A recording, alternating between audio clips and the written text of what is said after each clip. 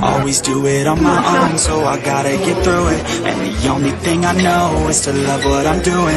Never give up, never slow, till I finally prove it. Never listen to the no's, I just wanna keep moving. Keep my head up when I act, head up, that's a fact.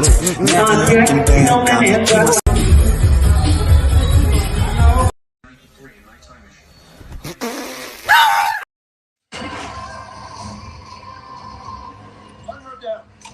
You've always believed in me.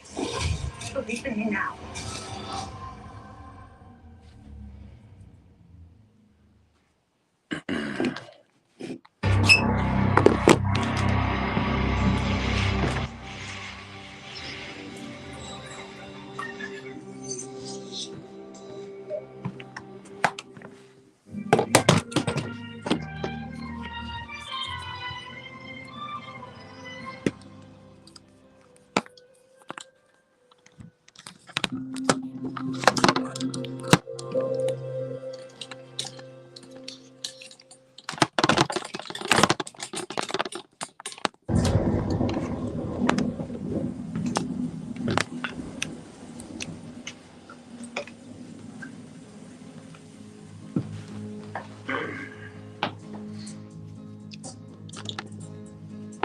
Raindrops, so many raindrops.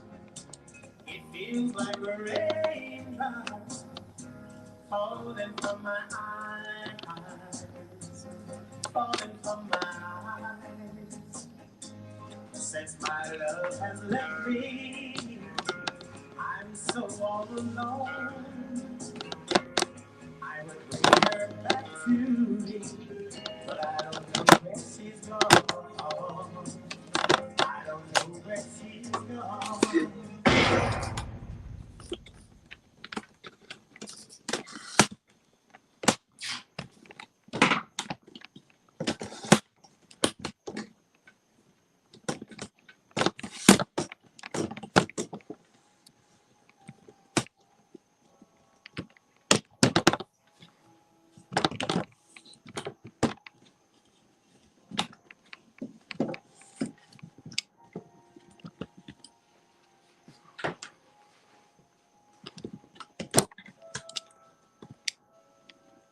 But one viewers probably would. Look, I got the camera stand, eye level. Pussy.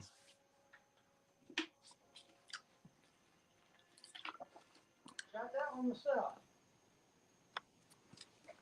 Really? These are tough holes. Shot it 9 times. Oh, God. Y'all finished? Yes. Ah, you can call me Ed. Follow me. You ever worked at a gas station before? No. You own a car? Not yet. But you might have you drive me or I can get the bus. Okay.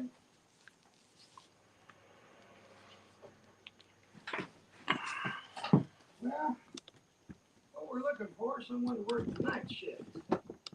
From 10 to 6 in the morning. Just to let you know, we don't get a lot of business during the night. But you will get some hunters and farmers rolling in around 4 or 5. These hours work for you? Yeah, I can work whenever you want. Wish you had a little more experience. I'm a really fast learner and a hard worker. So you were convicted of a felony. Yeah. Did you go to prison? A little while. For what?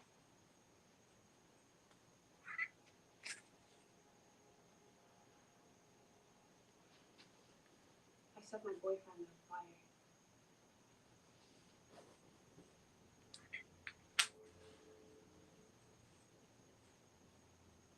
Did he deserve it? Yeah. When'd you get out? 2 weeks ago. My parole officer.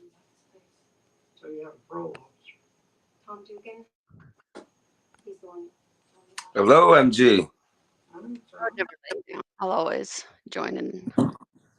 Yeah, you just saved David Cotlow's channel there. What do you mean? Oh, I don't know if you read the chat. I just said people were asking for a live chat, and no one got in here. I was gonna start masturbating. Oh, that would have been hot. I would have totally watched. It would have until the overlords would have shut us down. Yeah. Fuck them. So, yo, MG, how you doing? What's up? I'm good. No, Yeah. How you guys doing? I'm doing good. You know, my baby mom's got jealous of you the other night. Me? Yeah. I'm worthless. Yeah. Apparently, like, I mean, but that's true love right there. When your baby moms gets jealous with some random woman you're Mhm. flirty with on a Yeah. live stream. I like that though. That tells me, I'm in good standing. Yeah. No, it means that you're very desirable and worth fighting for. Yes. And Yeah. that is something, actually. How's my lighting right now? My lighting's good. You always look good. Okay. I mean, I wish I had cool lighting. This is just my work laptop and I'm in my living room. So whatever. Get yourself a nice little Ring camera. They got you gotta like Probably should, huh? Target, honestly, I'll tell you right now, you get ones for like 20-30 bucks off Amazon, but they design them. All of them will fall over eventually, and they design them where the one part is like plastic so that it breaks. And like even this one I'm on right now, I had to get NIG rigged, but just picked up a new one from Target for 50 bucks, and it's made legit. Target has some good ring lights. Well, Sturdy. so you met my 20-year-old, but my older daughter, she has a whole setup. She was going to Twitch stream. I don't think she ever did it. I'll just get the camera back from her because it's like really expensive. Oh yeah. That's a good idea, actually. I'll go get a green screen. I'll pretend like I'm somebody. I'm kidding. I would never do that. That would be stupid. I don't know what they use. They're not using a green screen, but whatever app that they use to put shit in the background, I think it looks like trash when they move around. It pixelates and shit. Nah. It's like trash. Just have a good natural background, like For sure. So your guys' thing is this Saturday. It's coming up. Is everybody just flying in? Is that how it works, or do a lot of people live in Texas? Nah, most of them are local. They live in the area, or like if it's not Texas, like another state that's close nearby. So I would say probably about 75% are driving, and then probably 25% flying. If I could go, I would have gone next year, and then I'll rent a place because I'm like that. Why can't you go? You're welcome to stay there. Oh, awesome! I'll definitely say. That's just how I am. I'm like. Don't you live in Texas? Or no, you don't? No, I'm in Utah. Oh, Utah. All right. Oh yeah, Mormon. Really Mormon. Super bad Mormon. I was on a Greyhound bus way back when. I was like 16, and I was coming back from no. I was going to Seattle. I stopped in Salt Lake City, and we had like a 3-hour layover, or whatever you call that, for another Greyhound bus. And there were a bunch of fucking homeless people outside smoking crack and whatnot. Yeah, but this one guy, he started going on about like they put shit in the water. The fucking Mormons. He was telling me that the whole water supply is. Oh, let me turn this shit down. The whole water supply is poisoned by the Mormons up there. Oh God. He was going on about this shit, and I was like, whatever, dude. But then later on, like conspiracy, research, I did find a lot of shit about, Salt Lake City and Utah, and how the laws are, and basically how it's like like Washington D.C. is Washington D.C. and then you have America, but like they have like I'm trying to think of the right word when you are not really a part, like they have their own rule set. Like that state right there is like special. And like their laws and shit compared to every other state. What do you know about this? I mean, obviously the legislature is very heavily influenced by the religion, of course. Um, so, for instance, like the liquor laws are very unusual, but you can absolutely get it. In fact, that's what I wanted to send you guys. I didn't know who to send it to. I want to send you guys some Utah whiskey. It's really famous. No, it's But probably just, anyway, yeah, send it to Kotlau. yeah, I'll talk to him. Yeah. Um, so, for instance, liquor stores are closed on Sunday and obviously any major holidays. So you have to always plan ahead. You've got to remember this. Like, shit, Sunday coming up, we got to make sure. Um, if you get a drink at like a bar or something, you can never have two drinks in front of you. So, like, if you ask for a shot or something, you have to hurry up and pound that before they'll bring you something else. Like, you can't just say, "Hey, Yeah. can I get two shots of this?" or something. Like, there's no such thing as double shots. It's not like that. Um, That's like in the Bible Belt. There's other states that are like that. Like yeah, I some, know that there's dry counties like yeah, Kentucky, stuff like that. yeah, But we're not that crazy, and the church makes so much money off the liquor stores. Like the government just, you have no idea. You get raped. You could drive to a place here called Wendover. You go past the Salt Flats, and it's right on the Nevada border. And a lot of people go there on the weekends to go gamble and stuff. But there's a liquor store, and if anyone from the West Coast, they'll know exactly what I'm talking about. Lee's Discount Liquor. Oh my God, you can get so much stuff for so cheap. For my 40th birthday party, I went up to Lee's and I bought like $600 worth of alcohol, wow, which was so much alcohol. You have no idea. Like I just bought like the huge 1750. Like I think I had like at least 10 Jamesons, 10 Tito's, cases and cases of beer. And then I got pulled over because the cops there are notorious. They thought I was there for weed or something. And I'm here, my husband's in the car, my kids are in the car, everybody's in the car. I'm like, yes. And he's like, doesn't smell like marijuana. I'm like, I'm straight edge. I don't know what you're talking about. Where in the back of my car, I have, you are not allowed to take that liquor over state lines, but I covered it up with a blanket. It's like, you yeah. can go. I'm like, that's right, fuckers. So they, Idiot. He would have taken, like, literally, it's like rum running. It's like against the law. But yeah, but- my so, 40th party was so wait a minute. So awesome. in Utah, it's Mhm. illegal to go to another state with any liquor you bought in Utah. Is what No, you're no, saying? no. You can't bring it back. So I can't go to Uh, Lee's Discount Liquor and bring home, what's the equivalent of probably $1,200 to $1,500 worth of alcohol here. So it's literally rum running. You can't do it, or just don't get caught. But there's also a weed store out there too. And if you, when you go there, everybody's license plate, Utah, Utah, Utah, Utah, Utah. yeah. So But then, to be honest with you, now pot's not a big deal. No one cares. Like, big fucking deal. You're just gonna get a warning or get a ticket. They just don't have time for that shit. It's so stupid. Plus, Utah is you can get medical marijuana now. You can go. Everybody knows the doctors to go to get your stupid card. It's stupid. Like, why are we doing this? This is making it idiotic. So yeah, whatever. It's fine. Utah's really great though. I like to think we're all good looking and friendly, but that's just me. yeah, all good looking and friendly in Utah. I doubt it.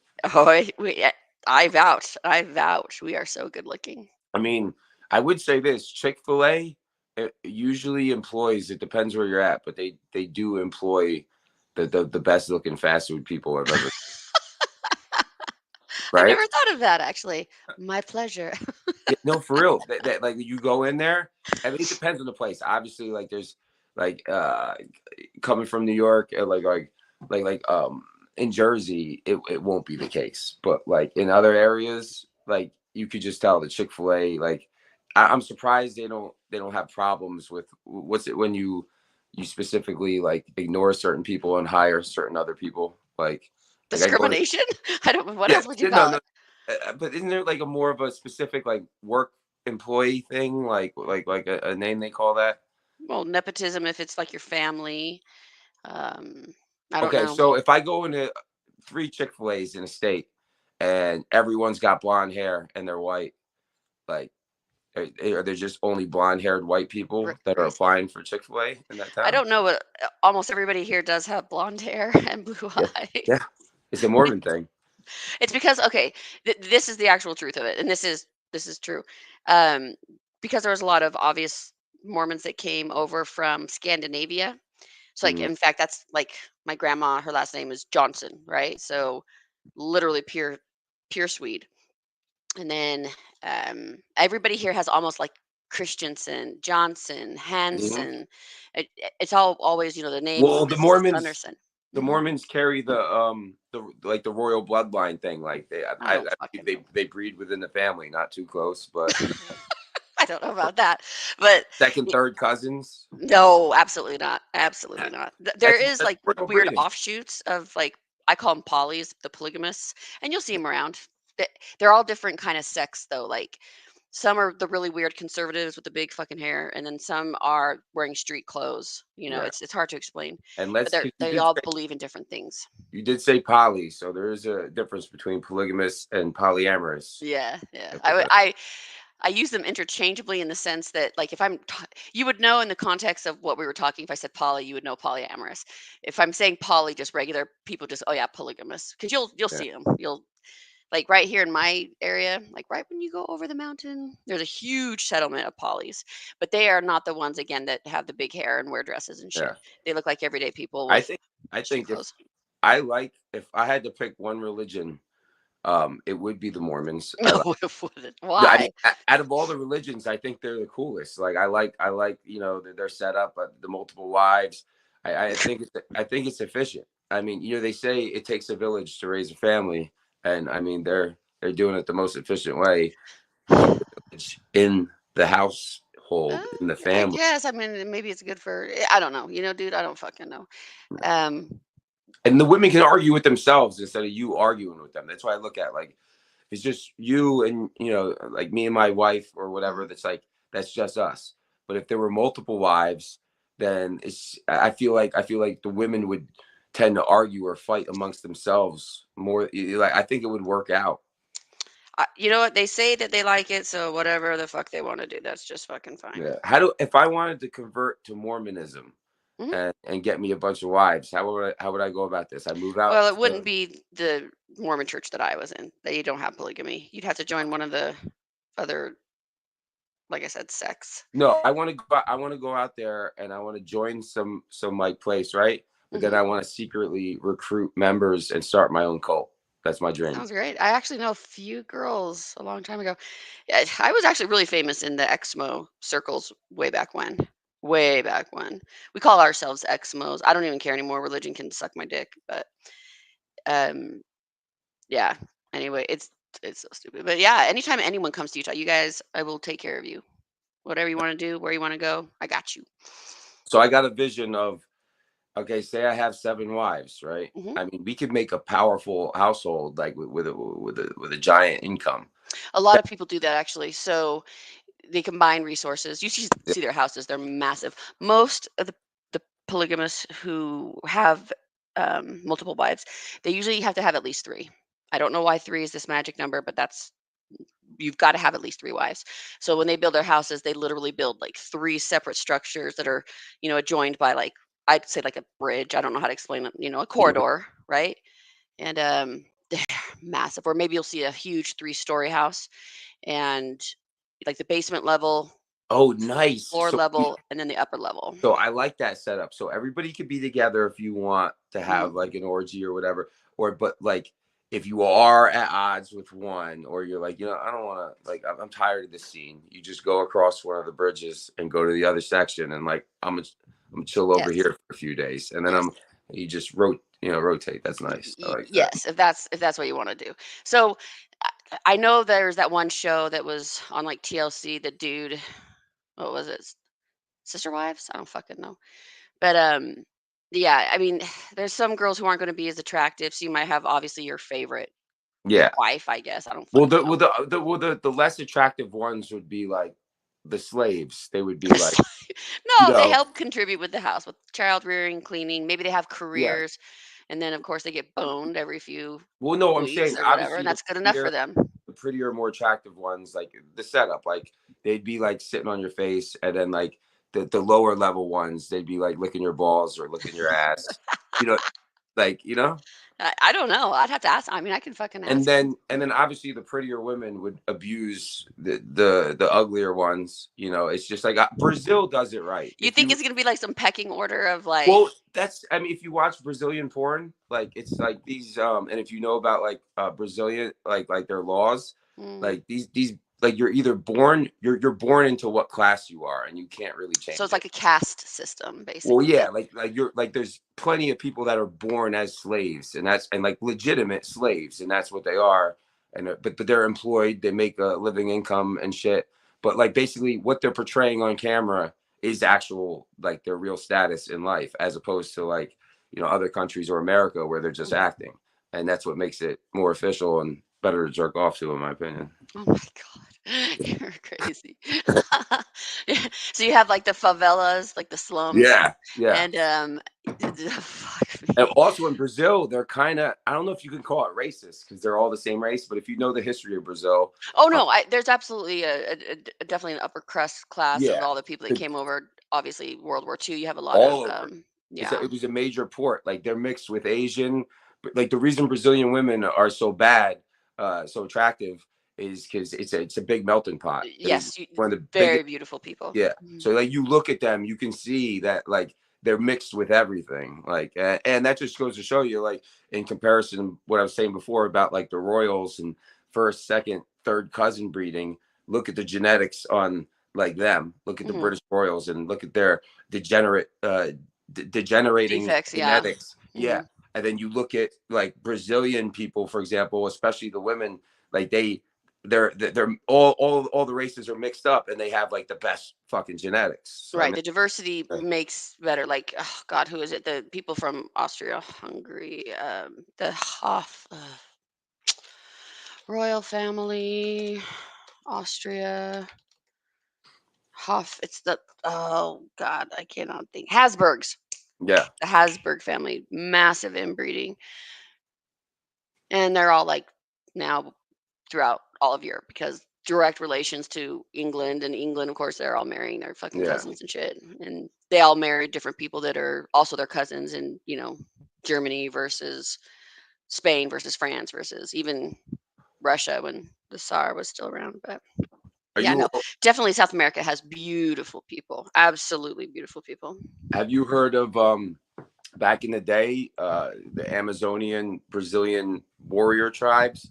That back in the day, they had like in the tribes, they had like the women were like the main like warriors back then. Like I've heard of the Amazons. Yeah, I have. I actually never actually researched it or read about it though. Misses are like 6'2", 6'3". You already see like how big their hips and like glutes are and shit.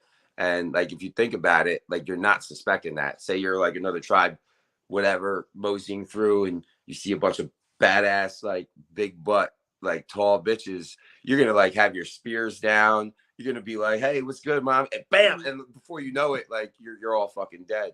It's actually like I actually wonder about this, and then this is true. Okay, think of like basketball players, right? Mhm. Let's go with Kobe. He's dead. I apologize. He's dead. Sorry. He married this gal that was so short and tiny.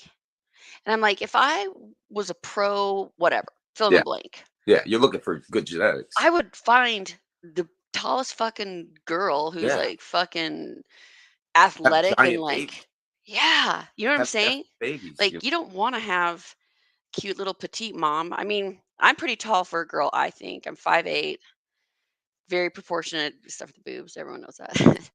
And but I just tower over people. But everyone likes these cute little tiny girls. I don't get it. I think I like tall women. Meredith, you want to guess what the tallest woman I've been with? 6'4". No. Yeah. 6'1", and it was honestly way too fucking tall because she was a half inch taller than me. And I was just I met her Wait, I apologize. Did you say how tall she was? 6'1". Okay, and so that means you're 6 feet. I'm 6'1.5" exactly barefoot. Okay. So I met her at a bar, right? And not a bar, like a restaurant / bar. And like I walk in and like she got up to hug me and I was like, had to like you Deuce Bigelow. Oh, it's a big bitch. But like I was like, holy shit. Cause it's not just that she's tall and she was Russian. but like her frame, right? Her frame matched her height. You a fucking big bitch. And it was so funny because we walked out to have like a cigarette and shit, and we were like walking back and forth from outside to the restaurant, and every time we got up and walked, everybody was fucking staring at us. It was literally like a fucking, and it was funny though, because I was thinking to myself, I'm like, damn, I wonder how Paul Italia feels. Like, this bitch is only a half inch taller than me, and I feel like it's weird, right? It's like awkward walking around with her. But I just started thinking, I'm like, damn, imagine being 5'4" and like bitches being like multiple inches taller than you. Like that's gotta fuck with your mental. Well, What's up, I think Kev? it's gotta be sexy as fuck. Hi, Kev. Hey guys, I was watching and I thought I was a weirdo at first because I have 2 kids now, right? Mhm. But essentially, before I made the decision I was scouting for a woman that was at least like 5'8". Mhm. And I thought, how come all my friends because I have friends that are taller, all ranges of height. Sure. And I would say that I'm slightly on the taller spectrum. I'm above 6 feet. Mhm. But I wasn't looking for this 5'1", 5'2", 4'11" girls. I didn't like them. Mm-mm. I agree. I was looking for girls who are in the taller range. And I always thought that. I was like, if I ever want to replicate, I don't want to be like 50, 60 years old and my son is wondering why he's so short. I know that sounds terrible, but I think the same thing too. Like, if you want to be athletic and you want to pass on, hopefully, I mean, yeah, it's always a toss of the dice, but Well, Yeah, why not help your odds, right? Like, find a beautiful exactly. tall girl. Just to interject here real quick, and I'm gonna go Yeah. grab the beer. I think it's a lot of dudes are really into little girls, or right, like they have this thing. So it's like the shorter, smaller you are in your head, you can, Toss them Imagine- around or something fucking stupid. imagination. You can pretend she's not as old as she is, if you catch my That drift. is, oh, fuck no. be right Fuck back. no. So yeah, I've always considered that, and I think I thought about it. I remember even sometime in after high school, like a year after high school, I dated someone who was my exact height. Mm. I'm a little bit above 6'2", and like hanging out with someone that was the same height as me, I was like, okay, this is pretty cool. I think it's Obviously, cool. yeah. And to reverse it, I don't. I like my high school boyfriend. He was like maybe 5'6", 5'5". I mean, I towered over him. I loved it. I loved it. How And I tall would are wear you? heels, and God, people would just like, how the fuck did he get her? And people always come up with crazy ideas like, oh, he must have a big dick. He must be rich, whatever the fuck people think. That's not the case. I just like people, but I don't even care about guys' heights. Like, yeah, it'd be weird if I was like dating some guy who's like 5'2". That would be weird. But beyond that, height is irrelevant. Really tall Then guys don't care. Really average how 5'6" tall are guys. you? How tall am I? Sorry, is that what you asked? Hello? Can you hear me? No, I was asking how tall were you then? Oh, I'm 5'8". Oh, you're 5'8". Okay, cool. I Yeah. am It's tall. so hearing you guys like cover this topic, I was like, hell shit, like this is something that's been in my mind that I thought I don't disclose. And then I you don't come in disclose and then it. you're like, Yeah. I don't disclose it because it sounds to me it was like, oh, it's just something I keep personal, yeah. But hearing other people talk about it, it just felt the comfort to maybe say like, oh yeah, I think about it the same way. Mhm. I think, anyone who is, interested in replicating and having children, they should at least consider that, the kids are gonna grow up to be self-aware and self-conscious, and sometimes, it can lead to insecurities, or sometimes it can lead to things that make them even better in other ways. Mm. But in terms of like having a social life, you want your children to have like as many advantages as possible, I would say. Like I would agree with that. you want them to be socially balanced, you want them to be physically capable, you want them to be social and nice, you want them to be, a force, So I've always been very conscious of that. And I just got lucky enough to be in the toddler spectrum because my dad is actually 5'8", 5'7", and on my mom's end, everyone's taller. Everyone is around 6 feet. So maybe he was considering that, and for that reason, I didn't come out like on the shorter side. Mm-hmm. Yeah. So yeah, I'm glad you guys are covering this Well, topic. It's pretty they've cool. shown this in selective breeding. I'll give two examples. I'll give selective slave breeding, what happened in America, and another reason why sports are dominated by certain individuals mostly. Only the strongest, biggest, most fit were bred on purpose.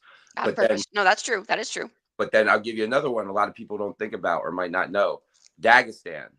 If you follow MMA and you know who Khabib Nurmagomedov is, and if you watch any documentaries on all the fight, there's so many Dagestanian fighters that are elites, and there's more. It's such a little mountain like town of a country, right?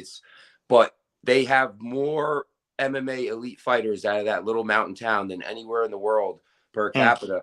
And I watched a documentary on it. The reason is every great war since the beginning of you can go back to has pretty much rolled through those hills at one point. And basically, the only people left there still breeding are the only people that survived all those wars. I would say it was survival of the fittest. So they have supreme warrior genetics. Yeah. And, like, research this is very interesting. And it got me thinking. I was like, man, and then you think about America and how we're weakened and this and that. They survived all the wars. They're the only ones left, and they're the only ones breeding up there. So they're all efficient killer warriors that and it makes sense, man. Selective breeding, one way or another, whether it's by wars rolling through, or people owning slaves. Yeah. Wow. I've absolutely learned about that with, even with like just your standard white mutt like myself. When there were orphans, they used to ship them on, trains and put them in the mail, and people would adopt them. They didn't want the girls. They wanted the boys. They needed real help, right? It's the same kind of thing. Like, get rid of that trash. You can go garden or something, but we'll take all the men, What was they doing in China, right? Like China has if you got to be like a certain kind of status or like bracket to even breed in the first place. But isn't it? I forget what it is, but I know that they don't have enough women compared to men. Well, the one child policy, right? And then if you were rural, like if you were in a rural community, you could have as many kids as you fucking wanted. But if like you were in like Beijing or Shanghai, you had that one child policy. Now you could have more children. You just had to pay a lot of taxes. So people that were rich would love to flaunt that. They would have more than one child. I'm like, oh, I have 5 because whatever, and I can afford it. Yeah. Like I got the money for it. And that's why, like, in China and like, I mean, other Asian places, the men are so fucked up, and like their sexual perversions of like, if like sexual fetishes, there's fetishes that are like directly connected to like natural sex. And then there's fetishes that go far, far away from actual sexual intercourse. And I know that people in China, they have the weirdest fetishes that have pretty much nothing to do with actual sex, because like a lot of these men are never, they're never getting a woman at all. And they're growing up, and then weird things that happen in their childhood or their family, they adopt these things as like, I don't know, whenever they're jerking off, but like that's why they're so fucking weird over there. Eyeball looking and shit. And I mean, you can see even in their like anime and shit, like they're fucked up in the head. And I think it has to do with that. That is so weird. It's happening in America too, because now, with all the streaming and social media shit, any chick that's like whatever, she can get online and she could make good money, and she doesn't need a man to support herself. So you're taking the like the brackets of women. Like back in the day, you could be like a blue collar kid in high school, and you could get like a beautiful girl, right? And you could like get married and have a family and shit. Like that shit don't fly anymore. Now, like all these girls, like, they're like, oh, I don't need this shit. I can go do this and that. And like they're pretty much taking women at a lower brackets for men to breed with or have families, and they're fucking up the whole ecosystem doing it. But I mean, you see it for yourself. I got people I know from like years ago that they their whole life, like, they work, they come home, they play video games, like, and they fucking jerk off. Maybe they'll hire a whore once in a while, but they don't even have a drive to go out and like find a girl, because they're just so stuck in their like routine of like expelling their chi energy and like having other distractions where it's taking them off their primordial natural drive to go out and seek women to breed with. That just seems so, I don't get that. Like, people's standards are way too fucking high, firstly. Secondly, both people need to have confidence. Girls need to calm the fuck down. God, women are so stupid. But men need to have confidence too. Like, I'm looking, I'm going to call you guys out. You guys have some weird fucking people in your chat. Yeah. And I'm like, is this like, should we be on Discord or something? Or it's like incel territory at this point. Well, like Eric Carlin, for example, he's got everything going against him. He's like, God fucked him, genetics fucked him, and I guess general life fucked him. His parents fucked him, the system fucked him, and he hates women. You could tell, like, even the way he talks, and he despises them because of the way he's been treated his whole life. But what I'm saying is, you're gonna have so many more Eric Carlins in the next 10, 20 years. Oh, that's rough. You would like seeing. His name is Scott Galloway. He's a professor at NYU Stern, and he says exactly what you're saying. This next big group of young men, millennials, Gen Z, whatever. The virtual reality, dude. Now you're gonna have sex robots. I mean, in like 20 years, you're gonna be able to buy a robot that's like that you won't be able to distinguish from like a real human. Like, it's gonna be a real thing, and they're already setting it up with the, like, all right, for example, I've been doing streaming with my girl, making content, so I've been like, just analyzing, seeing how these guys tick, what they do, and how they spend their money, and it becomes like, it's like a drug. Like, if you know anybody who's been addicted to heroin, for example, like they're no longer interested in sex or food or other things. They're just on that drug. Well, these people, they get addicted to these, cam girls or whatever, where that's their relationships. Like, they don't, it's like an interactive porn now, where it's like you can feel special, you can get this attention. But again, I just see the market, and it's all different kinds of people too, man. It's not just like incels or what you think.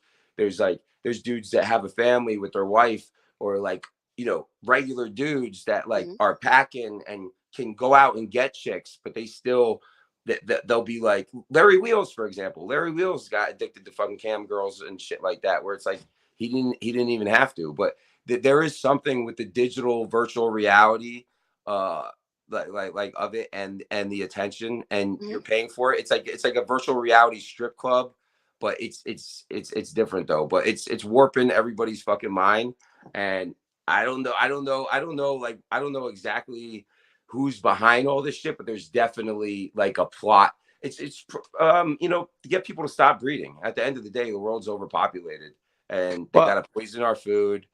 They got to do all kinds of things to make us less potent, and where we can't breed as much at the end of the day. I would add this to that point. I think part of the problem is like accessibility. I think things are too accessible nowadays. You know, I think back, I mean, the country that I come from a very small town in Colombia, South America. And, by the time that you guys here had internet and computers and laptops and all of that, I was still watching TV on the really old ones that you have to twist a knob. So I grew up basically like 5 years behind everyone in the US. And for that matter, I recognized, like, as soon as I moved here, I recognized that everything was like too accessible for everyone. And then you have kids who are growing up being able to access just anything they want, right? And then those kids grow up to be adults. They're using their money to access things that back then you would have to work for it, right? Yes. Back then you have to build like a nice circle of friends. Yeah. And then you meet some nice girls. And then maybe one of those girls would remember you after high school and you two meet again and things flourish from there, right? Yeah. That's how I grew up. Like when I was in middle school in Colombia, I had my group of friends. We were like 7 or 8. And then, summer school, like you meet girls and hey, what's up? And then even after high school, some of them like reached out to me from Colombia, like, hey, Kev, where you been? I heard you moved to the US. And I'm like, yeah, I'm living out here. So then, that's the way it was back then. But nowadays, everything is too accessible. Well, People yeah. can just like, with a click, find themselves on a website where they can outsource what used to take effort. It's too easy, you know? Or I explain this too, because like I'm 39, right? So my childhood growing up, like we didn't have cell phones, like like they were just coming out with the Nokia brick phones and shit when I was in high school.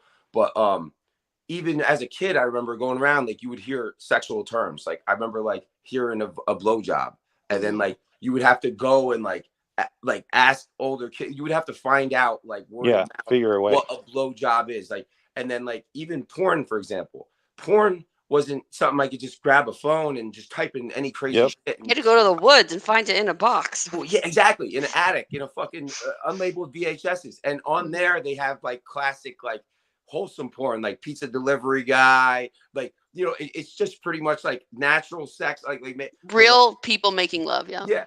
Now, again, the internet with all these crazy ideas, everybody's shit out there. Now, if you're a kid growing up and you get on a phone, like your whole natural evolution is going to be changed like that. It's no longer going to be this natural tier of finding out what a blowjob is and getting your first kiss and getting to second base. Yep. It's going to be before they even have sex, they're on here and they're looking at all this crazy ass porn and they're like, oh, this is what sex is.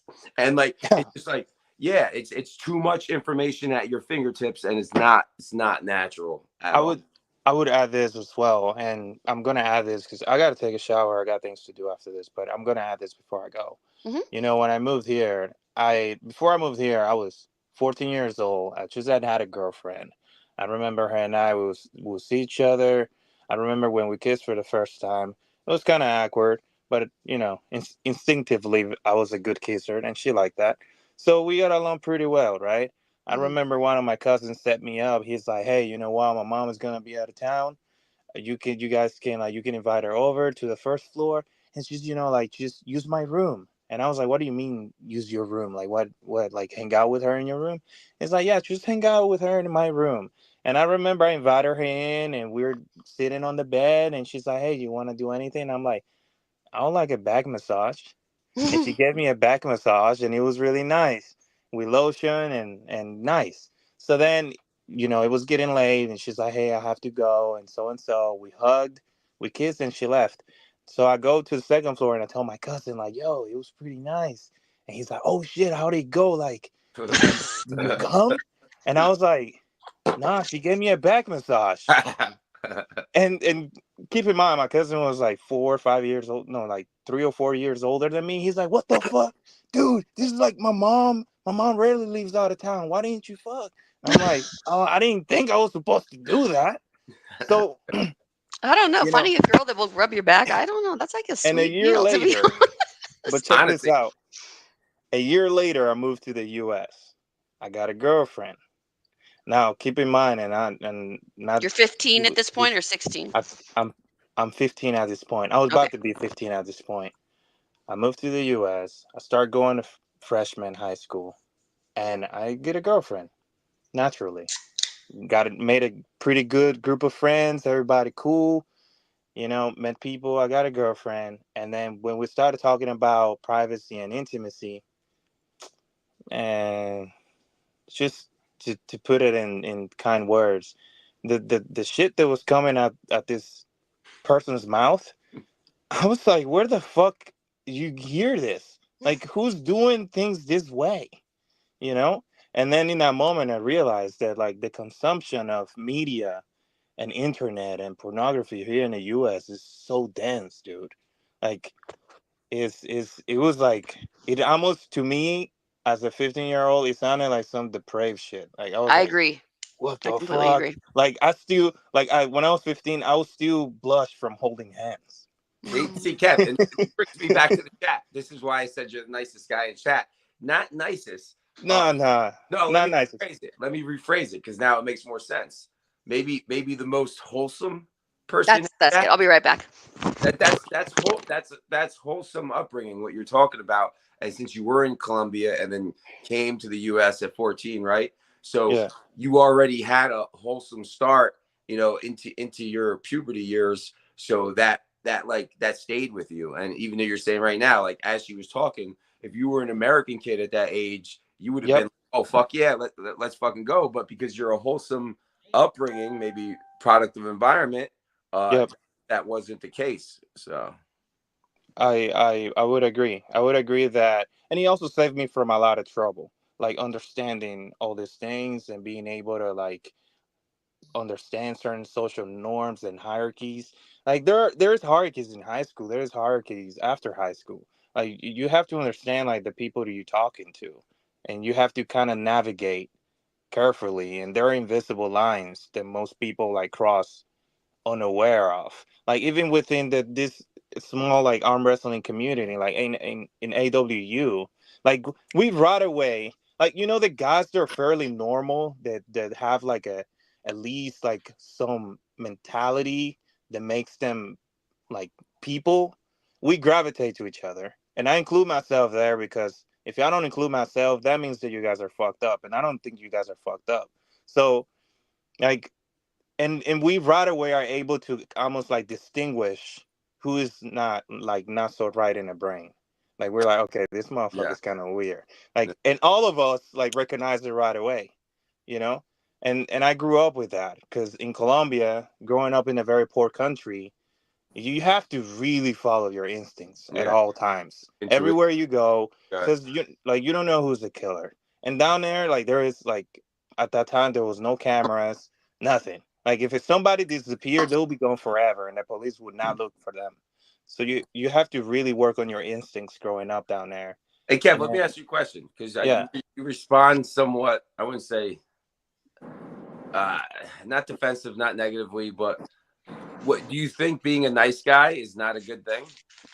It's just like I don't think of myself as a nice person because I have to consider all the things that I also do wrong. I have to consider also all the things that I slack. I consider all the things that sometimes I say wrong, and sometimes when I'm stressed, I'm having a tough day. Bro. That's being a nice person. You're thinking of that. But even then, right? Like if I'm acknowledging these things and I still make the same mistake, it's like I'm not really a nice person. So when somebody, that's just human, bro. This is my outlook on it. I'm an asshole. I'm like part of me that's a sociopath. There's part of me that's an empath, right? So like I'm on all levels of the spectrum here. But you know what? I always hold the door open for people when I'm going in somewhere. Like I look at the common shit I do day to day. Even it could be the worst day of my life, and I'm like fucking.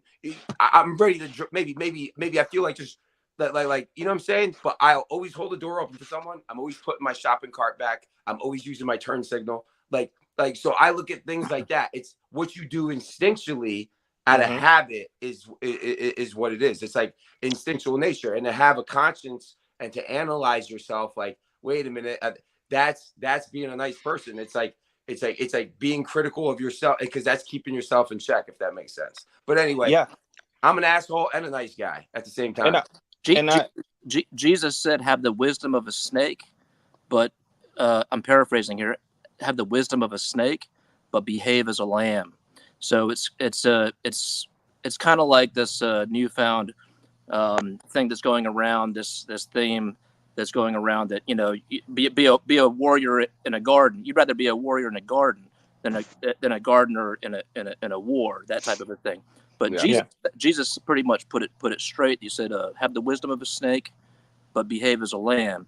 So that means that you are capable of all kinds of atrocity, but you're able to conduct yourself in the utmost of a civilized manner. Exactly. That's it. I would agree. I'm coming in on the tail end of this conversation, but it seemed like y'all were going in that route. That's a soulsome savage. That's being a gangster and a gentleman at the same time. Is you know what I'm saying? It's knowing you're capable, because the other people that aren't confident that they're capable, they're the ones that gotta put it on, right? If you're confident and know what you possess and you're capable, you don't need to put that on. If anything, people make fun of the socks I wear, the colorful, weird socks I wear. I get called names for it. Sometimes people, but I tell people, I'm like, oh, my son bought me a pack of socks, Dragon Ball Z socks from Walmart years ago, and I was wearing them. I always wore black Nike socks before, white socks. So like, and then, you know, they're longer socks, wearing shorts, and I would notice that, like, because I got an edge on me. Some people would, like, you know, I got lightning in my eyes. So like some people, like, you know, but wearing the socks, I would literally see people like looking at me like, I don't know how to take this guy. And their eyes would go down, analyzing, and they see the socks. And then when they come back up and make eye contact, their whole facial expression is different. How they're talking to me is different, because just them seeing that I'm wearing those socks, like, it changes their whole perception of who the fuck I might be, if that makes sense. Yeah, I can totally agree with that. And I've experienced moments like that, especially like when I go to the gym. I need to work on this. I have a very almost when I walk, it just looks like a block of mass moving. So you're like intimidating, you're like George Jefferson strut. Like I don't do much of a shoulder movement, and my whole body is like so relaxed, because I've seen myself accidentally walking like past the mirror, and I'm like, oh my God, I wouldn't want to see this guy walking by.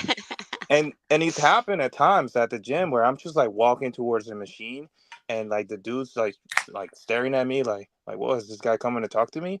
And I just like look at them and I smile. I'm like, hey, what's up? Are you using this? And they like, oh, they instantly turn like very nice. They're like, oh yeah, no man, go ahead, go for it, yeah. And then we have a nice conversation. But it's like the nonverbals can tell you a lot about a person. It's a lot, bro. Kev, I know you like wear different clothes and shit. You know, when you go outside wearing a suit, how like everything's, it's like the suit thing. You go out wearing a suit. I go out with my beard all disheveled, hair fucked up. Like, you know, people are gonna interact with you differently. Like, and this goes to like manifesting shit and law of attraction. How you present yourself, how you're presented, and how you act literally controls. Not controls. It influences. Influences. Thank you. It influences how people interact with you. So once you realize that, you realize the power that not only you have, but everybody has to influence everybody around them, you know.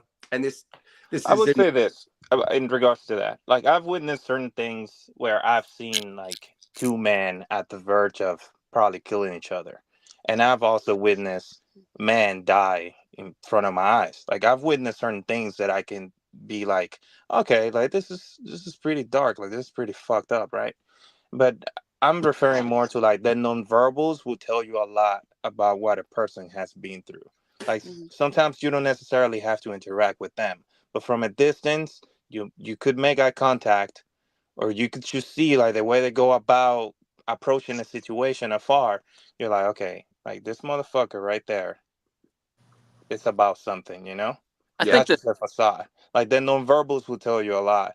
And mannerisms. I think that some things are instinctual. Like, no matter your experience, your age, as long as you're, you know, developmentally sound, that I think that some things are universal in terms of recognizing nonverbal communication and how it strikes you to your core without even thinking about it. But outside of that, on a deeper level, I think generally speaking, like, game recognized game. I don't think that when we get outside of those stark nonverbal displays, I think that that the shallow cannot recognize the deep, right? And I think that only the deep can recognize the deep, and the shallow can only recognize the shallow. Outside of that, but there are certain nonverbal displays that I think are instinctive. Yeah. We should do battle 200 feet underneath the waves. Yeah, what's up, Wood? Is that wood? Hold on, this motherfucker changed his That's name definitely again. wood. You don't recognize his voice? Huh. I agree with you. And I don't know if you saw, I asked, is that bourbon that you're drinking? Yeah, I'm drinking some Wild Turkey. This is a Wild Turkey Kentucky Spirit from the Camp Nelson distillery grounds and the F Warehouse. And it's not as good as everybody said it was going to be, but it's not bad. It looks beautiful. I liked how you were admiring it. Yeah, I mean it's good enough to be appreciated in a glass, you know. Yeah, I'm about to say I could feel the warmth of your hand. It's borderline though. Like I made a mixed drink out of it earlier because I had plenty of it in it. I had tasted plenty of it earlier, you know, before tonight, and I'd relegated it to a mixed drink, but it's still good enough to have by itself. Neat, you know. Yeah. You know, that would be fun. So if and when I somehow get out to one of your guys' things, a tasting party would be really fun. I could host that, and I would like to do that. Like classes. Not even a class. That sounded stupid. Just like, hey, if anyone, people like me, because I don't give a shit about what you guys do. Like later, like, hey, we're gonna be in this room if anyone wants to join. You could even make it like super special and fun, like rate things without people knowing what, you know, they're doing. Find out. Meredith, we're talking about arm wrestlers here. I don't fucking know. But you know, but what you're saying, you know, it has some credence. You know, what I would do that. When I was just a wee lad at 2 years old, I traveled to San Francisco to learn arm wrestling. And ever since then, I've been training, lad. And I'm ready for the war that's coming on the table. And I will pin all my enemies, whether their body follows their arm. Okay, wait, or let him not. finish. Let him finish. Hey, Wood, I could put some Irish whiskey in there too, man. Oh, Jameson, all day. So I think the key would be to, I mean, for anybody that is not a fucking whiskey dork like I am, is just to have examples, 4 or 5 examples of very, very, very different tasting things that are easily to pick out and everybody can try them. And at the end of the day, everybody get fucked up. and that's the point. I think that sounds outstanding. If I do ever make it out, I was telling Nanya, I will just rent a house because that's the kind of person I am, and anyone's welcome. And yeah, you might as well. Fun stuff like that. I just think so. Oh shoot, we lost Kev. I know he had to go to bed though. This video it would just be stuff like that is fun for me. Like I travel, I do a lot of things. Like I don't fucking care. I go by myself. Whatever. Released in the 90s, and it portrays modern warfare. Say it again. Couldn't hear you. Drone strikes.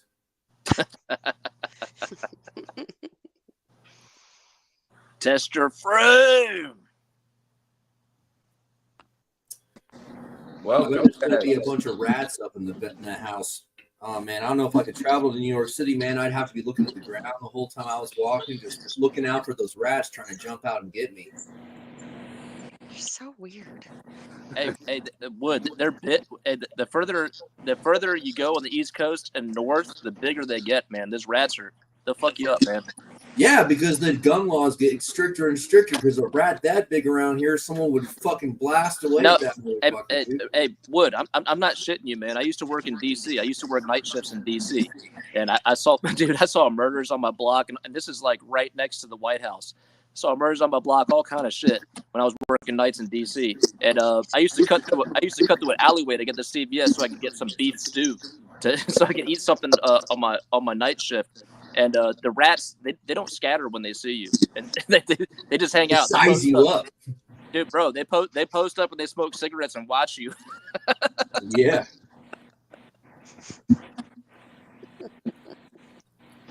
I don't think we have rats in Utah. We got rats here in Austin the size of footballs. I mean, I'm sure there are, but we have like little things. Like we have pot guts. Do you guys know what pot guts are? The fuck is that? It's like a prairie dog. Pocket. Oh, okay. We have these things called voles. Do you guys know what voles are? VOL. Yes. Yeah. It's like they're a mole, like gerbils, and they fuck up your yard. Obviously, we have like mice, like field mice and stuff, but mostly we have like big animals like antelope and deer, elk, moose, things like that. But not rats. I want some elk steaks, man. Joe Rogan's got me like. I Are you need to get- serious? I'll get Well, you he- some. I'll fucking send Fuck some yeah. in like styrofoam, all iced in and stuff. Hell yeah. Hey, pronghorn antelope. That's what you're talking about, right? That is Prong- correct. I call them So- cantaloupe because it's funnier. They're antelope, but I call them Yeah, cantaloupe. pronghorns are the ones going extinct because they run into fences because their high speed is their deterrence from predators, and Yeah. they die running into fences. Yeah. You'll so- never see them dead on the side of the road. There's deer everywhere, just fucking carnage around here. Yeah, but so not what's wild antelope. What's Never wild antelope. about that is that so I read somewhere years ago that you'd wonder like why the fuck do you got pronghorn antelope in North America that can run so fast like there's no predator that can come anywhere close to them. But the theory is that there was a cheetah in North America. There was a North American cheetah, just like much like the cheetah that was that is in the African plains now in the savannah, and the pronghorn antelope evolved to fucking outrun those motherfuckers. Yeah. But those cheetah fucking died out. The North American cheetah died out. So you're left with the pronghorn, and they're just like way overpowered for anything in North America right now. Yeah, until they run into a barbed wire fence and get. I wonder how they taste. I wonder if they fucking get cooked on the fucking. Hey, this is kind of off subject, but it involves animals and the stupidity and brain size. So I know a deer has a golf size brain, but a squirrel has to have, I mean, its head is not the size of a golf ball. Why is, when squirrels are in the road where you very rarely hit them, they know how to move, they move out the way, they run out the way. Why are deer so fucking stupid and they literally run into you? That I don't know. I've hit a deer before. I think they get lost in the headlights. Well, you know what? I hit a deer in broad daylight. Well, yeah, no, daylight. I've hit them in daylight too. Yeah, I hit a deer in broad daylight. No, dude, up in Pennsylvania, northeastern Pennsylvania, where I'm at, they're like rats in New York. The deer are everywhere. Like, and they're stupid as fuck. They'll run and trip over a guardrail. Like, they just run in circles. They're like spastic as fuck. No, they're dumb as shit. Yeah. Why the fuck are they so dumb? But a squirrel is so much smarter. I don't get that. I don't think a squirrel is smarter. I just think they have different instincts. So but dude, I've killed a couple deer in Northern Virginia, and one of them, I can't believe the motherfucker got hit by me because I watched like three or maybe even four of his brethren cross the road before it came, and I thought they were done. And then I fucking hit the accelerator because I got to get to work and shit. And That's then on you, fucking man. jumps out and fucking just hits, lands on my hood. You saw an active trail, game trail. Yeah. I think it was and just, then you accelerated into it. That's on you. I think it was just, it was my fault. All right, then you got coons. You got raccoons, right? They're smart as fuck. I never seen a dead raccoon on the side of the road. And they have evolved to know to cover their eyes at night when you shine a light on them because they don't know, but they know. They've seen. I've hunted. I've killed probably 50 coons since I've lived up here. So I know once you kill one in their pack, they get smarter. The first one, you'll shine the light right on them, and they'll look up at you with the drumstick in their hand, like, "What, motherfucker?" Bam. Now, when you go to open the door, they'll scatter, they'll run, they'll get more skittish. But they also learn to cover their eyes when the light hits them because they realize they're not reflective. Yeah, they're right. So they're extremely fucking smart. And again, it's just like that. Like the coons, that's not instincts. They evolved to know to cover their eyes. I feel like raccoons are less of a prey animal than like deer are. So 100%. Yeah, raccoons are a pack animal. Once there's 20 of them, they'll attack. Oh Jesus Christ. Yeah, they're wild. Yeah. I would never want to fucking fight a raccoon. The raccoons are. We have them everywhere. They're roadkill everywhere. No, because they have slippery skin too. You know. Just to clarify my experience, I've never hunted any other animals. I've never went out and hunted, but the raccoons were a problem because I used to burn garbage and had a fire pit. So and I had a 10-22. 5 a.m. and 7 Yeah, that nice Ruger 10-22. I got one too. Yeah, Ruger 10-22. So I went through the different ammo and shit. But if you use a 10-22 on a raccoon, they have thick skulls. You have to hit them right and light them up. But I've shot at raccoons where I didn't get the right shot, and other ones have jumped out of the tree. The ones I've shot, like their instinct is not to run away. Most animals, you wound them, you hurt them, they run. A raccoon will look for you, and with its last breath, whatever fight it's got, it's gonna charge. Yeah, I've had them charge me. Yeah, they're not prey animals. Like they're not prey animals. No. They're gangsters.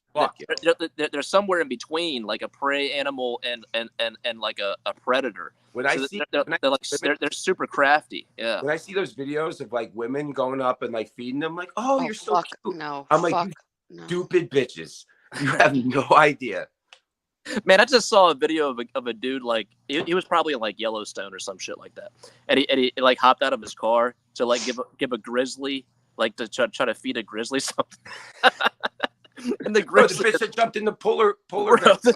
First of all, if you feed a grizzly, you sentence that grizzly to death, because it's gonna like approach every human it ever sees, so it's gonna have to be put down. First of all, but second of all, this fucking idiot.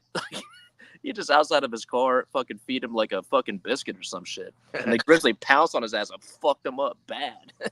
And I was over here laughing. All animals should be domesticated. I don't understand why we go out of our way to make sure the animals do not get domesticated. I think bitches are brainwashed off Disney movies, because how brainwashed do you have to be like, oh, polar bears, I'm going to jump over into their enclosure to go swimming with them. The most badass ultra predator on four legs walking the earth, and I'm gonna jump in there and go swimming with these polar bears. Yeah. Polar bears go swimming with an orca whale too. Yeah, or that it came to mind. That actually came to mind. Wood was the orca, like the polar bear and the orca. They're in the same class. No, they're different, because orcas they have a global migration pattern. So pretty much any human group they interact with and they have a predatory aim towards humans are going to take them out. So they've been domesticated. Orcas are heavily domesticated because they're whales. Yeah, whereas I agree with you. I meant in terms of like apex predator status. No, orcas are not domesticated, Wood. I've watched a whole documentary on this. Orcas, there's two theories. They manipulate. Some people say the reason orcas don't go after humans is because they don't have enough meat, and it's not. They do go after humans, but no, in the no, Mediterranean, pissed, they learned there's a pack of orcas that's eating humans in the wild. In the wild, Wood. In the wild, not that is the wild. In the wild, there's only been a handful of cases of an orca going after a woman. No, it's one pod. It's one specific pod, and it's the people on the inflatable boats. They're eating them. I feel like Damon needs to be part of this discussion right now. I feel like we need to get Damon. Yeah, I muted Wood for example, because I need to educate him on orcas. So I watched his documentary. Back in the day, like everyone, like everything else, they were attacking them. They were going after the orcas and killing them. And I think back then the orcas were going after humans too. Orcas are smart enough to realize that these humans can exterminate us. They're killing us. So there's a theory that orcas stopped attacking humans because humans were killing them in response. And it was like kind of like a truce agreement. Orcas realized that humans can eradicate them and kill them off. Therefore, they stopped attacking them. I've heard that theory. Yeah. Yeah. I don't know if I agree with it, but I've heard that theory, and I'm still open to it. Yeah. Yeah. But polar bears, on the other hand, everything that they see, they want to eat. There's nothing that a polar bear sees that they don't see as a prey animal. Yeah. So anything that's out in the ice is they're the apex predator on land. So of course like that. Des, what's up? I think it's interesting about that one pod of orcas eating people that recently just started. Is your mic on? Oh, for real? Yeah. Can you not hear? Okay. Now we hear you. We can hear you. Yeah, we hear you, Des. Right. I've been watching y'all for a while. I was like, let me just pop on. I mean, how much can you add to the orca polar bear conversation? Definitely interesting. I enjoy this conversation. Ways. Yeah. I popped in when y'all were still talking about the whole. I grew up watching in the house. National Geographic. What about sea otters and their perversions and how they teach other species to be perverts too? I didn't know about that. Super dolphins cute. Are the biggest perverts in the ocean, dude. They fucking gang rape their own dolphins for days. I think about sea otters. Sea otters they're weird. They're like kind of like humans. I think they're cursed humans. I'll give them a pass because they're super cute. Yeah, until they're not. Yeah, until they gang rape you. No, but dolphins are really fucked up. Dolphins, like, they that's why I think they're so like cute with like humans and shit. Like they're perverts. They're all just copping feels, and they're like, you know, if I got a chance, I'll drag you down to the fucking depths and gang rape you for a fucking week till you die. Jeez. I've only had one. I've only had one. Like I've seen dolphins, in their natural habitat, but I never interacted with one other than being at SeaWorld once. I went to SeaWorld once. I think it was in San Antonio. I think it was San Antonio, and this was years ago. Dolphins are fucking aliens. And I've only been once, and there was a big pool like full of dolphin, and next to the pool they had like a fucking kiosk with a dude there that would sell you three fish. You know, he would sell you fish to feed to the dolphin. So my wife and I, we walked up to the pool, and right when we stood next to the pool, immediately like you could tell it was like a grizzled old dolphin. He'd been there for a long time. It might have been a female, and I went to go pet the dolphin, and I was like, oh, look at this. I was all naive and shit. Look at this dolphin. And I went to go pet it, and that motherfucker was like, like literally was like, it was almost like it said no. Like it was like, fuck you. And it was like, started shaking his head at me. And I was like, what the fuck, man? And I went to go to like pet it again, and it did the same thing. And I went and go grab the fish, and it was all game after that. Like they were just like, dude, you are not fucking interacting with me, doing anything unless you give me this goddamn fish. I mean, I couldn't fucking blame them, but at the same time, it gave me an insight into their prison-minded intellect. You know what I'm saying? Yeah. They were definitely fucking smart, and they were definitely like they definitely didn't like you if you weren't giving them anything. You know what I'm saying? There was an exchange. Like they understood even exchange. Yeah. Has anybody heard about like, you know, dolphins, like even all the sonar and shit and how we got our technology? But have you heard of like the military and like doing experiments and like actually like training dolphins for shit? Has anybody heard about this? With lasers on their heads? They assassinated that whale or whatever. They killed that whale because it was there's operations. There's legitimate operations with the military and dolphins. If you Google it, you'll find it out. I don't think that's far fetched because they're much more intelligent than doves, and we used to pass messages between parties of the doves. Ravens. Yeah. The original text message was exactly. Yeah. You know that a raven has the same brain to body mass ratio as a chimpanzee. They're smart as fuck, yo. They're very smart. We have lots of ravens here and crows. Crows are small. No, crows. Ravens are big. They will specifically. I forgot their one enemy bird, but they'll gang up on them. Like crows will specifically like alienate certain people, or like they'll target certain people. And I was even in Seattle one time, and for a year and a half, I was out there and I was doing drugs and this and that and getting near death, you know. But anyway, the crows would fucking attack me. Like I would go through this one park, and they would like come at me and like be coming at my fucking head. And I know I wasn't like hallucinating this shit or nothing because other people were running away around me. But crows will like target certain, and they'll talk to other crows and they'll all target you. Like they're smart. They're smart as fuck. They're the same.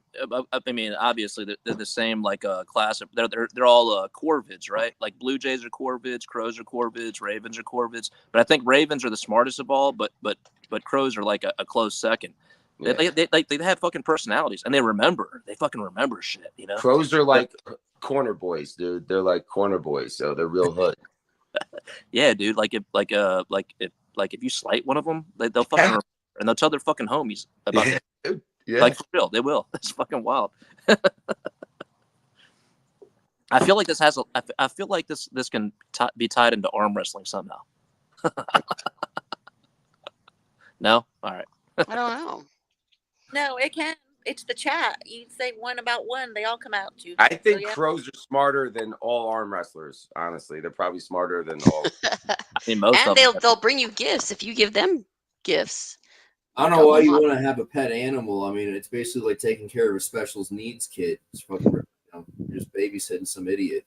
No, kid, you don't have any cats? He can perform certain minute tasks They're so menial. All right, here, let's change the subject. Let's change the subject to something a little bit more spicy. So Meredith Green, at a Mary Fuck Kill, you picked Wood to fuck at a Mercy Fuck. So let's talk about this court. It wasn't Mercy. It was never Mercy. I'm adding that. I'm adding that to be a dick. But let's add to this story. So in the scenario, Wood takes you out on a date. You take him out on a date. How does this happen? Give us the rundown. Oh man. my fucking How fuck. are you gonna hook this man up to save his life?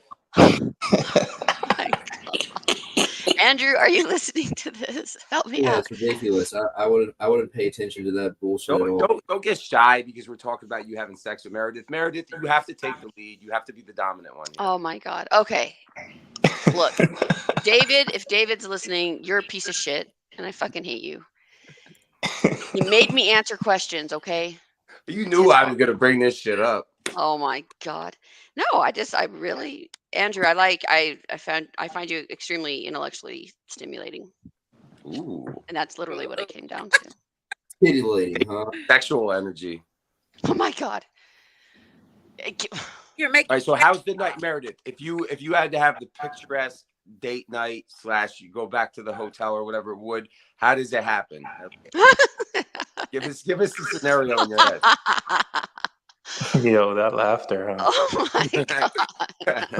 You should have heard me last night then. Look, I can be really aggressive, right? Meredith So box, yo. you just do what the fuck I say.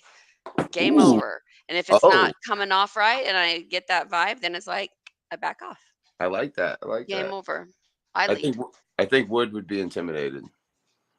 I woke up. I took a shower like 4 this morning, and I was just like, God damn, I don't think I'm supposed to feel this fucking strong. This is astounding. He's trying to change the subject. Now, why are you getting shy, Wood? Like Meredith is saying that she's picking you to fuck, dude. Like, what's wrong with you? Kick some game. Oh my God. Andrew, you don't have to answer anything. See, she's playing mommy now. Oh, mommy's gonna change your pamper. I feel entire inches larger in the lock position than I normally do. I don't know what's going on, but I'm getting fucking massive. I could have taken that in so many directions, and I stepped back, and I did getting inches larger in areas and whatnot. Oh yeah, my arms are so engorged. What is there's like no pump, but it's still stiff, you know. What do you call that where you're like not interested in any sex or any sexes? It's called asexual. Yeah. What's the asexual fucking weirdo schizo? He probably doesn't even jerk off. Hey, you know what? I think that Wood is actually onto something here because whatever he's saying is working, bro. Look at Meredith. She's losing herself. He's talking about being engorged and stiff. And she's blushing. I mean, I'm just feeling massive and stiff, dude, but there's no pump right now. I feel like I could get a lot bigger if I had a good pump going, you know, but I'm pretty relaxed. How would you get this good pump going? What would you think about to get the pump going? So. Anyone else listening to probably rising to the top as I stand up and do like a top roll high hook. You know? Oh my fucking fuck. Okay, Yo, there we go. There we go. Listen to arm wrestling lingo as he gets pumped. You're an animal. I can't believe you. Good shit, Wood. Good shit. Told you he's brilliant. Unbelievable. Unfucking believable. You just love to stir the pot, don't you? I'm just way too strong. I don't even understand. I woke up this way. All right. I don't know what happened. Just wake up with a strong top roll. I wanna do something real quick. Do it. By the way, I just came back from the shower. I'm sorry that I left abruptly. No. Never apologize. I wanted to say, yes, I met you before, but obviously I'm not a very memorable person. That is not true. You forgot me. But I've seen you like at several shows, and I think you were at the AWU that was hosted by Wade. And you were on the mic, right? Des? Yeah. Yes, sir, I was. At AWU 4, you were on the mic as well. So I just wanted to say hello, Yes. and I wanted to say that we've met before. Just probably forgot me. I apologize. Have we like met, like shook hands? Hi, I'm so and so. Maybe we shook hands with our eyes. I don't know, but I do remember getting your name and saying hello. Like I do remember seeing you. Kev, are you a lurker? Are you a lurker, Kevin? And just being like, "Hey, hi," and that was it. But I do remember meeting you at one of the events. Because when I show up at the event, I go, I promote, I work it. I'm very Yeah. social. I talk to everybody, but a lot of people I don't know unless they actually, hey, I'm so and so. So I apologize if I don't remember you. Like I remember Nunya because we all went to go eat. We were Yep. there. Like I remember certain people. I remember Little Hoss because he's a shit talker. But you know, I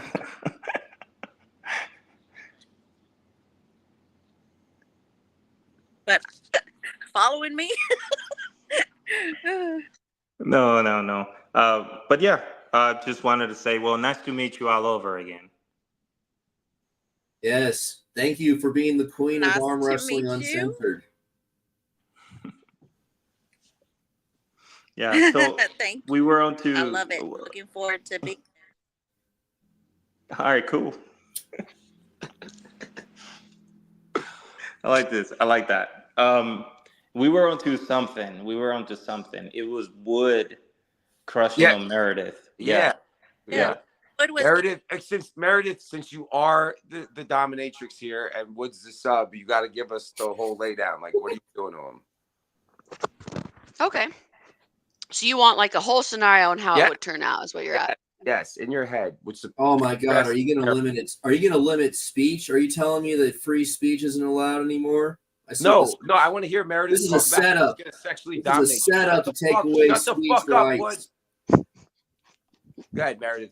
I don't know, Andrew. Do I have your consent, your permission? Yes, you do. Oh no! Now what am I? A fucking tax cow? Meredith, tell us. This is your fantasy. You picked Wood. You're the dominant one. Give us. Okay, so let me change it if he doesn't want me to talk about it. Are you telling me there's some giant prison system where you're gonna make me go do manual labor for years? I'm muting Wood, so you don't got. He's not gonna change shit. Just tell us how you're gonna dominate Wood. That's what everybody wants to hear. Oh my God. Okay, sure. I can fill in the blanks. That's easy. Okay. Let's take a boat a few miles out to sea, and I'll jump overboard. See, he's not into it, so that's not fun. Then I can't. No, he is. He's just being. Oh, here. No, you don't have to mute him. Don't. No, I removed him from the stage. Come on.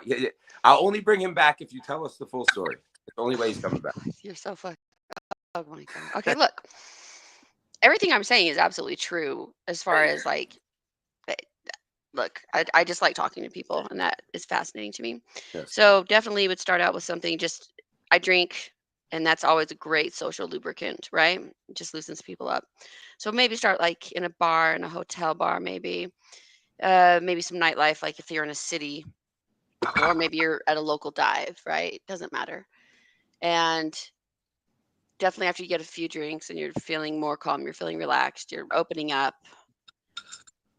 so where should we take this, right? So if it's a hotel-based scenario, get back to the hotel. So maybe it's an Uber, maybe it's someone's driving, don't know. But you always have to make sure, I always make sure, I have to I do a lot of touching, if that makes sense. Very harmless touching, but I think people pick up on it, right? So I would probably do something like that. So maybe just my hand on their knee or something stupid, like, oh my gosh, that was so fun. Have you ever tried that before? Tell me more about, jumping off a boat in the middle of the fucking ocean, psycho. And literally, this is just how my life is, but I would easily be pretty assertive, aggressive. I don't like to say aggressive in like a scary sense or anything like that. But almost like, all right, take off your shirt or whatever I would say, right? Maybe I would maybe kiss you standing up first. But then I would definitely push you down on the bed, and I would absolutely get on top. That's when I would take off. Let's keep it PG, no? Okay, then I'll stop. No, Kev, don't interrupt this. No, I'm not. Don't, Chris, don't. we're not doing this. No, we are. No, we better Come stop. on, man. JJ's here. Yeah. Did you not get the voice message before? He's been with a mom before. He's a man. Don't treat him like a child. No, we have to. No, we don't. Chris, we do. He's my son, and I'm saying, You're right. Yeah. He's cultured. He's already out there. He's lost his virginity to women his age and women above 18. So, Hey, JJ, how old are you? I'm 15. Okay. yeah.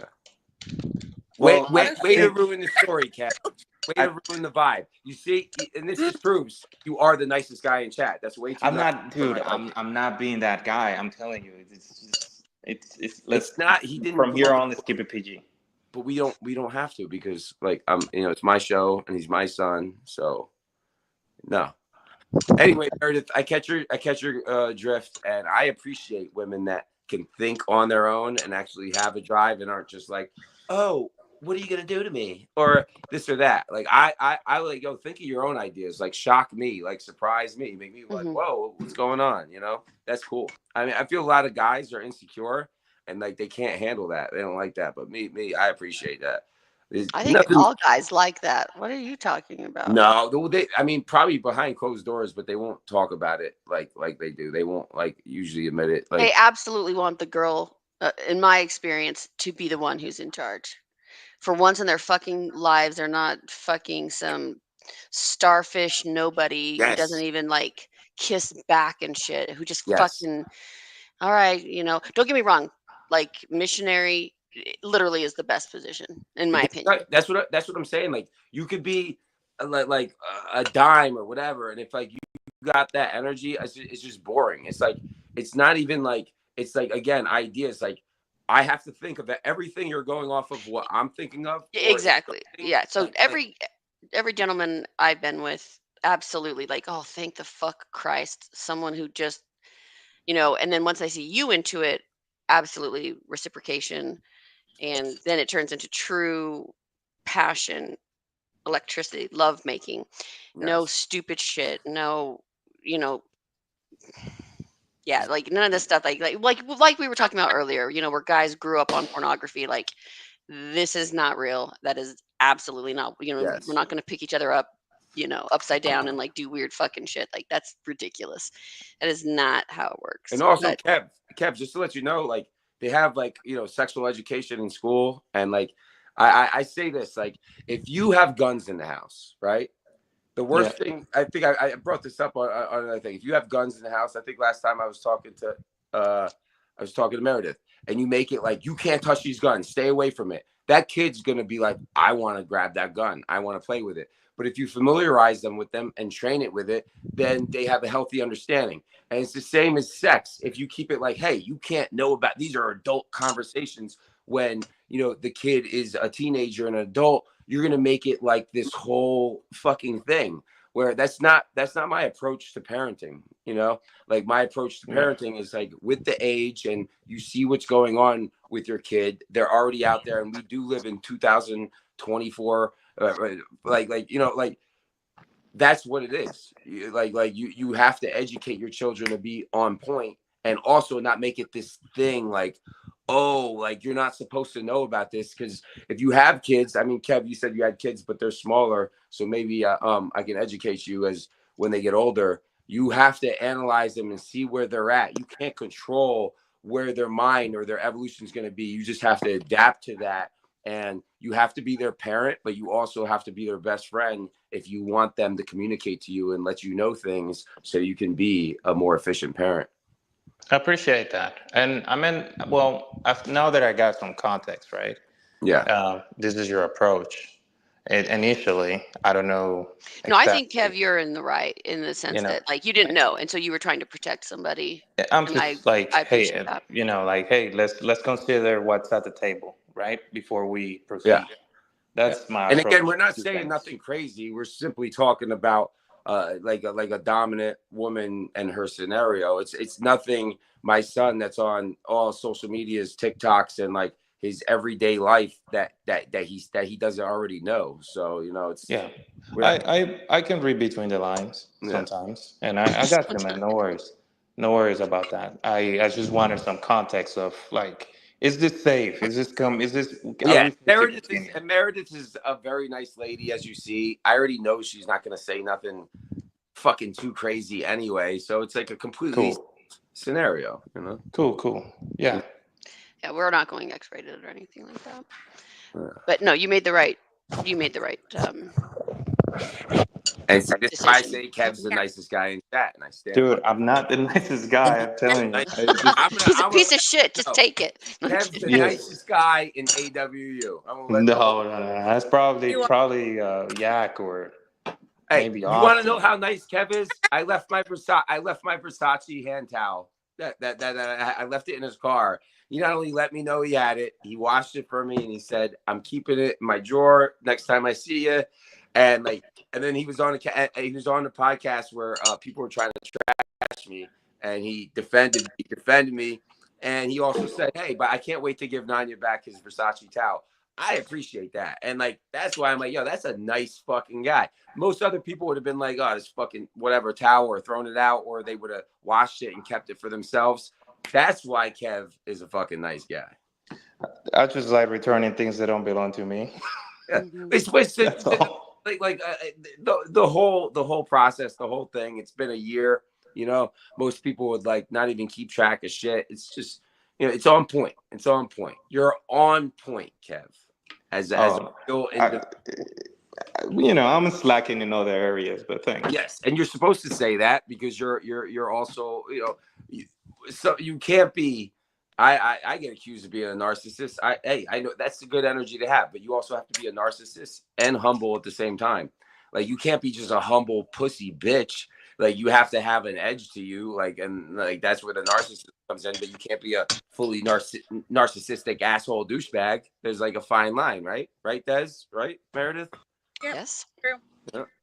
I will say though, I thought it was very respectful that it was hold off on the conversation because he did not situation with your teenager. Yeah. He got clarification because I have a teenager that is 14 and some people haven't been that respectful to say, whoa, what?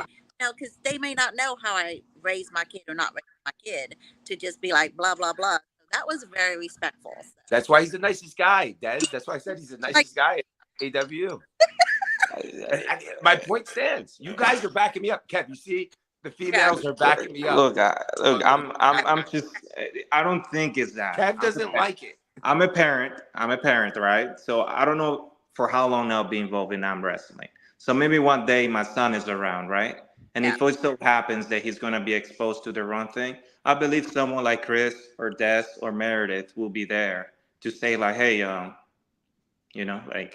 do what I did. Because that's how life goes, right? You never know when you're going to cross paths again. Yeah. So. Yeah. And I won't lie, I don't take my son to this week, it's my weekend. He's not coming. It's, the pre-party, it's the arm wrestling uncensored party. Yeah. It's my weekend. Other events,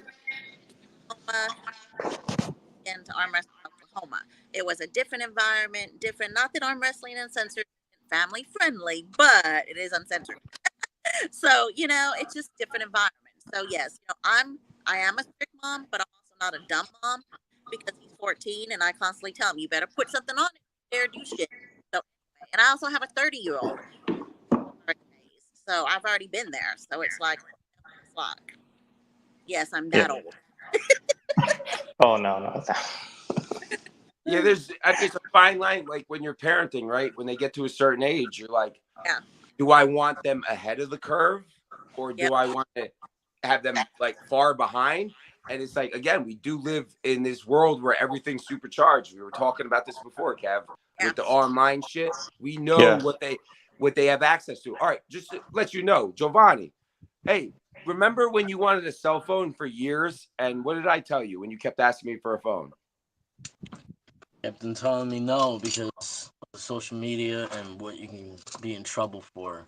and I was keeping him from having a phone to the point where he was in school and every other kid had a phone and they were making fun of him. And but I rode that out that long to keep him shielded from because my son's smart. I know once he got a phone, he was going to be finding everything out. So I kept that from him as long as I could. Yep. Just saying. Interesting. Yeah.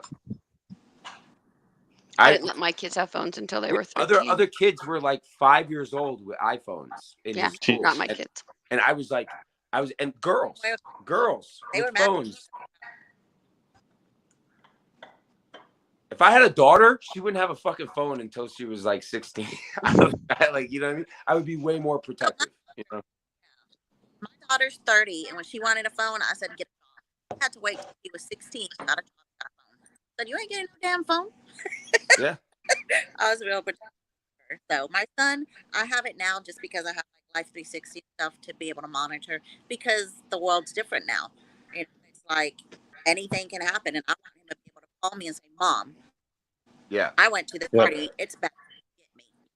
I'm on my way. And also, like, his mom is the overprotective one. So his mom overprotects him. My job as his father, yin yang, right? And it works together. Plus, he's got a bunch of stepmoms too thrown in there, so he's well taken care of. Just throw it in there. For real. Throw it in there. And some seasoning. Yeah. I think it's good for the he gets multiple wives perspectives. Yeah, It's exactly. extra bonus. It's extra bonus. He's cultured. He's cultured, you know. Hell yeah. Like yogurt. Like yogurt. Oh my God, that was good. I'm gonna steal that. I like that. You like that, Meredith? I did. That's some sapiosexual energy for you, baby girl. Lord. Hey, if you like that joke, you should check out on Netflix. They have I gotta think of it. It's like a movie, but with all different animes mixed together. And they got one story when the yogurt took over, and the yogurt takes over the world. I'll find it. And I'll tell me about it. Yeah, I don't know what this is. No, but they have great other stories. It's if you're gonna take some mushrooms or acid, like you want to watch this. Like, I mean, I can get it in 5 seconds, but I'm too terrified. I'll get found out. Not Meredith. Just 1 or 2 caps. 1 or 2 caps for the first time. It'll be very mild. You'll just be feeling good and groovy. You're not going to like see pink elephants attacking you or anything. You're not going to want to jump off a building. Just eat 2 caps. If you're feeling wild, eat the stems with the caps, and you're good. That's like a 0.8. You're good. Oh my God. It's my doctor. I'll wait until I can drink again. No, most people, Meredith, if you go with most people that do it, they're going to tell you to take an 1/8. They're going to tell you usually take an 1/8. Don't do that. That's the problem. You should take like under right under a gram, like right under a gram to a gram for your first time, and then it's honestly you're just feeling awesome and great, and it's How much different is that from LSD? Huh? How much different is it's a lot different. So I'll explain it like this. This is my ultimate explanation. LSD, you're strapped. No, LSD, you're controlling the rocket ship. You're navigating. You're the pilot. Mushrooms at high dosages, you're strapped to it. Maybe it's just me. Some people say the other way around. But I find with mushrooms, I respect mushrooms like nothing else. I'll sit on them. I'll plan to take them. And then something will come up and I'll be like, you know what? It's not the right time. I'll have extreme discipline with them and respect them because I know the power that they have. Like with LSD, not the case. I know I can take it and I'm controlling this shit fully. Like I'm in control. Mushrooms, I'm not in control. That's how my interaction with the two are. But in terms of like a stimulation and like social interaction, how much? Acid all day. Like acid, I can talk with people. I feel very social. Like I'm an introvert naturally that became extroverted. Okay, we're on the same boat. So I'm a natural introvert at heart as a child, And then as I grew up, I had to be an extrovert to survive, right? So with mushrooms, it brings me fully into introvert. It brings me back to that. And I don't want to be around people. If I'm at a festival, I'll take them on a third day, but not the first or second. But with LSD, I'm way more social. I'm like way more like out there, like I'm dancing and shit. Like, you know what I'm saying? But with mushrooms, I'll be like, I want to go back to my tent and just like fucking be in my own head or whatever. Like if I'm around people. Oh, okay. Because I've never tried mushrooms, but I've tried a tab before of LSD, and dude, my social was like triple of what it normally is. And yeah. Mushrooms I wanted to know. Way more in your head. Again, it's different with more people. With me, I'm speaking for myself. Mushrooms I'm way more in my own head, and like I'm way less social. Mushrooms are good if you like are around people you love or like familiar people, then they're great. But for me with mushrooms around strangers or a big group of people, it makes me like, I want to get away. I want to go away, where LSD is the exact opposite. I'll be like front and center. Like I'll be totally way more like than I'm ever sober. And even sober, like people see me in arm wrestle and they see how my energy is. But even that, I'm still introverted. Acid takes the introversion all away completely. Right. Yeah. All right. We'll keep that in mind then. Yes. For you, the rest of the panel, you guys ever had any experiences with either? Strictly alcohol. We're both going, nope. Oh man, that's a shame. I'll tell you this, ladies. Yeah. I tell you this. Not only psychedelics what we're talking about, but they have a very primordial and like again, if you're with somebody you love, all right, for a night, there's nothing better than mushrooms or acid. Like you become like one person. Like in the mix, like you're no longer separate entities. You're like one machine, like vibrating. It's amazing. And the deeper the connection, the deeper that gets. It's pretty wild. But you will have like as far as sexual experiences and like this and that, there's all the best ones have been mushrooms and LSD, 100%. And my son's here right now, and again, same note, we educate this. Like I tell him the good drugs and the bad drugs. You know, cocaine, heroin, barbiturates, these pills doctors will give you, these are the bad drugs. Well, you know, these mushrooms grow on earth. Bunny rabbits and reindeer seek them out to eat them. It's a very natural thing. And LSD comes from ergot. Like it's all fungus. And there's theories that like we are fungus ourselves, fungi. So there's a symbiotic harmony, and these compounds bring you back to your roots, your grassroots, like your roots underground, like the society shit that's like you've been raised on and you're a product of your environment dissipate, and like you get to your roots. That's the one thing I can say about them. They get you to your fucking roots. Yes. I could see how there's possibly some truth to that. I'd have to research it more, but I mean, there's also poisonous plants too, right? Do you know about Google? Do you know about Google, like Google Town, Google City? Of course you do. Of course. All those that they all take LSD. All right, and research Dennis Leary, LSD think tanks. Steve Jobs, guess where he came up with his ideas? In an LSD think tank with other motherfucking geniuses. That for a lot of your technology, the world that's shaped right now, came from very intelligent people in a think tank doing LSD and other psychedelics. And again, you can research this and find it out. It's the intelligent, intellectual person's compound. If you're smart, all right, I'm glad I got on this. If you're a smart person, LSD and shrooms make you smarter. If you're a dumb person, they make you dumber. Oh God. All the bad stories you hear about people jumping off roofs or doing stupid shit, they were retards to begin with. Oh my God. And it activated that more. It activated their retard third eye, and they jumped off a building. Where if you're an intelligent person, you're gonna be like, I'm not getting on a roof right now. Are you fucking nuts? You know? They'd be smart ass dead. smart now. Yes, I am. Jeez. No, I can't do it. It's my job. Nope. They don't test for it. We probably make it now. No, LSD and shrooms aren't on any drug kits. Even DOT, they don't test for it. I know this. I worked the pipeline. I worked all different kinds of jobs. Yeah. It's specialized tests. They have to like take hair or blood from you to get LSD or psilocybin. They take hair and blood at my work. Oh, they take blood? Yeah, they take hair and blood. I work at a chemical plant, big time chemical plant. Oh, okay. They do take hair and blood. They might get you there. Yeah. But just so you know, mushrooms is 5 day and it's out of your system. LSD, I don't know, but I know mushrooms is 5 days max. I don't know. I feel like I'd see pink elephants or something. Nah.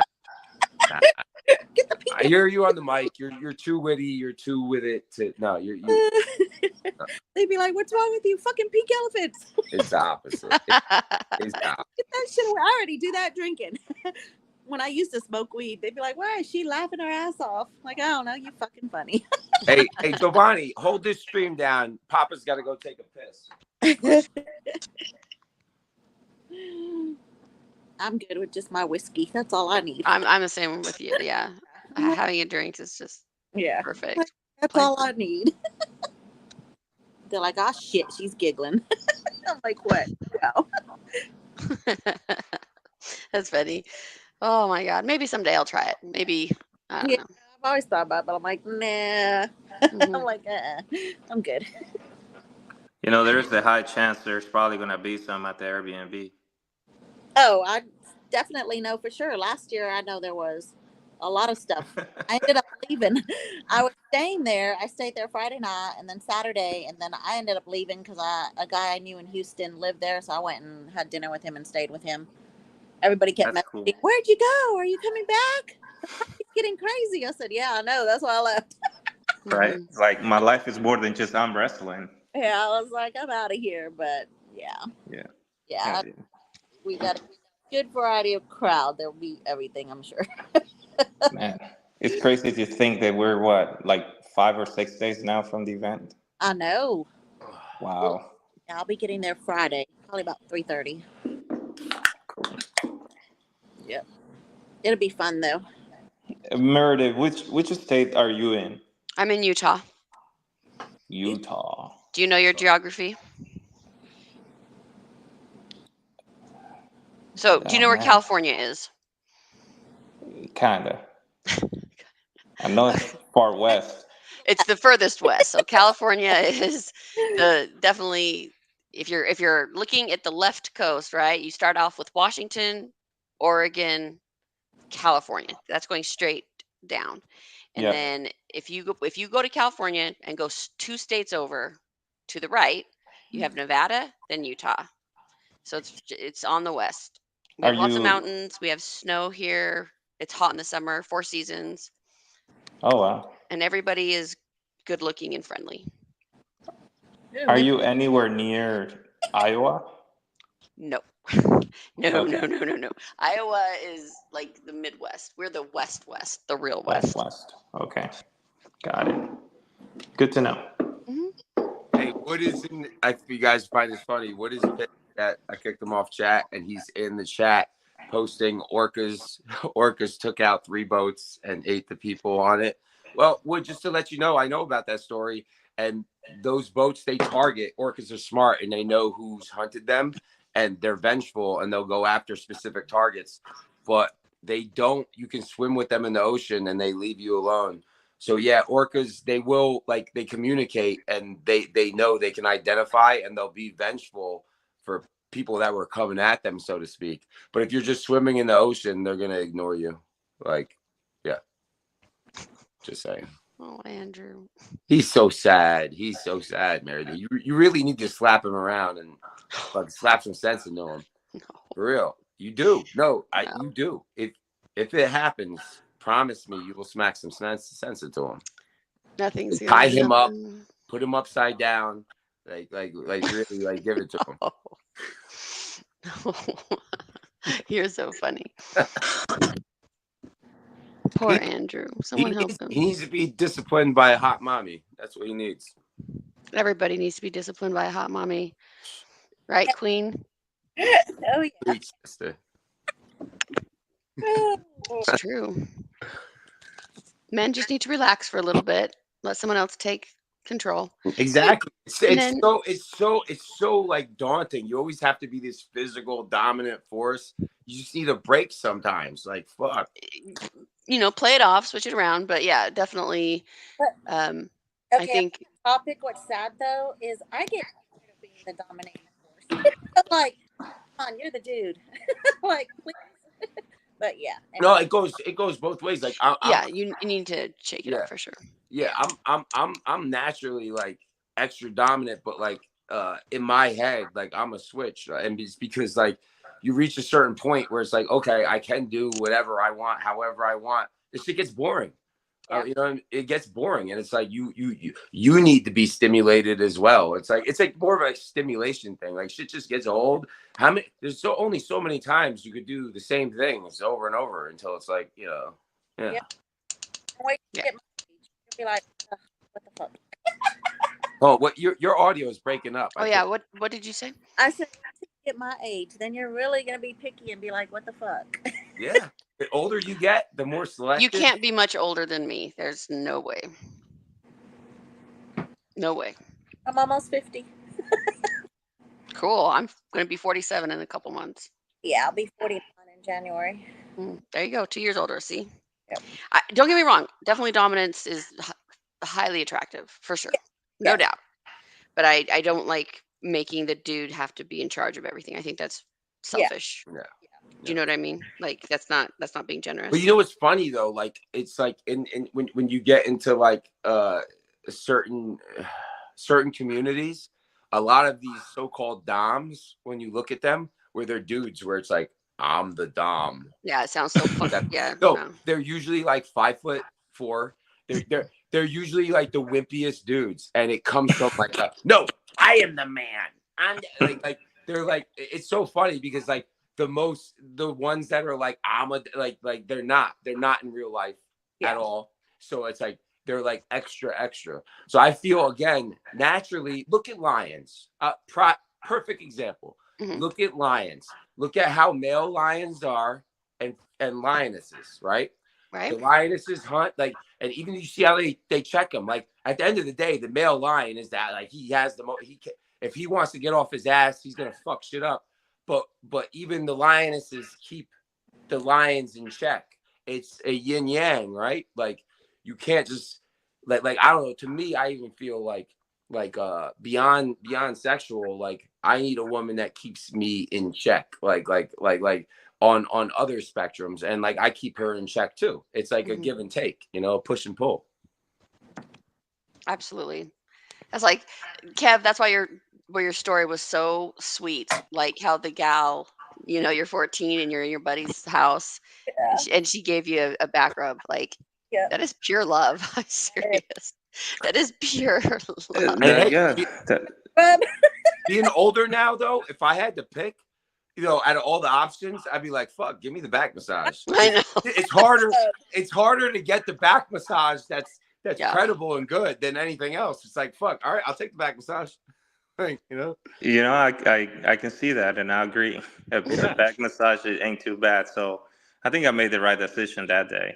Yeah. On that day, yeah, for sure. Like, oh my god, like having to pay somebody, you know, $90 for a massage. Yeah, it's fucking what a racket. Not only that, but when you're like racket. when you're tensed up, like whatever your life is, I mean, when you get a good back massage, that shit is like you get the same feelings. Like it's like it's spiritual. It's everything. It's like it's a connection. It's like it's a communication too, right? Like honestly, I could tell you so many women I betted off of my back massage. Like it's like that. As guys, we know like that's the shit. That's the test. Like how you kiss, how you move, how you talk. But if you can give a good massage, if that chick's on the fence, if she's getting you just won. Yeah. You give her a good massage, you got it. Oh my god, it's the truth. It's the truth. That's true. Oh, we go back to your room and you're like, oh, let me give you a back massage. Oh, you're getting lucky. Yeah. Yeah, because they're like the one guy that goes back to the room and he's like trying to grab your head and push your head down. You're like, oh, but you got a guy that's like, all right, lay down. I'm gonna massage you, and he just doesn't just play with your ass cheeks for 5 minutes and like whatever, but he actually gives you a fucking legit massage. You're gonna want to fucking give him everything in return. I agree. True that. Absolutely. Healing, being able to heal people is a very powerful language, you know. Yeah, and I think massages kind of expose like a level of vulnerability, because at that moment you're supposed to be your most relaxed. You're your most vulnerable physically, and humans, I think instinctively, we're very protective of ourselves at all times, right? Because we're all on this earth for survival. So when you're getting a massage, in that moment, it's just you, your mind, and what you feel, right? Yes. So you don't know what's coming behind you. Like the person giving you a massage could do anything. You don't know what to expect. But the fact that you can trust them to that level, it makes it very intimate, I think. Oh, yeah. Absolutely. So that's why in that moment, I thought a massage is very intimate. That's what I want. Yeah, it's like even animals. You look at like, you know, when they say if a cat or a dog, if they lay in the center of the room, they're comfortable. If they belly up and like have no, they completely trust you. Well, it's the same thing with humans. If you're usually when you're getting a real massage, you're usually like naked or close to naked. Mm-hmm. So you're like laying on your stomach. You can't see, you know, ass up. Like it is a vulnerable situation. So it is like, but again, like that's what makes it so fucking intimate. And it's the trust and the connection and the also like you feel that like you could read a lot about a person when they're massaging you and vice versa. It's like you talked about before, mannerisms and studying people. Without any communication, you could get so much information getting a massage or massaging somebody, you know? Yep. I also think that it's definitely men, and this is my opinion, and you guys can tell me if I'm wrong. I think a lot of men don't get a lot of physical touch, and I'm really tactile and touchy-feely, and so like even just last night I was with this guy and you know I was just scratching his back and it completely disarmed him, right? Just I know that sounds like so ridiculous, like mommy or something, but it wasn't like that. It was just, it's like holy shit, because it's been so long since, you know, someone just, and we were watching like fucking South Park and Wilfred, just funny shows, right? And I was just scratching his back. I did that. That's just who I am. You know, if you're a girl, I will literally like stand behind you and play with your hair, you know, just that's kind of. But that's a good point, Meredith, because that is true. Being a guy, like, because the women, like, you know, they're always getting touched and this and that. And it's like, I don't know what it is in like the programming or the culture, but a lot of women don't have like the instinctual things. It's like little things, just like scratching your head or like rubbing your, like, just like casually touching you. Like, to me, like that is very, like it is good. It's like, oh fucking yes, just lightly like rubbing my back or this or that. Like it's like it is something. It is or playing with hair. Like seriously, oh my god. Anything where it's just like a sensual touch for a prolonged period to me is like very relaxing. Like it's a stress reliever. Like that is my thing. I am like you. I'm so touchy, and I'm like wanting that. I actually feel myself, my body kind of go off if it's been like a week or two and I'm not around. Like when I was with Robbie, I was very touchy-feely, back massages, whatever. And when he left and we split, like I got used to that, and I found that was my stress reliever. I could just be sitting here and just be rubbing his back or rubbing his head or rubbing. It was my calmness. And it's like, I don't have that. I'm like, oh man, what the hell? Yeah, that's very interesting. Very touchy-feely. Huh. I wonder if that's the same for me. It relieves stress, and I just never thought of it like that before. Like I realize that. Like I realize I start getting built up of stress and built up when I haven't been around someone doing that. Very touchy-feely. I'm like, yeah. And it's something that I notice with myself. Huh. Cat wants him. It's when you go to EDM festivals, right? They'll have like hammocks up everywhere, and they have hammocks, and you'll see a lot of people like laying in the hammocks, and then other people will be laying down them laying underneath the hammock and massaging them. But you see that a lot, and these are like perfect strangers. Like they'll just be like interacting and go in there, and it's like someone will just come up and just start massaging you, and it's very good too. Like when it's someone you know, and it's like that's great and all, but when like you run into a perfect stranger and like they're just giving you a back massage, that shit is like on another level. Because there's no connection besides that. You have no prior connection besides this person giving you a massage, you know? That's interesting. Yeah. There's no other thoughts in your head, right? Like if your boyfriend or someone you know or a friend of yours, they're massaging you, I kind of think like you have these thoughts going through your head and like constant because you know this person, where it's someone you don't know at all. And it's like, okay, this person is massaging me to make me feel good, to heal me, but there's no prior thoughts of them whatsoever. So it makes it like an otherworldly experience. Yes. I guess you get the same thing if you went to a massage place, but it's kind of not the same because, like, I mean, if anyone has ever been to a festival knows it's just like you kind of get out of this world, like you leave Earth, like you're somewhere else on another planet. So that adds to the whole element as well. It's just so many different sensations that are free of any kind of societal holds, if that makes sense. You're being in the moment, and there's nothing else. It's like a healing effect. Yeah. You would make a great cult leader. Thank you. I was just saying that's my aspiration. We actually already discussed this. Yes, Actually, yes. he's gonna come out here and start a harem with the Pollies. I'm gonna become Mormon. I'm gonna become. Yeah, he's been trying to violently recruit me to his cult for like 2 years now. Hey, Wood, I allowed you on this show. All right, if you can just like, I've been trying to be friends with Wood for a while, but he keeps wanting to fight with me. I mean, I'm a nice guy, Wood. I'm just trying to get along. Dude, he's been doing the same shit to me. He's been like fucking nagging me or something. First, he convinces me that doing weighted pull-ups is the ultimate thing, right? And you buy the shit because So I'm like, oh my God. I'm like, this is so fucking cool. Like, Wood is sharing a part of him with me right now. Like, Weighted pull-ups. This is a bro moment, right? Yeah. So I order myself off of the equipment to do weighted pull-ups. And I'm like, okay, I'm going to share it with Wood. In the moment I decided to share this information with this guy, he's been shitting on me the whole fucking day. Yeah, man, you looped the chain. Here we go. Here we go. A whole video I'm telling just for you to explain why you should use the freaking prostate rope and use that as your belt and keep the chain away from you. He's just learning. He just got it, Wood. He just got it. I made a video just to explain this bullshit. He's just learning, Wood. Give him a break. I should have never made the video. This is it was why my first fucking try. And he's been shitting on me the whole day. You, Kevin, and you didn't even listen. It was worthless.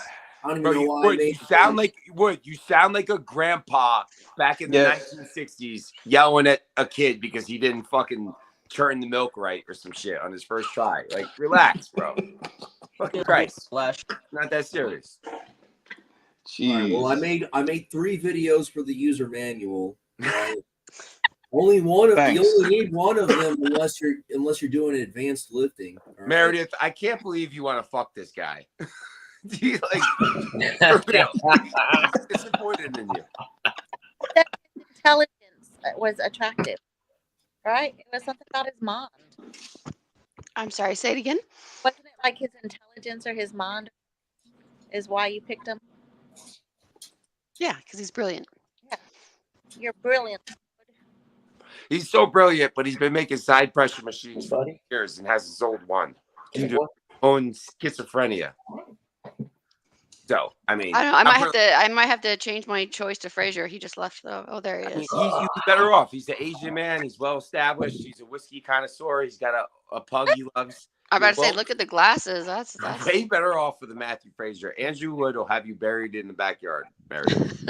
Oh my God. Jeez. Yeah, I'll have you buried in the front yard. I mean, that would be nice. We'll have If you you buried had in the like back. a family property, and it's like, yeah, the whole family's going in the backyard.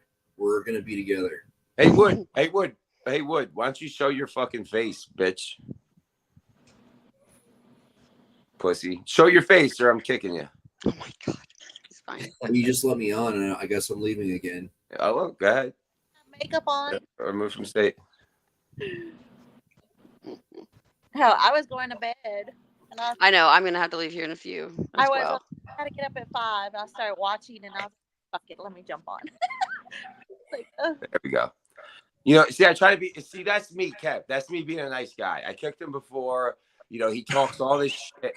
Now, yeah, granted, I said a lot of shit that I'm gonna do. But if anybody knows, like with Wood and the storyline, Wood has said horrible things about me and my son prior, and me being the adult intellectual I am, I forgave him due to his mental conditions, trying to help him, trying to heal him, even, and then he persists to be a schizophrenic fucking asshole.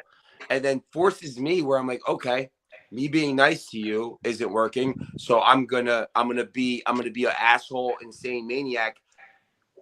How you see me interact with Wood is me mirroring Wood's manic behavior and what he does back onto him. So anything I say to Wood is just giving him back to what he does to everyone else. And he doesn't like it.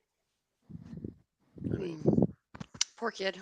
Yeah, I mean he needs love, Meredith. But like, you know, I think you're way too nice. You're way too nice, and you shouldn't get involved with that. Wood needs.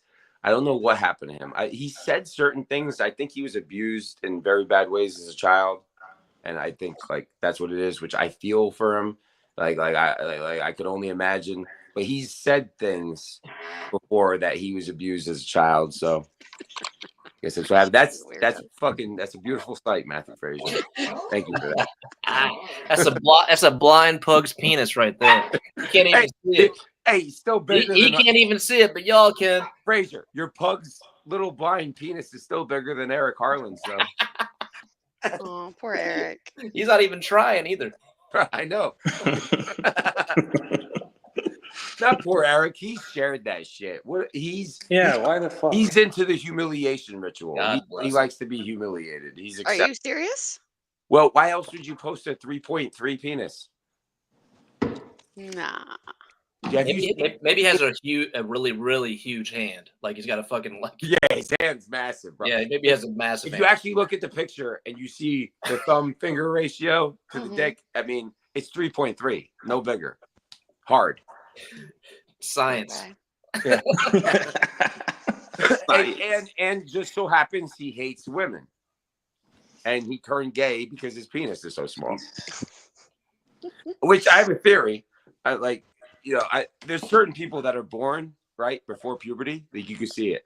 As a 5-year-old, you're like, oh no, absolutely. I absolutely, because I'm pretty sure like everything starts off as a female in the embryo, and either the switch. It is everybody. You're a female first, and then depending on the chromosome the man provides. So, of course, that makes sense if things get kind of colluded in the birth process. But there's certain people that are born like they're supposed. The other sex is in there, and to me, those are organic gays. If you're gay before puberty, you're an organic gay. Yeah. But if you're gay after puberty, it's more like different, either a perversion, you're doing it because it's wrong and it's like, hey, it's like this ultimate taboo, or you're inadequate and you can't, if you're a man like Harlan, you can't ever please a woman besides with your tongue. So therefore you would be like, fuck this shit. I don't want to be involved in this. There's certain dudes that be like, oh, I'll be a cuck, or I'll be this, and or I'll be just like whatever. Then there's other dudes that like have an ego like Harlan, and they're like, you know, I'd rather go be a top with men, and I'm a top with my 3.3 penis with men, but with women I would be nothing. So it's like I should have been a psychologist, like or some shit. I feel like I got a good grip on. I think there's a lot of women like that too. Actually, I think they choose women eventually because they just put themselves in that situation. I definitely think it's more with women. Elaborate on that, because I think because you have your lipstick lesbians, which they do it because it's hot. We're very hot. Very rare, but yes, you do. It's not rare. It's not. I've seen it a lot. Like. No, it's we're hot. We're gonna rub pussies. We're gonna do this, and it's like that's why they do it. And then, but then your real lesbians, the one in the wombs, they look more like dudes than a lot of dudes. Mm-hmm. And you could even see it in their physicality, right? Like their genetic makeup. Like, oh man, you were supposed to be a fucking dude. Like, and it makes sense. But like, it's the same thing. There's certain people that are born that way, and there's certain people that one way or another they turn to that because Sure. it's more advantageous or better off. And that's totally rad. If I don't give a shit what people want to do, be it fucking. Yeah, no, me neither. But we're talking about like people like where they get shot by bull dykes and in their love handles. Have you heard this story about Eric Harlan? Oh, you guys were trying to tell me about it, like, because someone posted a mugshot. I'm like, bro, what the yeah, fuck? It's hilarious. He's like, yeah, I can't Bro, wait. Fucking if I really want to make a movie, the Eric Harlan movie, but like you can't script this shit. Like his woman leaves him for a female, right? Makes sense. She's got a 3.3 dick. She her strap on's a lot bigger, and she could probably eat her pussy a lot better than he can, instinctually. So he goes over there banging on the door. He admitted that he was going over there on a suicide by dyke. You know, suicide by cop. Harlan tried a suicide by dyke. He knew she was armed with a firearm. He came there with a knife. He forced entry. He forced entry and got shot in the love handle. And in the police report, the bull dyke was like, yeah, I shot him right in the love handle. And Eric Harlan grabs his bottle of bottom shelf liquor and goes on the porch with his gunshot wound to the love handle and swigs the liquor until the cops come and get him. So like, you can see why he hates women, right? He got shot by a bull dyke. His woman left him for a bull dyke. He's, you know, the whole nine. And it's just, honestly, it's a sad story. I feel bad for him, bro, because like he was born in this. Eric Harlan never had a chance. But he's funny because he has perseverance, though. That's the one thing I give to him.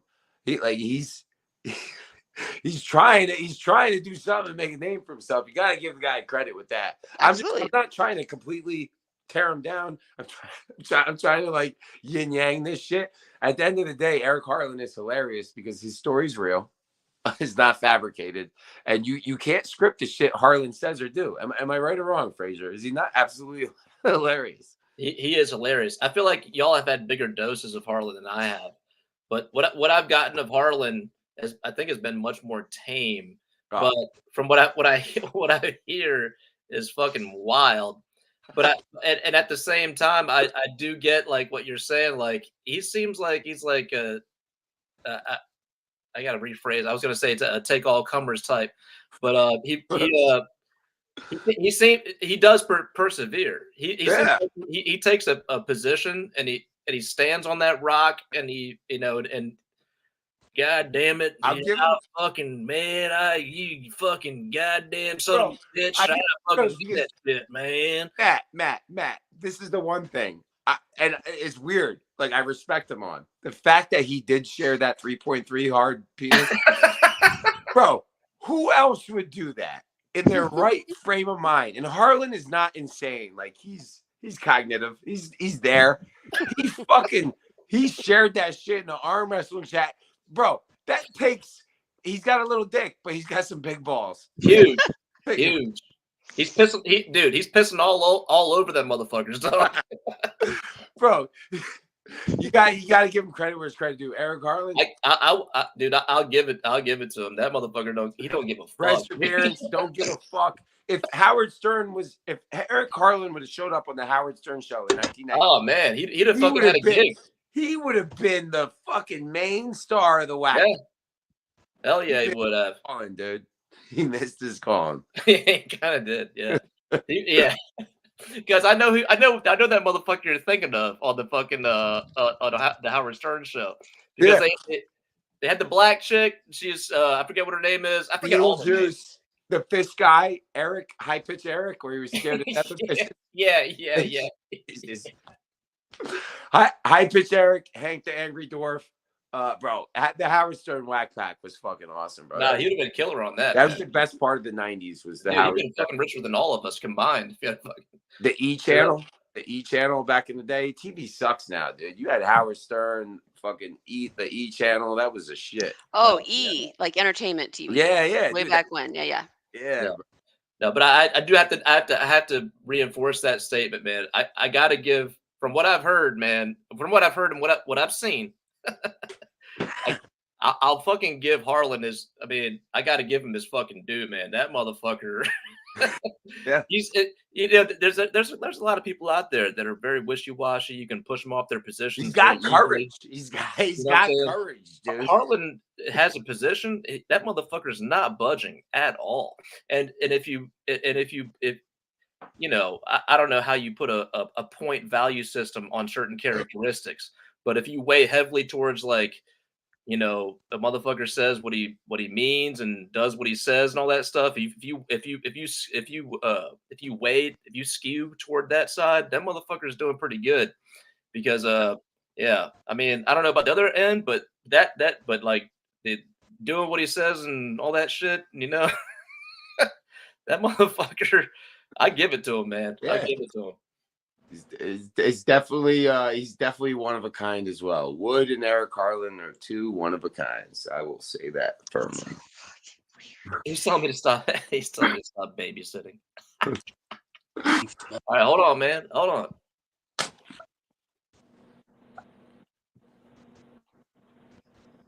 But yeah, how could you? I'm not paying attention to the chat. Wood is telling me to stop talking and fucking drink my whiskey.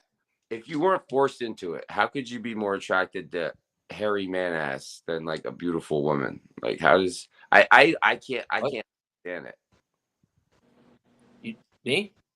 Yeah, you. How would you choose to be attracted to like hairy man ass and balls, and not like a beautiful pussy or hourglass figure of a woman with, like, no ass hair? Like, how do you think, like, you can convert to be like, yeah, Nah, man. I mean, no, there's no way. I mean, like, there's things there's things that you were just naturally attracted to, and things you're naturally repulsed by. Yeah. Like if I open up a trash can, it's got like a 3-day-old shrimp in there. Like, oh man, I'm like, fuck, there's some women where you open up them panties and it's the same thing, and I'm like, I'm gonna go home and jerk off. What the fuck? Hey man, yeah. But like, man, I'm in my mid-40s, man. I've been there before, so I 39. I could only imagine. So yeah, I mean, like, no, I don't think there's anything that can persuade a person. Well, at the end of the day, it's like art, right? It's like art is like interpreted by different people, right? But everybody knows like what's pretty and like what looks good, and like, that looks good hanging in my dining room, or that looks good hanging in my bedroom. Yeah, but even like it's a good example. I will say that, like, even art, people are still inclined toward one type of art or another. So it's like it's the same thing. You're inclined toward very abstract, shit where you got to fill in the gaps. You're inclined toward hyper realism, or like somewhere in between. You know what I'm saying? But you're inclined to one or the other. You're not like a pure abstract appreciator, and then all of a sudden see hyper real art and be like, oh, that's the best shit I ever. Some people call throwing shit on a wall, splattered shit, is abstract art. This is abstract as you can get. It's splattered shit. Yeah. but I guess my point is that it's still, we're still all inclined toward one thing or the other. And I think I think we all do it to a certain extent, some to lesser degrees than others.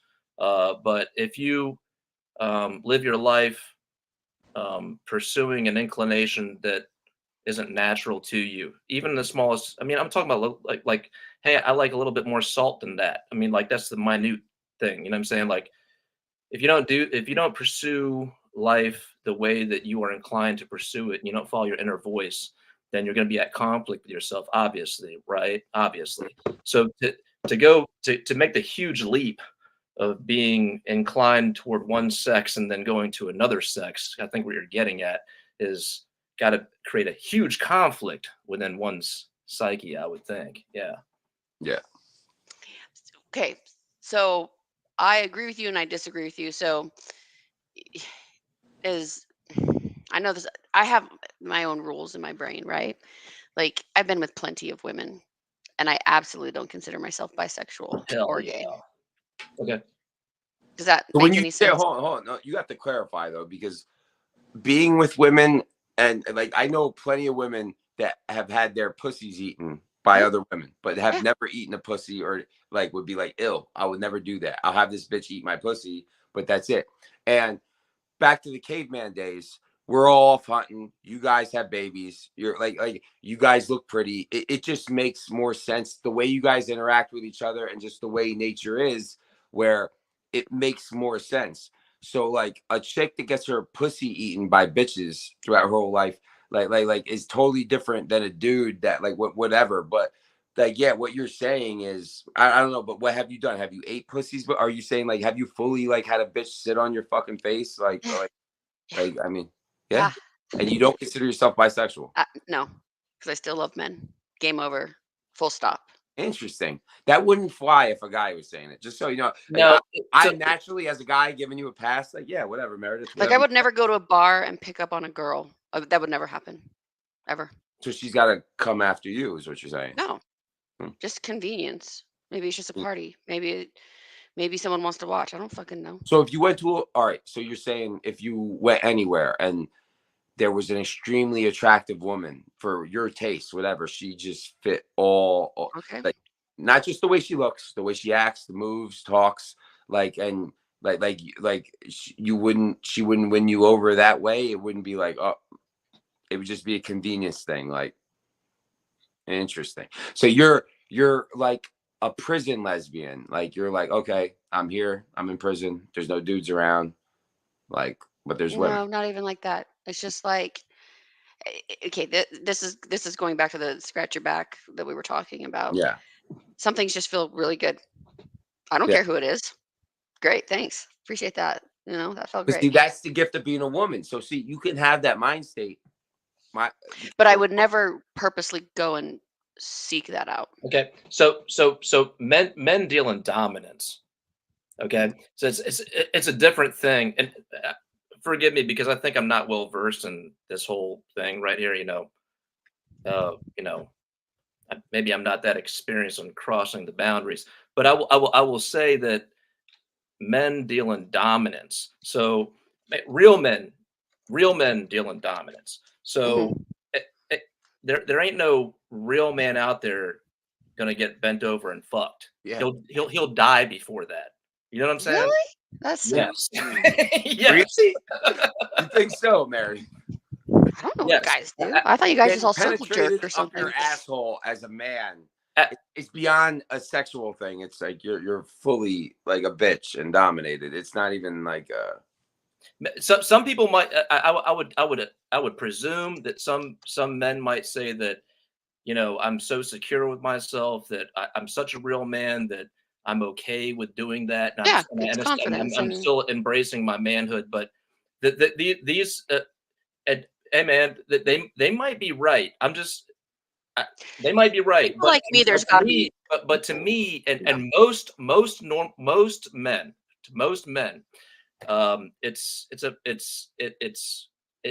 not to say that it's not about romance. It's not to say that it's not about intimacy, and it's not about all those other things, but that there's a dominance element that comes into play absolutely with men.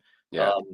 That I would guess, and correct me if I'm wrong, because I don't know. I would guess that doesn't come into play as much when women are taking interest in other women like that. Yeah. Yeah. Does that make sense? I don't know. Well, I'll elaborate on that. What he's saying is, I'll go back to the cave. We're out hunting. Mm-hmm. You guys bear babies. You have babies. We're doing our thing. Yes. Right. The pack mentality. Other women be taking care of the babies. You're back there. Like, it's just different. Women don't operate off of like yeah. You were talking before. You have a dominant side sexually, this and that. But like with men, it's life. Everything is like dominance and submission. It's like it's in our DNA, and it is what it is.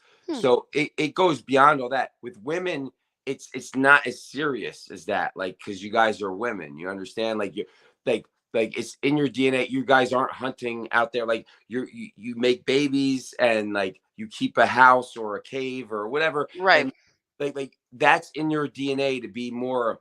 I'm missing the right words, but even the way you guys relate and like even friends, even women that aren't gay at all. Like you're saying you're not gay, but there's other women that aren't gay at all, but they'll still like the way they associate, the way the physical contact. There's none of what Matt's saying. There's none of these dominant submission energies in that field of play, completely non-sexual with women because you guys. If anything, it might even be socially reinforcing or something like that. You know what I'm saying? Yeah. Yeah. Yeah.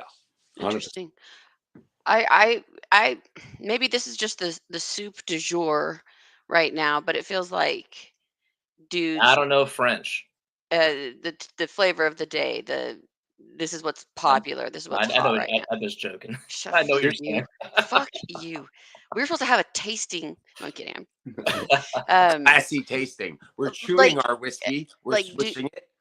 No. Like dudes feel like they tell people now that they're bi all the time. And I'm like, listen, all right, here. I'm gonna simplify it. I'm gonna simplify it, Meredith. I'm gonna simplify it. You guys don't have dicks. You have pussy and assholes. Yep. All right. Okay. Getting your pussy licked, getting your asshole licked, getting scissored, sucking titties. Let's leave out the strap-ons because it's really like let's just go completely organic. That's all different than bending over and having another man taking dick up your asshole. Yeah, and taking dick is different. Yeah. Yeah, it's totally different. And even if like you analyze this, like even if we're real here, I guess like there's dudes that could be straight and you can go over to Thailand and there could be you know what I mean, this lady boy that looks prettier than most women you would see. Now getting a blowjob from that is totally different, right, than bending over and getting fucked by like a dick. It's just it's like there's different things, like the whole like a dick in your asshole getting fucked as being a man, it's a complete dominance thing. It's not even sexual. And that's why in prison, like if you talk to like prison guards or COs and shit, and there's a lot of them that used to work for my father's company, and they would tell like how it really is in there. And they're like, yo, most of the dudes, like the whole raping has nothing to do with sex. Like it's a power play. It's a putting you in your position. It becomes when you're in prison, your human nature and what is regular human society is dissipated. I've never been to prison, but I've been to jail a bunch of times. So I got a taste of how people come down to a primordial state. Yeah. All right. So the ultimate putting someone in their position would be fucking them in the ass. And I completely like once people are there, like, people are like, oh, I'm in prison for 30 years. Like it just totally changes the thing. They become more like chimpanzees. If you look at, it's funny, like there's certain animals that are like humans, like dogs and chimps and shit. Like they're kind of like, they have gay tendencies, right? And there's other animals that don't have that at all. Like they have sex to reproduce and it's a straight instinctual thing. Right. But the animals that have more of a mind, that think more, chimps come to mind specifically because they're extremely smart. And I think on the evolutionary trait, like they're in our tree, so to speak. So if you analyze the way chimps operate, like it's all off of dominance. It's all off of dominance. And and they even have awareness. Like I saw one video where the alpha chimp that has all the harems of bitches and like male chimps, there's subordinate male chimps that aren't allowed to breed. Right. Like, I've seen that. They'll get fucked up if they even attempt to breed. It's like, no, you're a male chimp. You don't even get to fuck. Like I'm the alpha. Where I saw this video, the alpha chimp like went away, like walked away from the whatever area. And one of the subordinate chimps was like looking and waiting until he was gone. And then they show the camera on another female chimp and she's like looking at him and he runs over there and he's like fucking her real quick and shit. Yeah. So dude, when I watch that shit is like scarier than any horror movie to me. Like I'm like, holy shit. No, that's It just whoa. It just kind of, there's just like Oh, right. I was about to say it. It just kind of shows you like the bedrock desires of a fucking species without all the shit dressed up on top of it. And it's about the dolphins too. Like, I mean, fuck, they don't care if you're male or female. They're gonna rape you. It's power. We're alien species of the ocean, and we're gonna assert our dominance. Yeah. But yeah, I mean, in a nutshell, I do think it is I think it's a little bit different, you know, when it comes to a man being with another man and a woman being with another woman. And clearly, I mean, I can only go off of the you know, evidence, I guess you could call it, that you're stating. It seems like that. But yeah, no, I definitely don't think of myself as.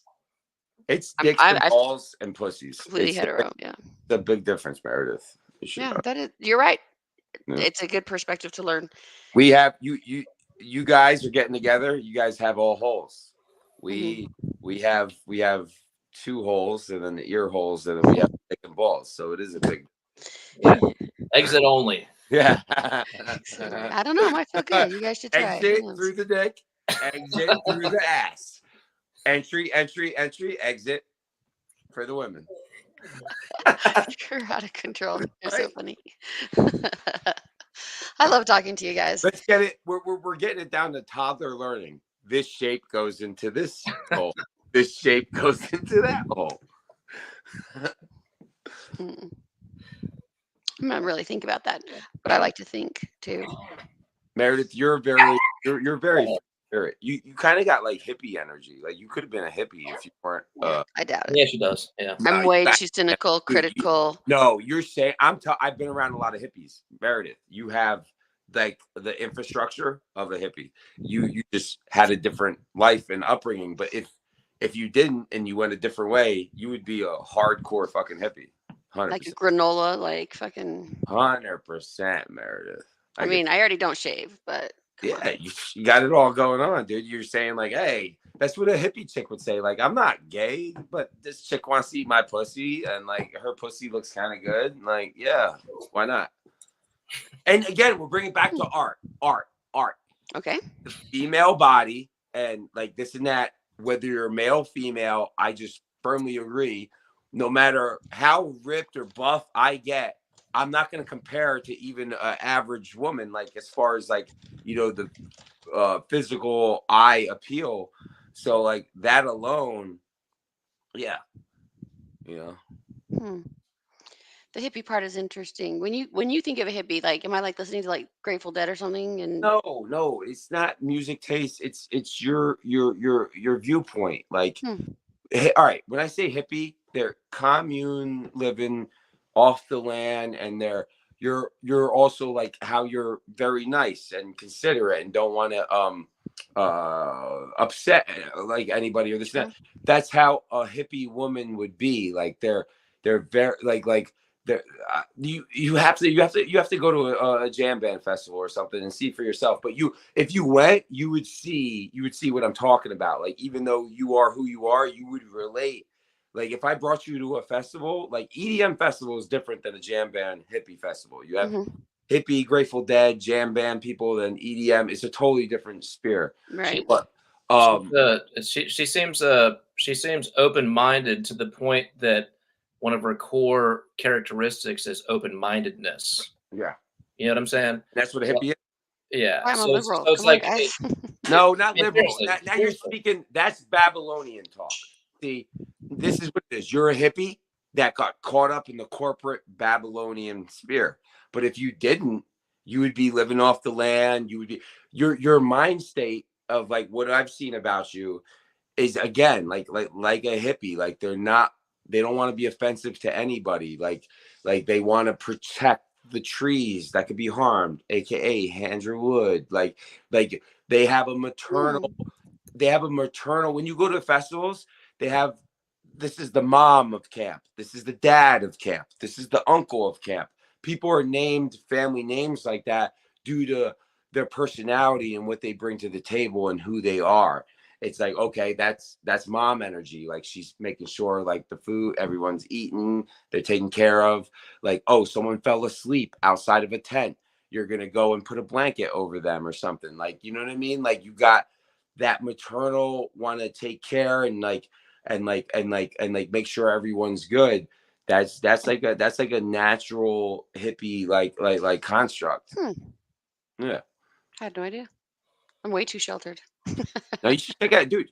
Go to a jam band festival. Honestly, you would meet a lot of people you get along with, and it's a cultural thing. People get segued into different areas of life, right? But like you are your root, who you are, and you seem like a very rooted person. Like I feel like you're the same person you were like a long time, 20 years ago. You're probably like the same. Yeah, you didn't change too much. Like you have that organic energy. Some people are like, they evolve to be nice to other people, or they evolve to be a certain type of way. The way I read you is like you were like this when you were fucking 9 years old, like 11 years old. Like it's who you are. That is true. I just didn't know it was called mom energy or No, hippie. not really mom energy. It's maternal, wanting to take care, like not necessarily take care, but like you just have No, I know what you're trying to. Yeah, there's a lot of women that are indifferent, or like they're very superficial, or you know they think very selfishly in their ways. From what I've read on you, like it's the opposite. Like you're thinking of others, like, and how they feel. Even when you were telling the story, you didn't want to, like, with wood and shit. Like I like all that I'm recognizing. Those are those kind of qualities. Maybe it's not just a mom, like you have kids. There's hippie moms that have no kids, but they have mom energy, where that means it's maternal. Like they have an organic energy to take care of people and make sure they're good. Like, and that's their like driving force in their mind. Maybe so, like there's some that even think that they take care of more people than themselves, so to speak. Even myself. I have realized about myself, like I have like extreme like dad energy. Like I'll take care of other people better than I will myself. Of course. A lot, you know?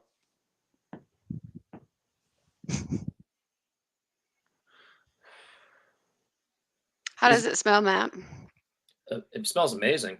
This is a Glendronach 21, which is a Highland sherry malted Scotch that is fucking amazing.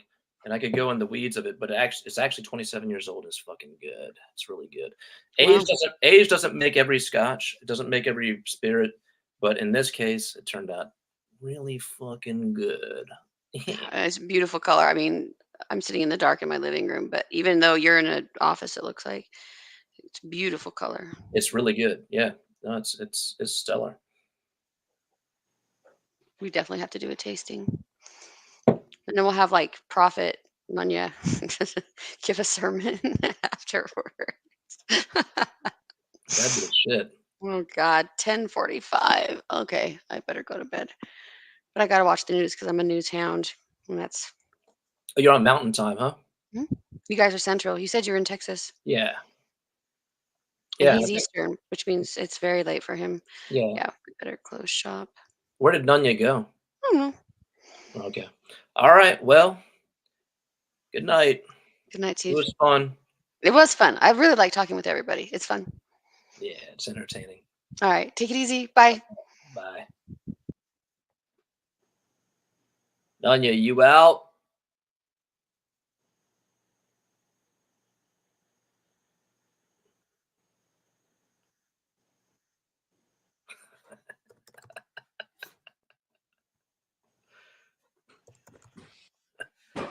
Hey, Javi, my anus is too muscular.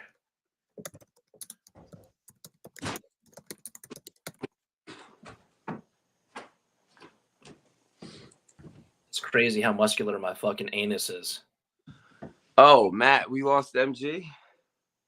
Yeah, she was like, I gotta get up or something. Oh. And we're talking about your musty anus right now, bro. Let's change. No, Javier wanted me to show my butthole, but I told him it was too muscular. Oh, too muscular. Yeah, I want to fucking break the camera. Hey, Javier, why don't you join the fucking stream? Yeah, please, dude, Javier, come on. Like, for real, Javier, if you don't join the stream, bro, like, for real, come on. Dude, Javier is funny as fuck, man. You gotta fucking join the stream. He owed me $100. You didn't bring me mushrooms to AW3. The least you could do is join the fucking stream. AW4 or whatever the fuck it was. Join the fucking stream. Yeah, yo, Nanya. For Christ's sakes. I'll let the $100. You're off the $100 if you join the stream. How's that? Sounds like a great deal. Right? I mean, use that shit. Yeah, I think we broke new ground here with this. Hey man, I might even show you my muscular anus if you come. Yeah, dude. I like how we talked about Animal Planet, sexuality, everything but arm wrestling. Man, we covered everything, dude. Everything but arm wrestling. It's pretty good. I mean, I think most people are like, oh, arm wrestlers. Oh, they could talk about is supination, top rolling, and cupping and shit. We're showing like the intellectual side of arm wrestling. We can talk about anything but that. We're philosophical arm wrestlers over here. We'll break down your sexuality. Yeah. Eric Harlan, come on. I know you're watching. Eric Harlan, come on the show. You think he is? He should come on the show. Come on, man. Come on the show. Hey, come on the show, Eric Harlan. One of you fuckers. Wood's so mad at me right now. Why is he mad at you? I don't know. He's posting a bunch of shit about how orcas kill people. He's trying to. I mean, it's probably true. But they're vengeful. They take vengeance, but they don't just go after humans for no reason. They'll ignore you unless they recognize boats. Like that boat killed one of our people. Yeah. And people don't realize like with how I don't think anybody actually realizes how intelligent they are and how they can recognize even a boat motor that sounds the same from fucking 100 miles away, like shit like that. Like us humans going to Burger King and our bullshit, whatever. And like, we think we're smart, but it's like these fuckers live in the ocean, have sonar. And like, if you've ever been like a sensory deprivation tank and how you'll trip without anything, just your senses taken away of hearing sound and like feeling your own body by the salt water. These fuckers have been living in salt water since the beginning of time. Like their like intuitions and like fuck, look how big they are. How big are their brains actually? Like, but typically much larger than ours. Yeah, that's what I'm saying. So just because they're whales in the ocean, I think humans are like, oh, you're just a fucking whale in the ocean. But yo, they're big ass whales with big ass brains that have sonar ability, all these abilities. Like we can't fucking touch them at all. I think I wonder if science, like biologists are struggling to figure out a way to communicate with them better, because there might be, I mean, not even just a communication roadblock, but also they might just have a completely different mode of thinking. You know what I'm saying? Like Matt, they might perceive the world like 100% or more different than us. Matt, research the government and military and sonar. Okay, we got the technology from them 100%. And so since we got the technology from them, if you get technology or information from something or some entity, what are you going to want to do after? You're going to study them, right? And you're going to set up things. But like the dolphins and orcas and shit, all those smart marine animals, they even have laws. I think they have laws that you can't go out on a boat. We can't go out on a boat and interact with them and do studies. It's illegal. Like I've got little tidbits of this information, but you're actually prevented from actually interacting and as independent entities doing studies with these specific animals. It's illegal. So that would tell you something. And again, like the technology was derived from them. Even, all right, planes, jets, all this shit was designed off of birds and flying creatures. Though, yeah, you've seen like the B-2 bomber superimposed on the Peregrine Falcon and shit. Yeah. All that shit.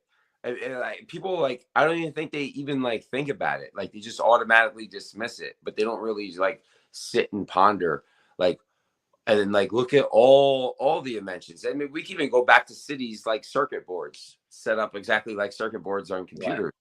Right. Like everything is designed off of something. Everything got inspiration off something. All aerial crafts were devised off of humans watching birds in the fucking sky. So I mean, and then you got to ask yourself what devised the scaffolding for birds in the sky, you know? And what goes below that. I mean, if everything is a pattern, recognizing a pattern, then what is the ultimate pattern that underlies all the patterns, you know? So these are existential questions that arm wrestlers don't think about. Yes. Typical dumb ass art. They're like, oh, I study my side pressure and this and that.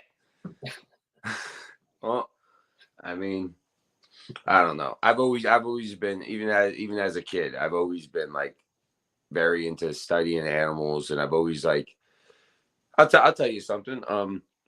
Back to the whole dominance thing. You know what I recognized first thing when I started going to school, and how it affected me off of, and I realized this is a dominance thing over me. Where I had a big problem where I would say like, "Yo, hey, I'm going to the bathroom." No, you have to ask permission to go to the bathroom. And like I remember this so vividly, and then like I was like, "What? I gotta ask permission to go to the bathroom?" I was like, "No, I need to go to the bathroom. I'm going." Anyway, so I got like in a lot of trouble in school for the longest time with this specific thing. And I remember it resonated very early before I can even think of all these things we're talking about. But I recognized like, why do I have to ask you, stranger teacher person, to take a piss or a shit? And it really bothered me where I after the day, I never did it. I made a point where I would say, hey, I am going to the bathroom.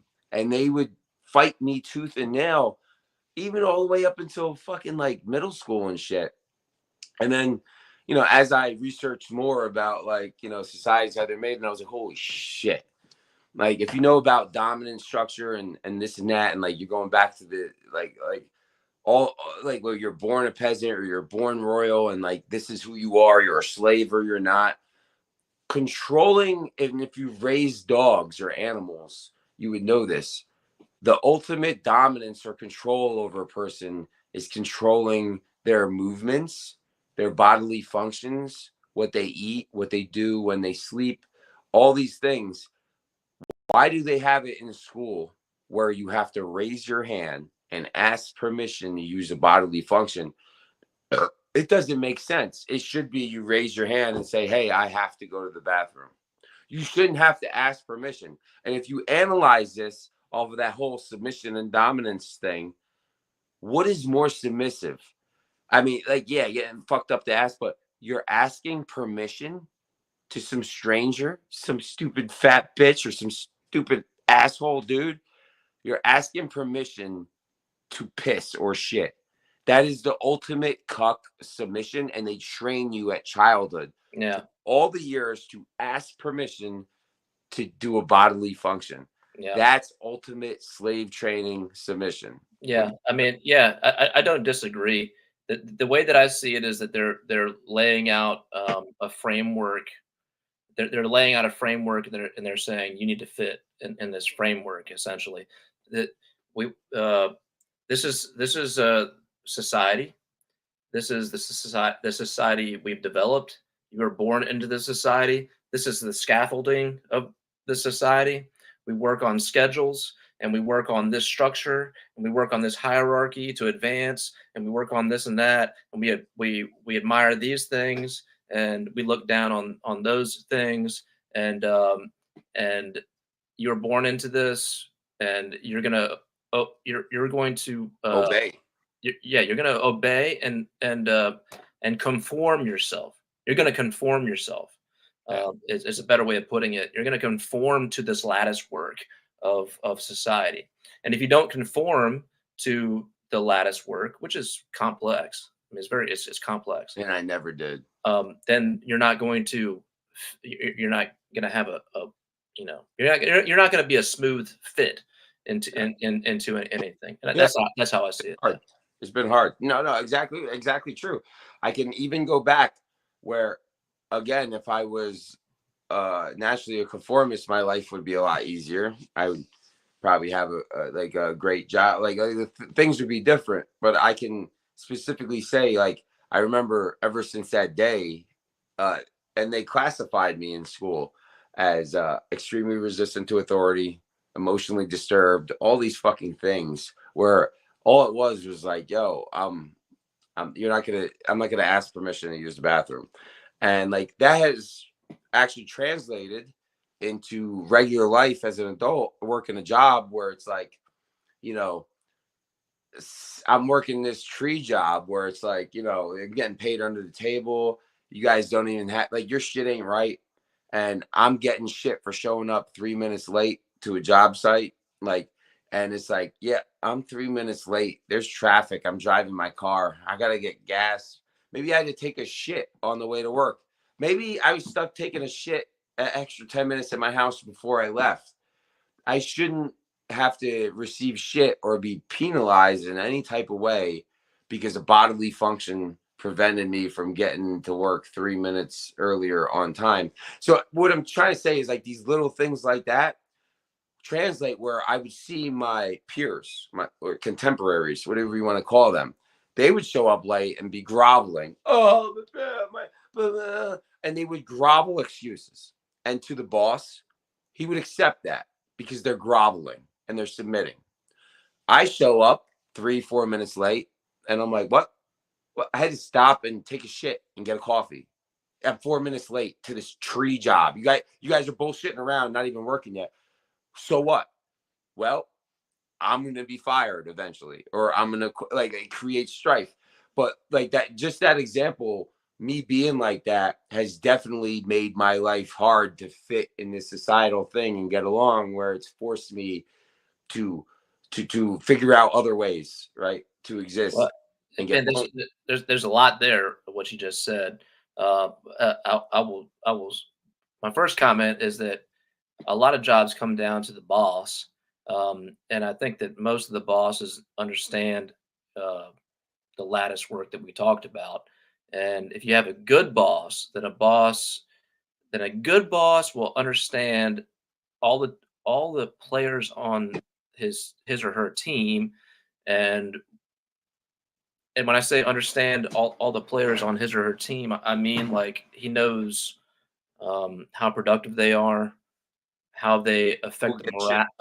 Even if they're 4 minutes late, I'll get more work done than 2 year fucking guys.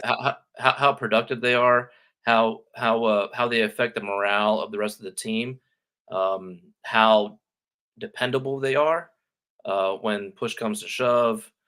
That's just 3 examples. There's a lot that goes into it, but a stupid boss will use their position to be a boss.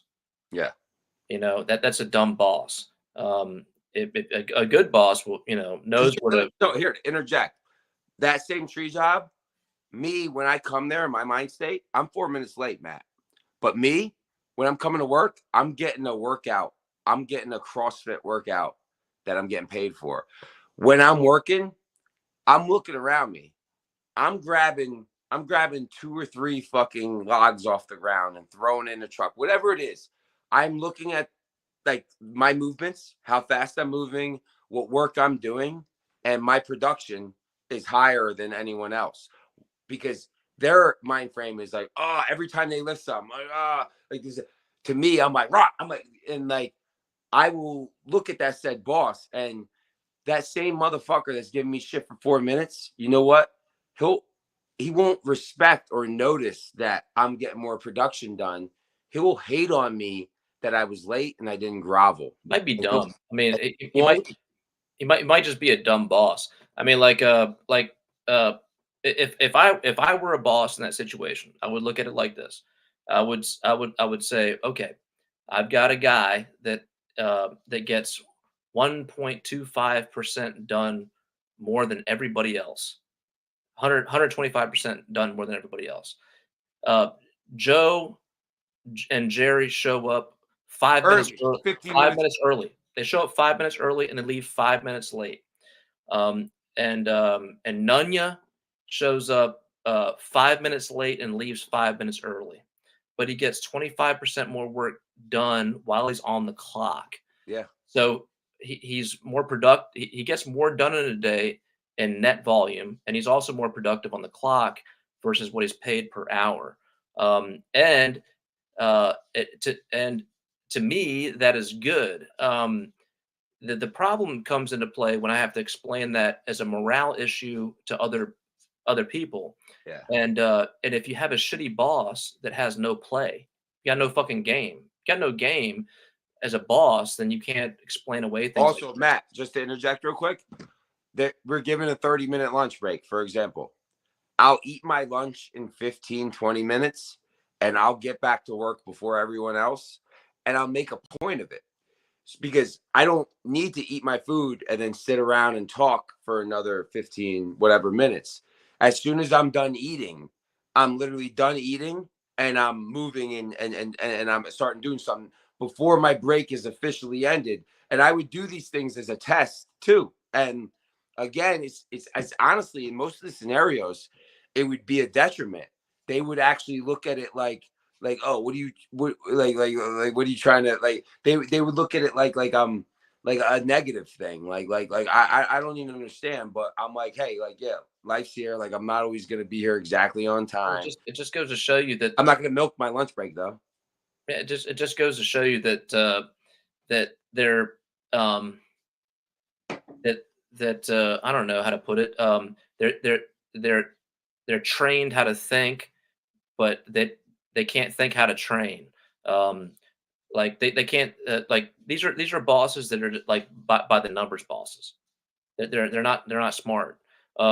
So like if I get a hyper performer on my team, I don't give a fuck if they show up late or leave. I don't care. I don't care, because when they're in the office and they're performing, everybody's looking at them and they're seeing me giving them pats on the back, so to speak, and they're all trying to keep up with that motherfucker. Is how it goes.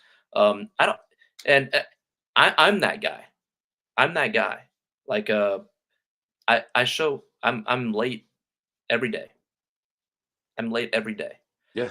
Sometimes I don't even go to work. I don't even show up. I don't even show up. But the job gets done, and it gets done just right. Yeah. And if there's a slacker on the team, they get dealt with. I feel like it is like you mentioned it before on like that boss not having that drip or that like whatever control shit, because it becomes like he might think like he might know like, okay, yeah, Chris is getting more shit done, this and that, but I can't let the others see me give him special treatment. That's right. So that's bullshit, because that's why I say that boss doesn't have game. Yeah, because it's like no, that's not how it works. Not everybody's equal. Like okay, like yeah, he might be late here every day, but he gets more shit done. You as a boss should be like, if anybody had something to say, you'd be like, yeah, so what? He still outworks you, motherfuckers. Like, so like, yeah, he gets that. He gets that allowance. You guys take all your lunch break every day, no matter what, even if you're not still eating. Like, so it's like these little things that in society I have found. Maybe it's like a combination of who I am, but I realize like maybe it's the field of work, because like I imagine you're in a totally different field of work than me, but like, you know, working with like construction people or roofers or tree people, they're like, you know, ex-cons or these guys that are like, I gotta be the alpha or whatever. Where if like you're in like a corporate or office environment, I feel like it would be a lot different. But because I'm in this environment, I've worked with them all. They take me I've worked with all of them. Yeah. Yeah. So the boss takes me as a threat, and they're like, well, if I let him get away with this, it's two sides of the sword. The boss is like, if I let him get away with this, the other ones are going to be like, why can't I do this? And also, it's like, if I let him get away with this, like, oh, I'm being weak. My workers are going to be like, oh, you're allowing him to do this. Right. But like, then, so what is like, what do you like like you're like basically like they're giving me power over them to their other employees because they're letting me get away with this. If you let it, if a boss lets it get to that point with his employees, then he's lost grasp of his team. So I give a lot of I talk to people. I give a lot of updates on their performance all the time, like unofficial. Like this isn't a review. And I do it all the time. And sometimes it's just a comment. You know what I mean? Just a side comment. But I keep the shop in check, and I know when things are getting out of check. I mean, if you have any if you have any antenna about you, you know when you got things in check and when you got shit out of check as a boss. When things start getting out of check a little bit, you got to get it back in check, and that's just a one-on-one. But it's not like I'm, yeah, man, we need to have a one-on-one. No, Yeah. it's like, you know what I'm saying? It's not that. It's like, hey, what's up, dog? Yeah. What's going on with you, man? Hey, man, everything good with you? Like, tell me about it, or whatever, you know what I mean? Hey, man, I've been noticing, man, about this. You know what? But I've also been noticing you've been really doing good about these things. And I want to see that more out of you because that's what we're looking for, But these other things, you would do yourself a favor to try to clean those things up, and focus on these other things, that type of a thing. And when they've got that one-on-one type of a thing going on with me, then they don't stop thinking about it, but they think less about what's happened with everybody else. Like, he fucking gets treated like that, and he gets treated like that. Da, da, da. No. I know what's going on with every single one of my employees. I know what's going on. You know what I'm saying? And I address them as such. And if you got game as a fucking manager, if you got fucking game as a man, and you are a fucking leader, if you're a fucking leader and you know how, if you know the game that you're dealing with, the industry, the trade, whatever it is that you're dealing with, if you know it inside and out better than everybody else that's there, then you're a fucking lord. You're the fucking lord of this whole fucking thing. And if you deal with everybody one-on-one and you relate to them one-on-one, genuinely, you know what I'm saying? Because everybody is in my best interest. Man, it takes a lot for me to fire a motherfucker. It takes a lot. I'll visit you 3 times before I fucking let you go. Yeah. But I will fucking talk to you I'll talk to every single fucking person. And it's like a relationship. You're like I love I don't want to just kick you out. I just don't want to I want to make sure I want to make sure that the reason I'm letting you go is because you're actually not capable of doing the job.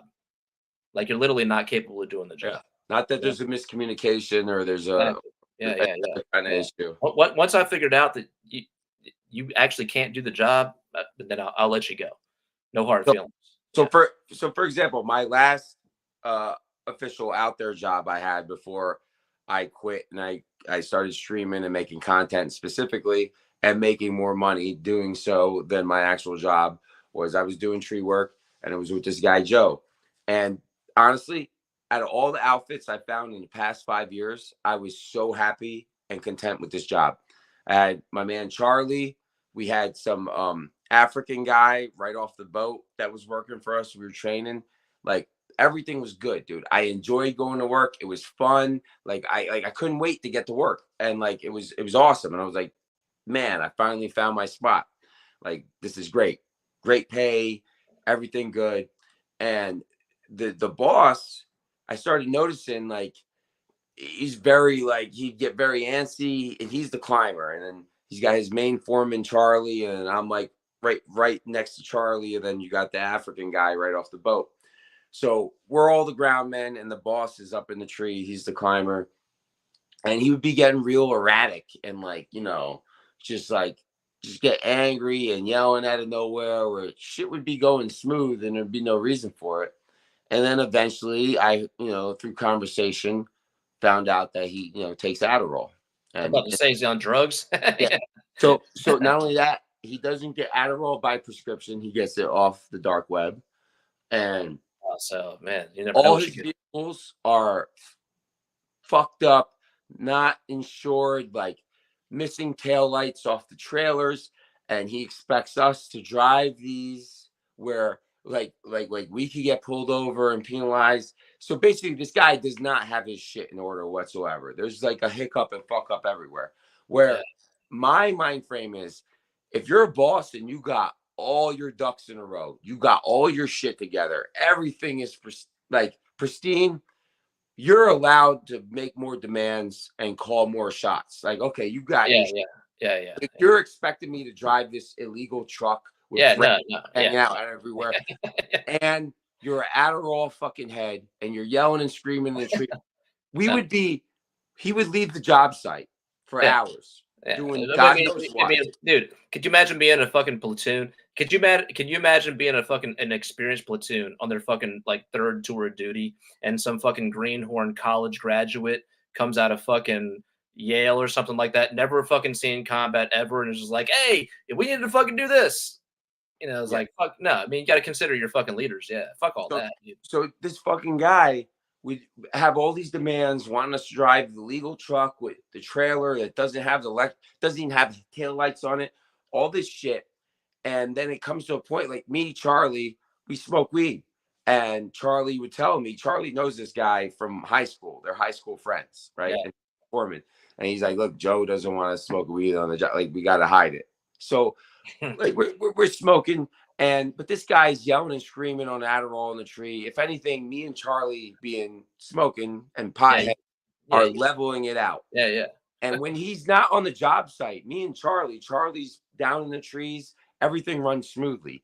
We'll literally be on a job site for hours. Trees coming down, no problem. Everything's efficiently, smiles on everybody's faces.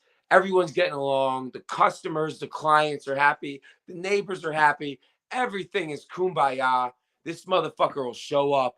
Oh, you should be doing it this way. And that's not this and that. And I'm like, whoa, we had this under control, you fucking whack job. And then it got to a point where he's like, he caught us smoking.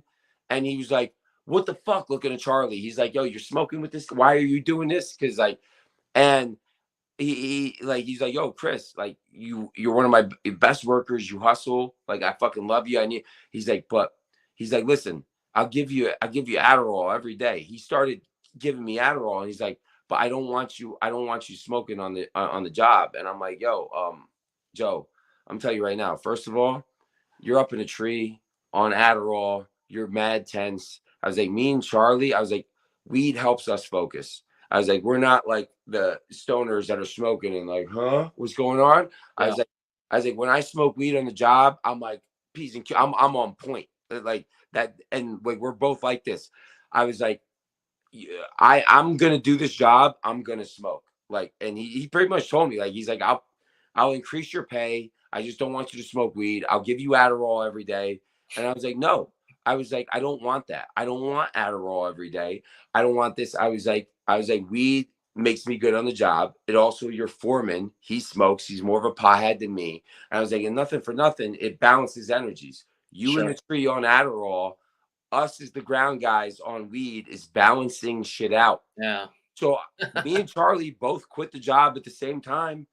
And it was great pay. And like, I didn't want to do it, but I told him straight up, I was like, yo, dude, you're not going to be fucking tweaking on Adderall in the tree and telling me I can't smoke fucking weed. Like, you're like my dad, or that's not alcoholic abusing my mom or some shit. Like, it was just like this shit. But it's like, dude, I walked away from $35 an hour as a ground guy, which is crazy money. That's good money. And in this area. But I walked away from it strictly because two reasons: hypocrisy, and also, you're not going to tell me, like, I'm doing a dangerous job, and I'm telling you, weed keeps me and everyone else around me more safe because it makes me ultra aware and focused. Like, I'm smoking sativa out here. I'm not smoking like, you know what I mean? But he refused to accept that. And he was so like in his own delusions. He let both me and his ground guy, Charlie, go. And now he lost his fucking business and everything went to shit. Specifically because he let us go. And it was like, yo, me and Charlie could have ran his business and he could have stayed at home and we would have been ultra productive, but it just couldn't happen. Yeah, I was too high on Adderall to fucking let that happen, dude. Yeah, dude. Yeah. It's wild. I was like, how are you going to be tweaking on Adderall but bitching about us smoking weed? Like, I don't get it. Like, we're holding your ropes, bro. Like, your life is in our hands. You rather us be tweaking Dude, like you are? I can't think of a drug I would rather not be on than fucking Adderall when I'm fucking at the top of a tree. For real, man. I want to be calm as fuck. And he's up there screaming, like, one thing, like, I need a Gatorade. Like, just screaming mad demands and mad ecstatic.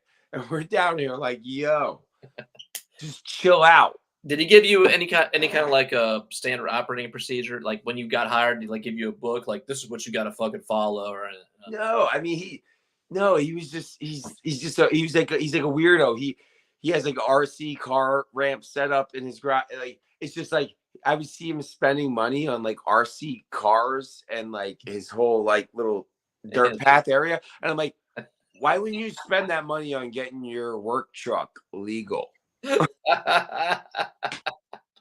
Bro, priorities, dog. Priorities. Again, Matt, if this guy, if his work truck was legal and all his shit was on point and he came to me and he wasn't high on Adderall and he said, hey, Chris, we're on a very tight ship here. You're a great worker, but I can't have you smoke weed on my job site. You know what I would say? Yeah, it's different. You're right, sir. Yeah, it's different. Yeah, but dude, it's not the case. That's why I was asking you. Did he fucking have you read a fucking like a booklet, a standard operating procedure, how you fucking cut trees and shit? No, you didn't. No. But and again, me and his foreman would be handling these jobs no problem.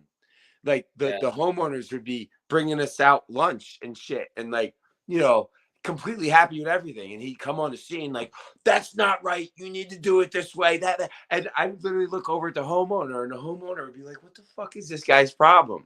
And it's like, no, bro, you're fucking up like our tips. You're fucking up like the work, everything. Cause you're a control freak on Adderall.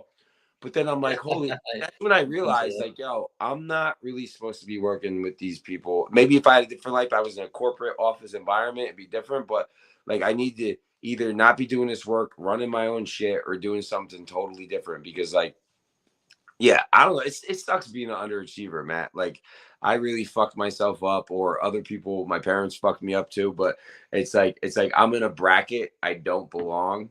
And because of that, like I piss everybody off I work with. You would hate corporate life though. You'd probably fucking hate it. Yeah, I don't know, bro. I think it would be very like refreshing and cool. You gotta understand, you're saying that now as a guy that's probably like been in that forever, but as like a in and out, yeah, as a blue collar like construction roofer tree guy, I fantasize about chilling around a water cooler and like bullshitting about whatever and going back to my desk and like fucking with my pen and shit. To me, that would be like a dream job. I will tell you this: if you don't mind playing corporate politics, or if you're like immune to it, like if you got good like oil on your feathers, you know how to, you know what I mean, bro. Then you'll be fine. I can deal with it when you gotta understand, when you're dealing with these politics out in the field, where a log can land on you and kill you, or like we're dealing with situations where one wrong move and you can die or get maimed. Where if I'm in an office where the worst thing that can happen is you stub your toe or some like to me like that would be a very relaxed environment where I feel like I don't got to worry about my safety and all those other things where like that other shit. No, you don't have to worry about your physical safety. It's just like everybody's sharking against you. To me that would be like a break. That would be more of like a game. Like it's all game. Yeah, because so like in these jobs I take it serious, and the male dominance factor comes in, like, yo, you're jeopardizing my safety or my life for your gain. And it becomes like this whole thing where if that's not in the play and it's like just a psychological mental thing, but like my life or like my quality of life isn't at stake. I think you'd excel. You'd excel. You would need a mentor. You would need a mentor in the corporate game. Yes. Like to guide you around pitfalls and stuff like that.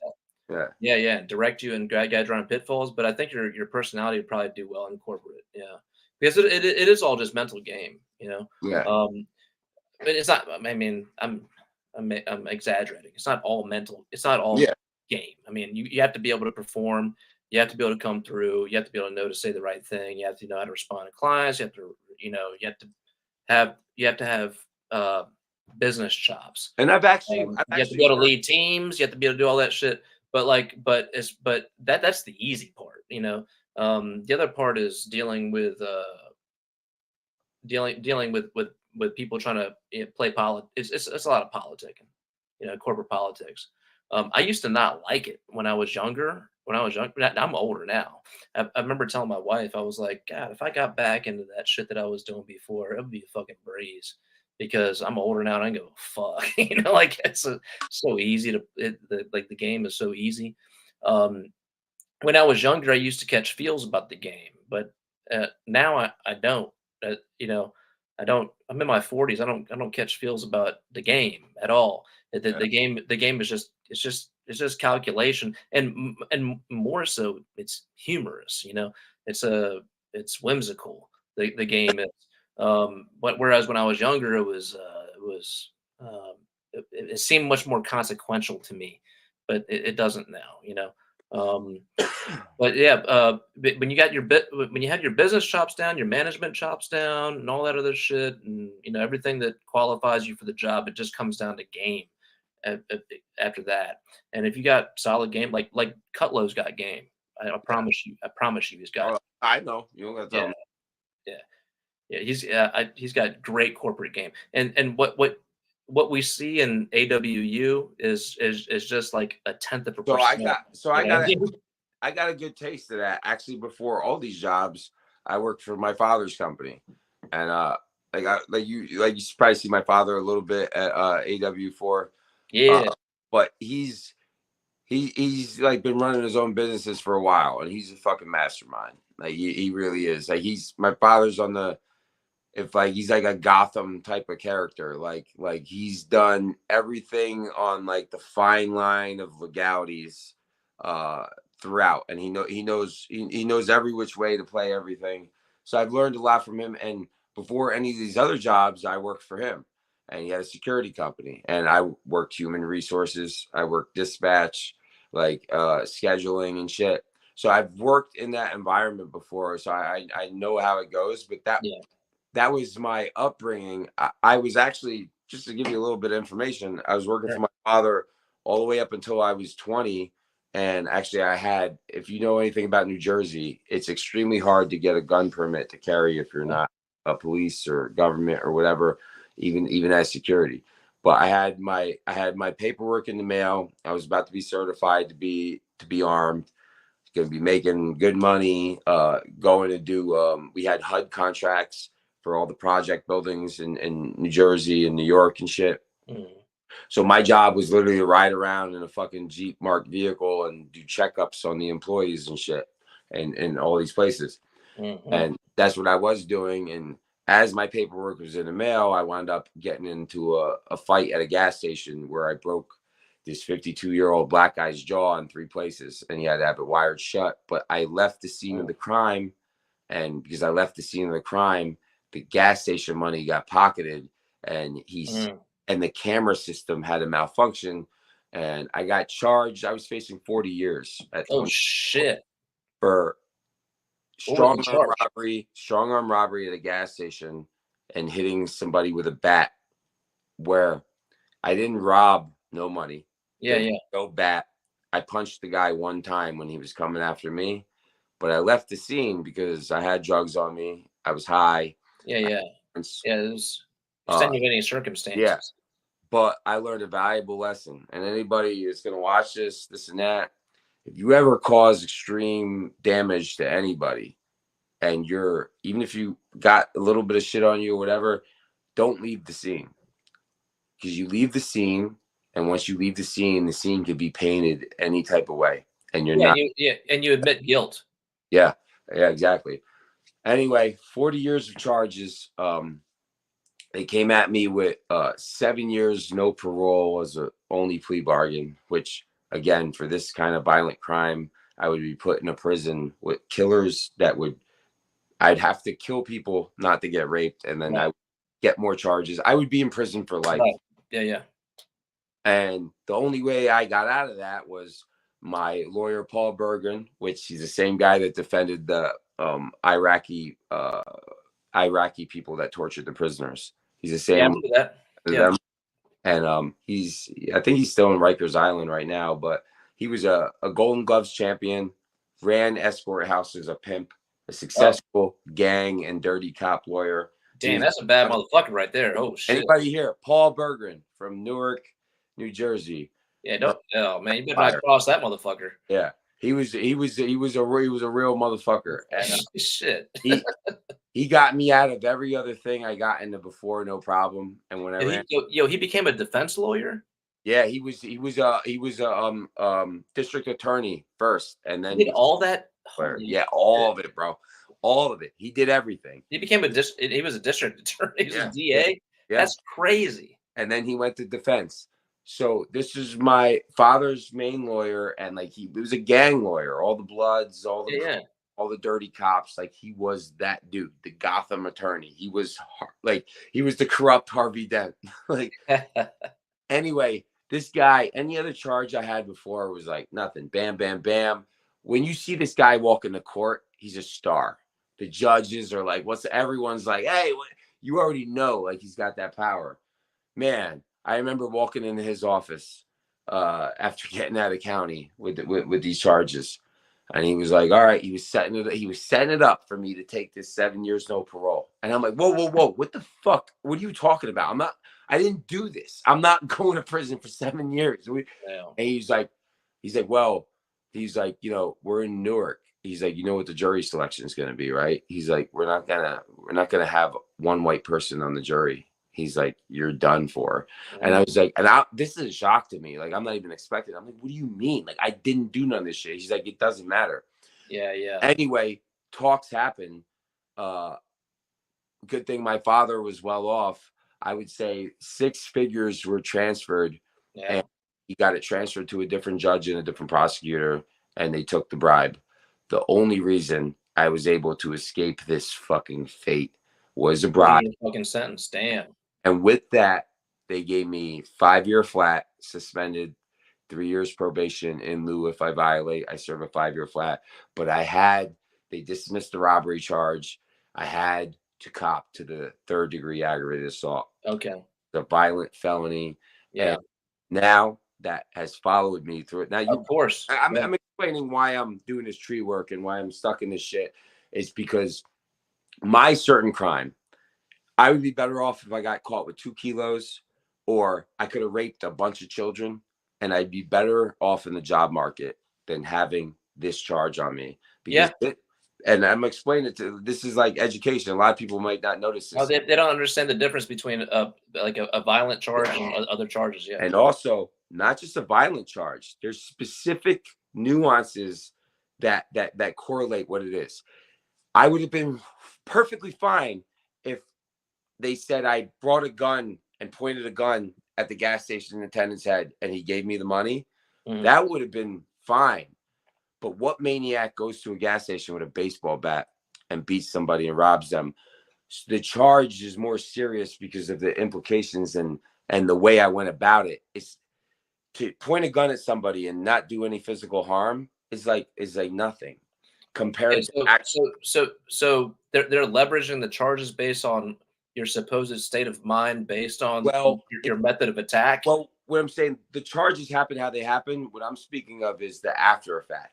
Now, when I get pulled over, I've had a vehicle in a woman's name for the past 20 years. I've never had a vehicle in my name because of this. Yeah. Because if I have a vehicle in my name and a cop gets behind me, doesn't even pull me over and runs my plate, he sees that this guy robbed the gas station with a baseball bat and almost killed somebody. Your car's getting tossed every time. Yeah. Their guns are drawn. They're scared. Not only that, fuck that. That's nothing. Let's talk about the job market. My friend went to Iraq. He did 2 tours. He was a goddamn war hero. And he was a district manager for Target stores in New Jersey. Tried to set me up for a job. No go. And when he came, it's tough get by those, dude. Yeah. Yeah. He told me, he's like, "Listen, He's like, you're never gonna get any kind of corporate or job like this. And he's like, this is why. He's like, if you would have robbed a gas station with a gun, or you would have whatever, it's excusable. But the crime you have with a baseball bat at a gas station, an employer looks at this like, oh, this guy could get pissed off and come in here with a shotgun. A medium to large employer. So a medium to large employer, you'll be disqualified without consideration. Just off tops, you'll be disqualified. Yeah. You will never get past the interviewer's desk for a first interview with your charge and your conviction in a medium to large corporation. It just won't. It's not going to happen. There's too many candidates that don't have that, and they'll get looked at first. So you have, and you know this, you know this. You have to look at small businesses. Small. When I say a small business, I mean a small business where once every couple of weeks to a month, you can actually talk to the owner, like you and him. You cross paths in the in the break room, and you actually see the owner. Like that's what I mean by like a small business, where you actually have access to the owner. Maybe not all the time, but sometimes. That you may have a chance with, because just like I said, you'll see an owner. It means that you actually have a chance of getting hired in this company with your record, or you start your own business. That's it. Yeah, and you're exactly right. And I know a lot of other people in this situation, and it's fucked up because there's people that molest children and rape children or people, and they don't have this problem. Like, it's specifically in this American society, when you have a violent crime like this, any employer, you're the highest risk, because again, it's categorization, because there's enough applicants that don't fall in that category that they will consider first, that are qualified. If you look into a industry that's very restricted as far as how much talent they have, you might have a chance with a bigger corporation. They might even have a program. You know what I mean? Like, we have a program for, felons that want to reclaim their moral ground in society, or whatever the fuck they want to frame it as, but they'll do it so it looks good to the public, and then they'll hire on. But that's only in a severe demand situation. They don't give a fuck. Yeah. They don't give a fuck. They're just looking to fill slots with the best ones, and they have their stratification tiers. Dude, I'm not a felon, but I have very close relatives that are felons. I know how this goes. It's frustrating as fuck, dude. Especially when when like so many people I pass by where I'm like, I see there, and like I'm like, man, I'm better than you. Like I can do your job better. But I'm just 100% disqualified from the door. Man, dude, listen, dude, Nunya, dude, I have close family that did score 1,500 on an SAT, on a 1,600 SAT scale back in the day when we were kids. They don't have scale it like that anymore, to my knowledge. But back when we were kids, they had a 1,600 scale. I have close relatives that scored 1,500 or better on those. Didn't even go to class, and are that sharp, but have felonies, and the world's probably a worse place because of it. Because if they were, I'm talking about Ivy League intelligence and skills, are not put into practice because of those. Now I understand why. It's a safe bet not to put felons not to allow them into these positions, but but other felons can get in those positions. It's the violent ones. America has a big thing. If you're a violent felon, you're the worst. Now watch out. White crimes felons have a hard time too, because they're worried they're going to steal from them. Yeah, but here's how I look at it like this: if you're 50 years old, look, if you're 50, if you're 45, 40, 40, 45, 50, and you commit and you construct a heist to steal X amount of money in the most uh, savvy white crime collar way, then there's no saving you. You're fucking 50. You know what I'm saying? If you know what I mean, you're gonna be 70. You're gonna fucking work on the same shit, right? If you're fucking 20 to 30 and you fucked up really bad, but these are the things that I feel like they don't consider as much. You know, Well, they say I can get it. Apparently, I can get it expunged because I haven't had no, besides like driving shit or little bullshit, I haven't had no charge since then. So supposedly, if I had like $5,000 to $10,000 spare, I could get it expunged. But even then, you can still find out, and it only gets you above a certain type of level. So I'm actually going to try that out soon and see if I can get it expunged. But again, I think that's a good idea. Yeah.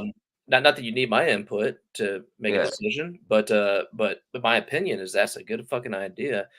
Because I know that a lot of these large corporations, they have limiting factors to their searches also. Yeah. You know, I mean, multi-billion dollar corporations, sometimes they only search back 5, 7, 9 years. Only what they need to cover their asses. Yeah. And some of the I mean, like the white collar corporations, they're like they'll look back 5, 7 years, and if they don't find anything, great, and they'll search national databases for white collar crime because they don't want, you know, I mean, if you're fucking hiring somebody to be a senior vice president of accounting, you don't want to fucking hire a white collar criminal that's gonna fucking you know, siphon $1 billion out of your company or whatever. But other than that, they have limiting factors. So I mean, even if you've got a stained record, you might even just be able to say, nah, I don't have a record, you know, in some circumstances, and just see what happens, you know. Yeah, no, I'm gonna work on that. But yeah, moral of the story: don't leave the scene of the crime if you're mostly innocent. It's the worst thing to do. What's up? If you're innocent, you can leave the scene of the crime because there's no crime. Well, yeah, and technically, I was assaulted and somebody came after me. I mean, if the video camera, it sounds like you were a lunatic with a bat. No, maybe you weren't paying attention to the story. There was no bat used. I punched somebody. Well, I mean, you've been criminally labeled as a violent lunatic, so there must be some water to the bat. Dude, there was no bat. It was made crowbar, up. Crowbar, whatever. All right. Gross bodily.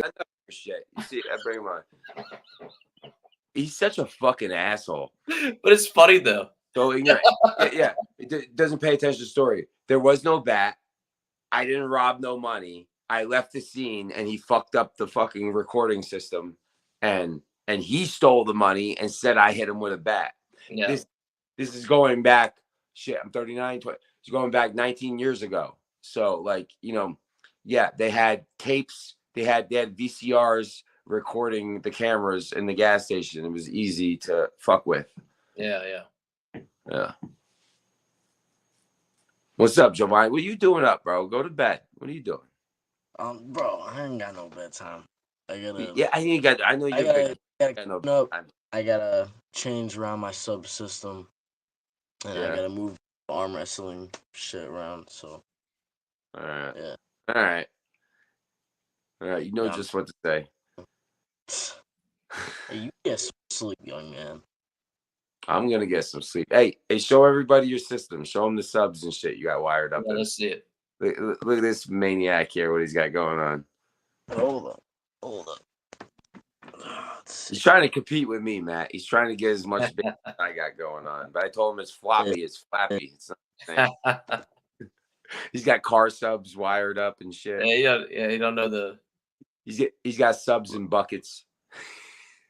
Subs and buckets. Come on. You got subs and Home Depot buckets. Go and show us what we got.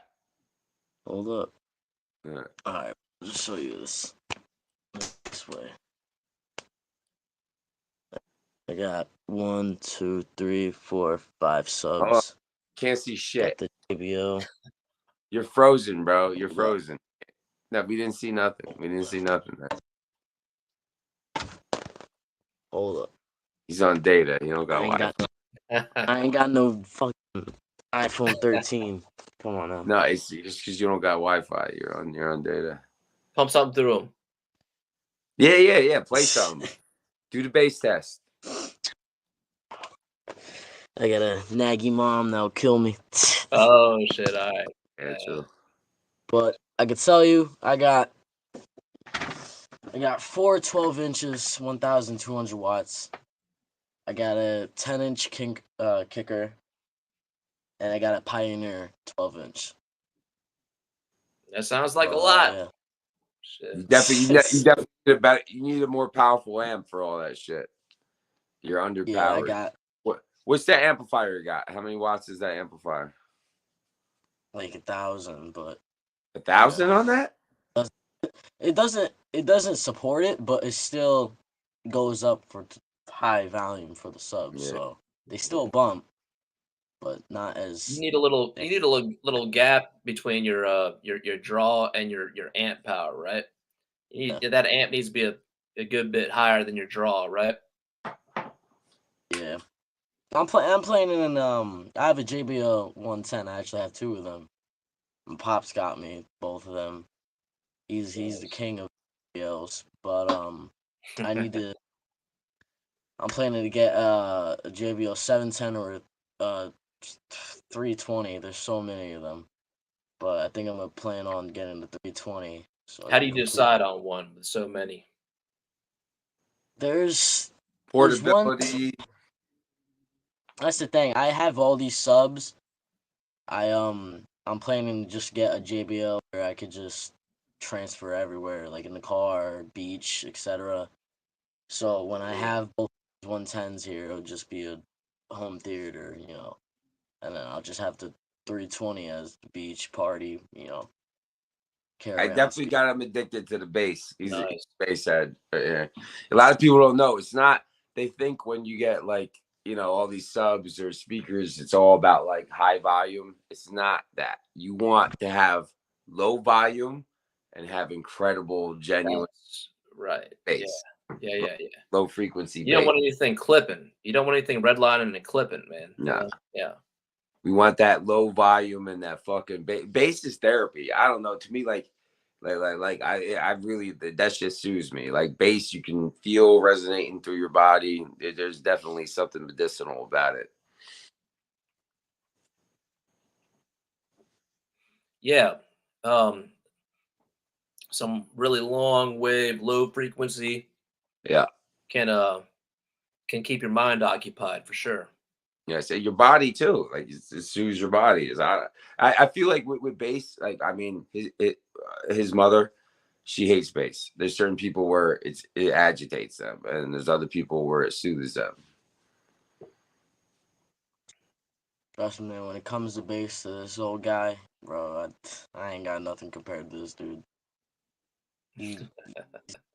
Like I said, he's the king of the JBLs. Like he's got JBL in the fucking bathroom, friggin' in the gym, movie theater, bro. This everywhere. I'm addicted to that bass.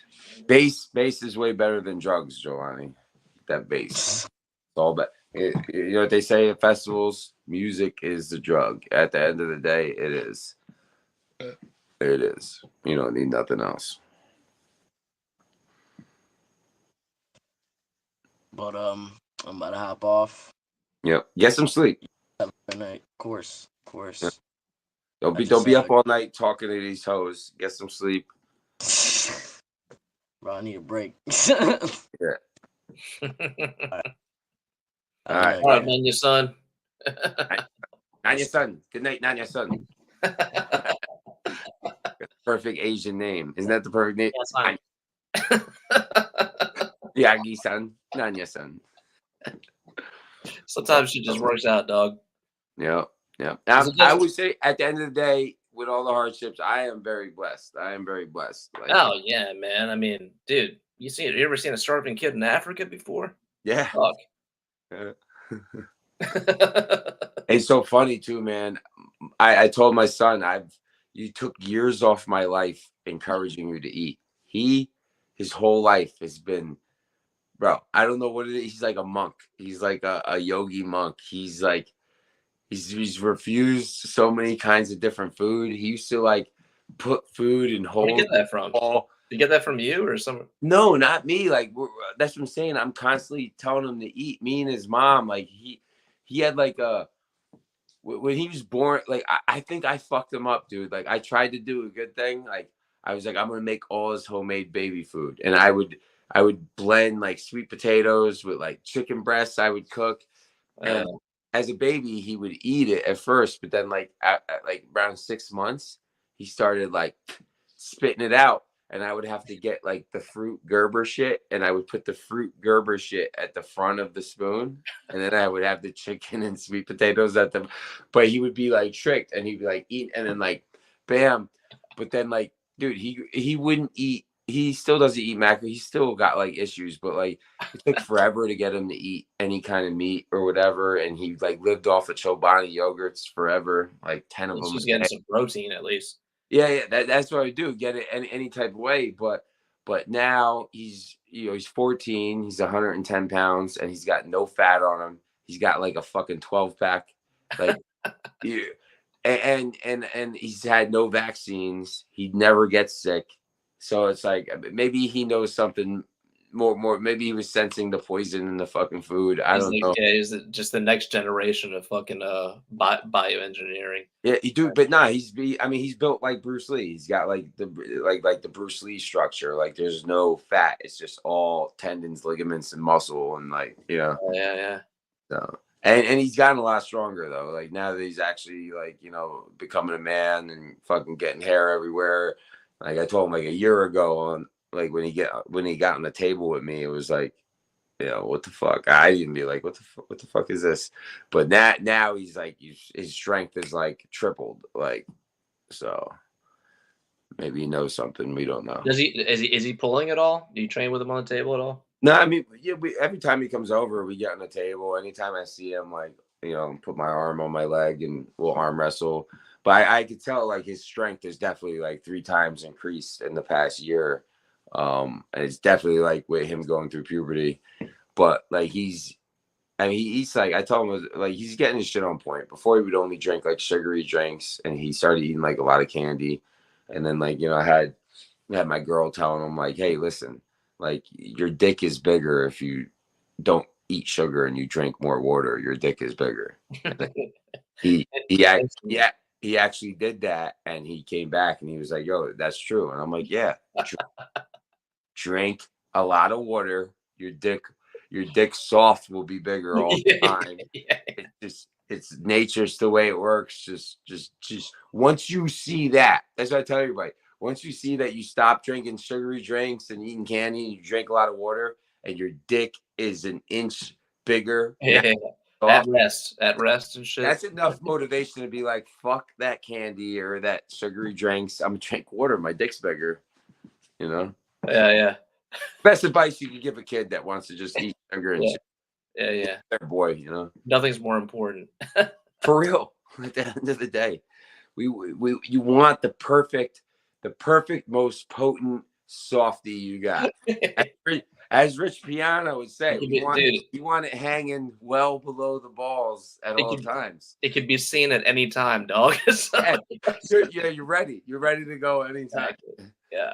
That was like alcohol is the worst thing for your dick. It really is. It's good and all, and the older you get, the worse it gets for your dick. It's good and all when you're younger, but as you get older, you're like, this shit really ain't good for my dick. It's really not complimentary whatsoever. Meanwhile, mushrooms and acid are very complimentary. Go figure. Yeah, man. So I fucking hear. I haven't fucking I hadn't dropped acid or done well. I did mushrooms a couple years ago, but I dropped plenty of acid when I was a kid. But it's just the other night. I was on a live. I was drinking a bunch of tequila, and like my dick was fucking dead in the water, and I'm like, it's a fucking alcohol, and then like drink a shitload of water, wake up in the morning completely cured. The older I get, the more I cut back on alcohol just because it affects my dick in a negative way. It really is not good. And then like it really, dude, Matt, if you take mushrooms, like, dude, your dick's on point for like a month after. Like, fuck Cialis or anything else. Like, just microdose mushrooms where you're not even tripping, and your dick's the best it's ever gonna be. See, I haven't tried microdosing yet. I love how Andrew Wood's just waiting in the stage. Wood, what's up?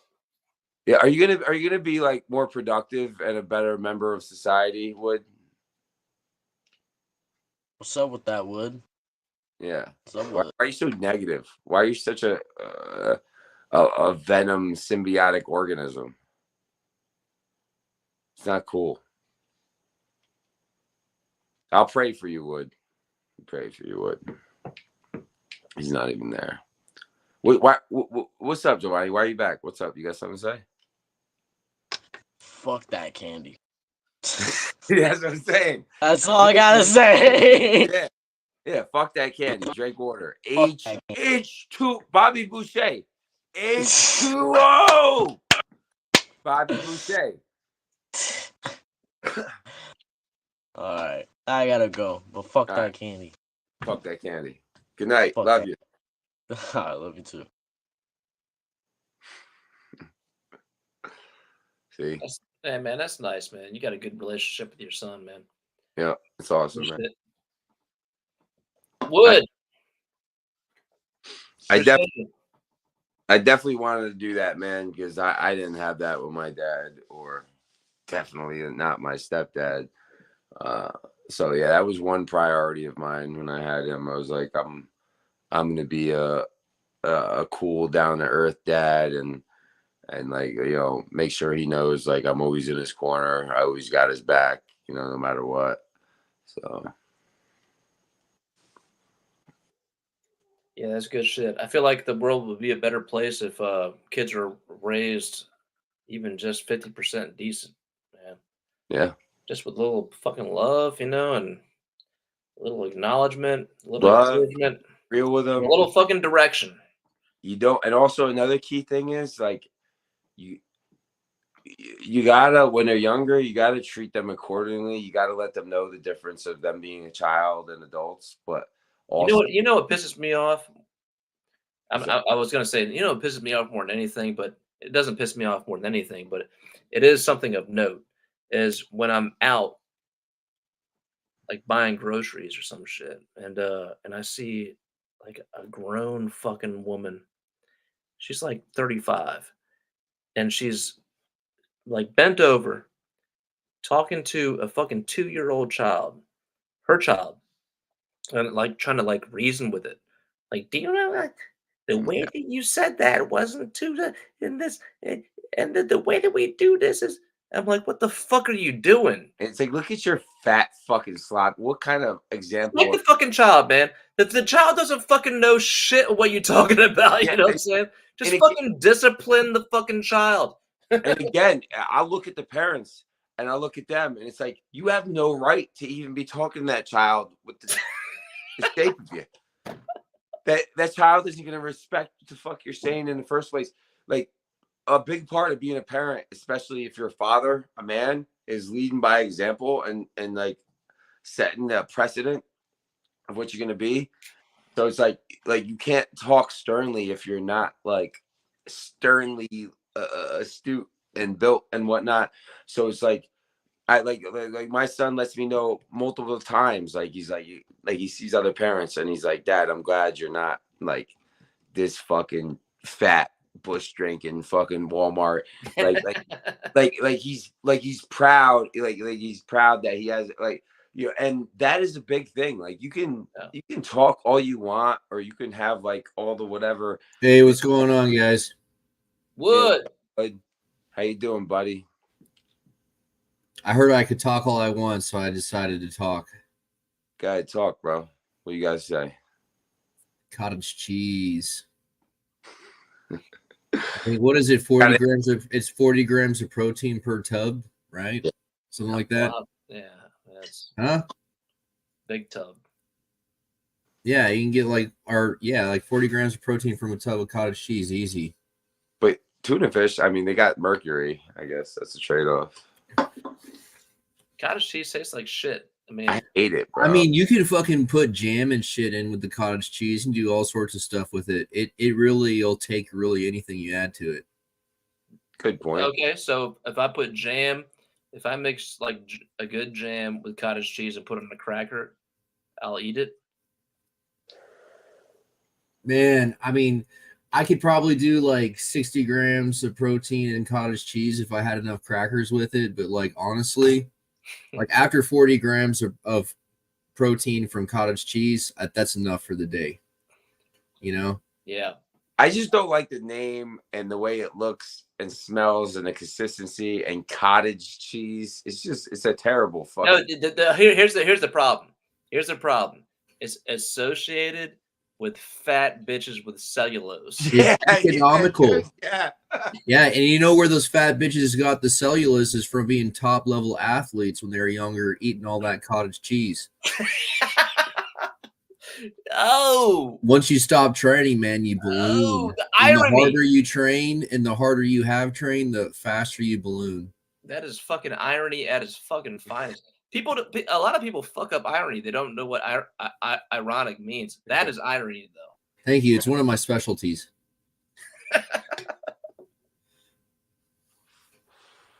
I think I'm pretty good at irony. Well, it's a shame you couldn't be a little bit more sanded around the edges, you know? If you could just sand your edges a little bit more, be good to go. 10%. Sand your edges 10%, and you should go on Kill Tony. I've definitely gotten at least 10% of my body sanded off. No, but he could be like, who's that? I told him before, Wood should look him up. What the fuck's his name? Fuck. He reminds me exactly like Wood. Random. Wood, did you look up Random, the comedian from New York? He's a rap comedian from New York. If you haven't, I mentioned it before. Random, the comedian. Wood. He's like your brother from another mother. He released a Instagram reel where he was on a bridge in Austin, and I was like, hey, that's the one where that guy smashed all the lights out, and then they replaced him, and then they smashed the lights out again, and then they replaced them, and then they smashed all the lights out again. I don't think so. He did work. I don't think he's been to Austin. It's a really nice bridge. It's got like this lower causeway where you can use pedestrian and bicycle traffic. It's actually like away from like Congress Avenue or whatever. Is that the one that has a sharp turn where everybody they end up dead? Like the drunks, they fall off of it. They find that would be it's like Elm or something. It's on the north end of the river. I feel like it's east of Congress.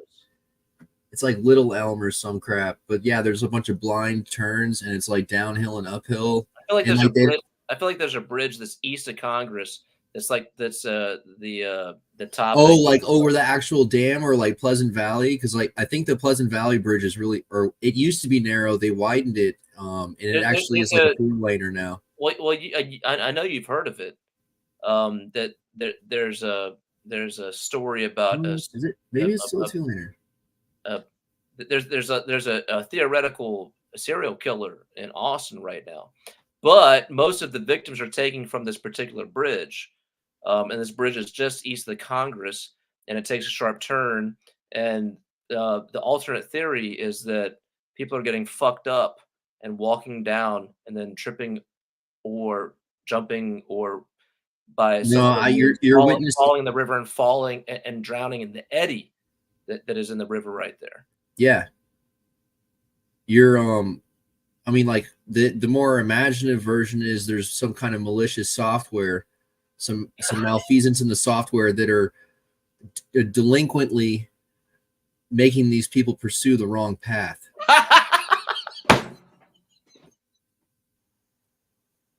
You know, like that. Did you hear about the people in Hawaii who they drove into the ocean because the MapQuest told them to?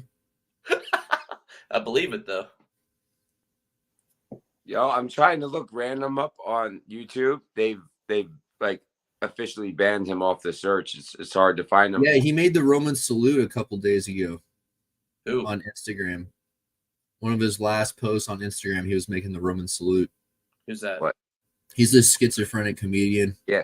It's who I'm talking about. Like what is it? He's like a brother from another mother. I'm looking. I'm like random Legion of Skanks. It should pop up. If it doesn't, they really got this motherfucker off of YouTube. Yeah, man. That's what happens. You came to Austin, and then they analyzed your shit. Here we go. They don't like it, and you're gone. Here, this is random. Now show them. Sorry, couldn't do it last week. This is what. Show them titties? No, you asked. What titties? Shannon asked me to do the show last week. Random coming out with some fucking heat. You sound like She's irritated I already. don't understand I said why. we should have established a code word. But you should tell people who you're booking them with before you book I them. tried to prep you before. I said random's I just just gonna go when I can't control it. That was Mark. This is random. You're my bitch for the next hour. Oh my God, is he a vessel for a demon? I'm very excited to have back on Fucking schizo. his comedy documentary, Who Killed Comedy, on his YouTube channel. Ladies and gentlemen, it's Mark That Random. would be something you watch, you fucking crackhead. Mark Random. Yo, Matthew Frazier. Look up Mark Random. I didn't remember his first name. That's why I couldn't get on the search. But Mark Random, he's got his own YouTube channel. Dude, I knew about Mark Random before I met Wood. And as soon as like Wood came, I was like, yo. It's mind melting. It's like esoteric insanity. All right, I'll check him out. Mark Random. Yeah, he's great, dude. He's actually one of the most It's fearless exhausting, dude. I mean, it's cool. Like if you go look at his old sets that were like real hot, but a lot of his stuff is just obscurely exhausting. He's awesome. I love him. I love him. He's a national treasure. Wood, but see, he has his edges sanded. You know, my point. You finally let me on the podcast, and now you're talking about someone who's not here, man. Shit's fucking nutty. I've been letting you in the podcast, but you've been being a bad boy.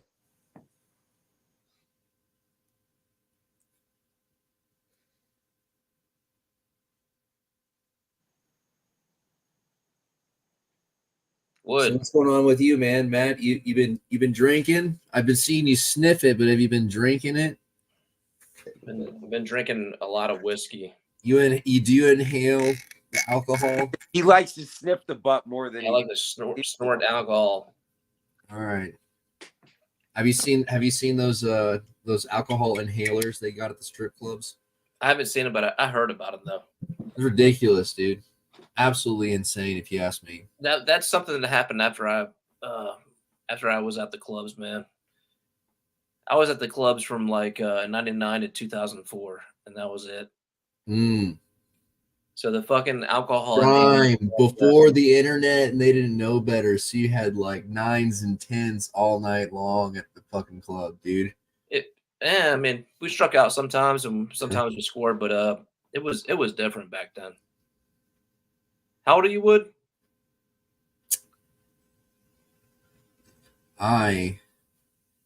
Approximately. I actually died in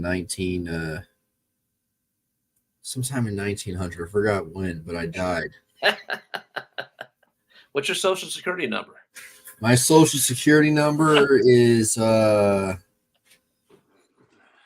it's less than a dozen digits long. Dude, back in from 99 and 2003, 2004, the scene was different. I can't say that was like a hard cutoff. Yeah, you could murder people around the millennium and no one would catch you.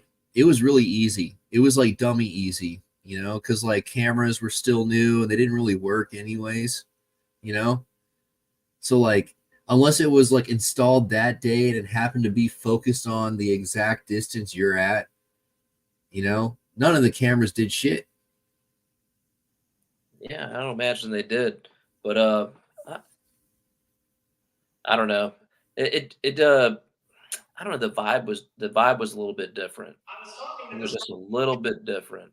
Well, yeah, the Patriot Act really changed how we interact, and I mean, whether we admit it or not, our privacy was really, the level of privacy and the attitude we had for each other. Is trans just rainbow God? This is too much. What's that, man?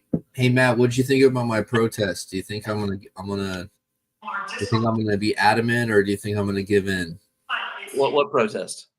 I've been protesting. Have you seen me? I protest every once in a while. I'm pretty good at it. Where? Well, lately I just do it on the internet because it's just easier. Yeah. I support all your protests for sure. Huh? I support your protests. Thank you. Hey, Wood, can we officially listen? I'm trying to bridge the gap. Hammers need to be delivered to AW. Can we make a truce and get these hammers like finished and delivered to AW? Try and get this done with Kotlau. Wood, I don't have your address. Okay, do you want my terms for a truce? Every threat I've given you has been bullshit. I don't care. It's you came at me, you said shit, and I came at you with my warfare. It's called a tit for tat.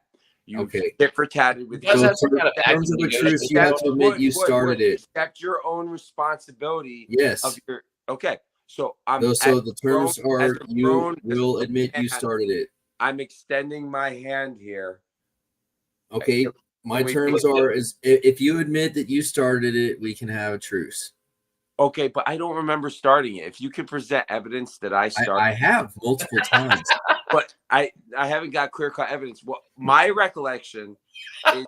Oh, I can tell what your recollection is, sir. But me and you had words together that weren't that bad, and then you involved my son, and then I took it very personal. And why did I do that? And why did I make a 5-minute pause before I went to the next level with the shit talking? I don't know. I don't recall. What did you say? I don't recall. I don't have the memory of a schizophrenic fucking lunatic like you. Sorry, I don't. Refresh my memory. It seems almost like a compliment. I blocked you on social media because I didn't like your antics and I didn't want to see it. Mm-hmm. And then you added me to a group chat and said, unblock me.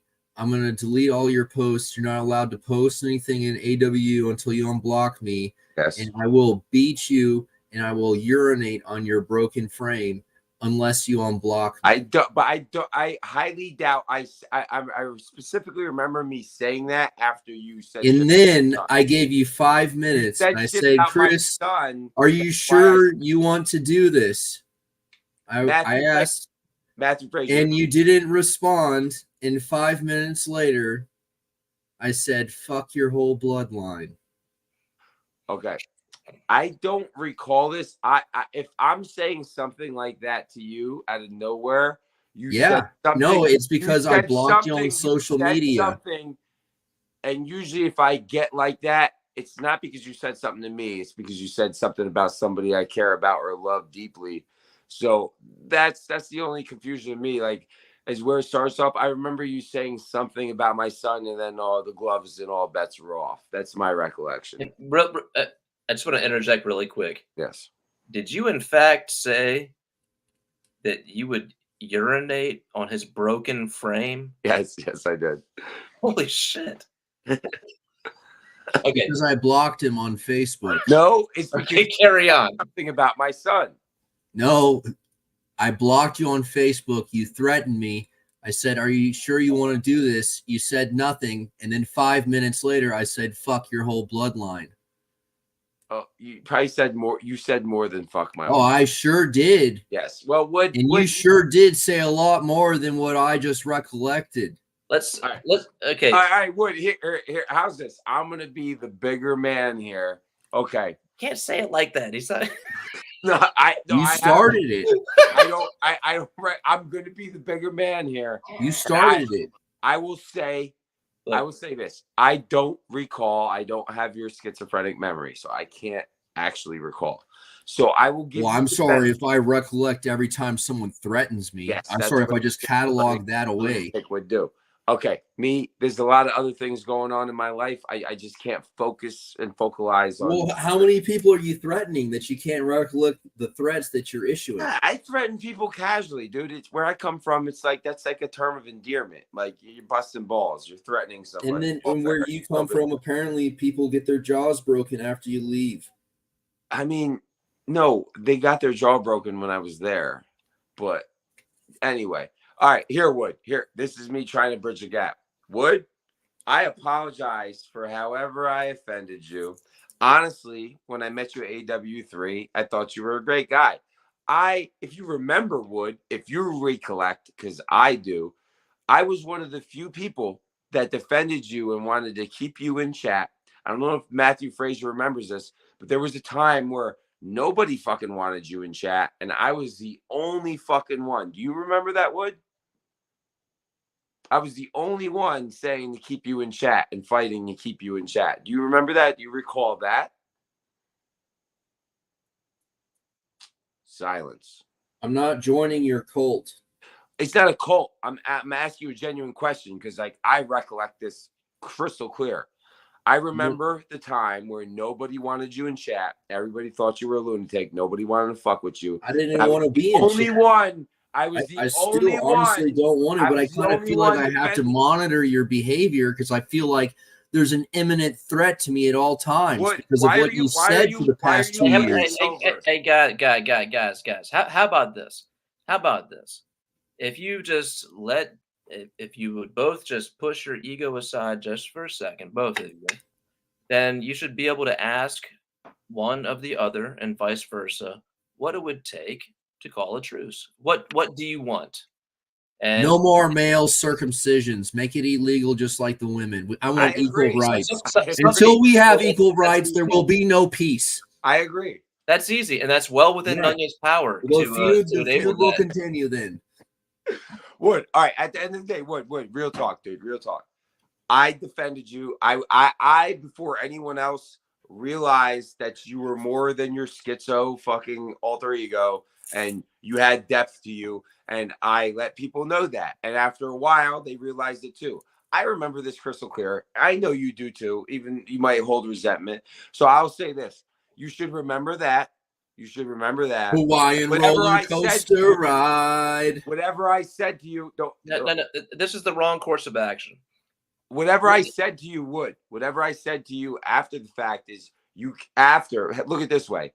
Somebody that defended somebody and vouched for them, and then that person then comes and then talks shit about their child. Yeah, I'm gonna take vengeance. I'm gonna take vengeance because I'm a good father like that. So maybe you should respect that, even though you're not a father, and just respect that I'm defending my son. Yeah, and you should respect it when you threaten to break my frame and urinate on me. You're threatening my whole bloodline because I don't have kids yet.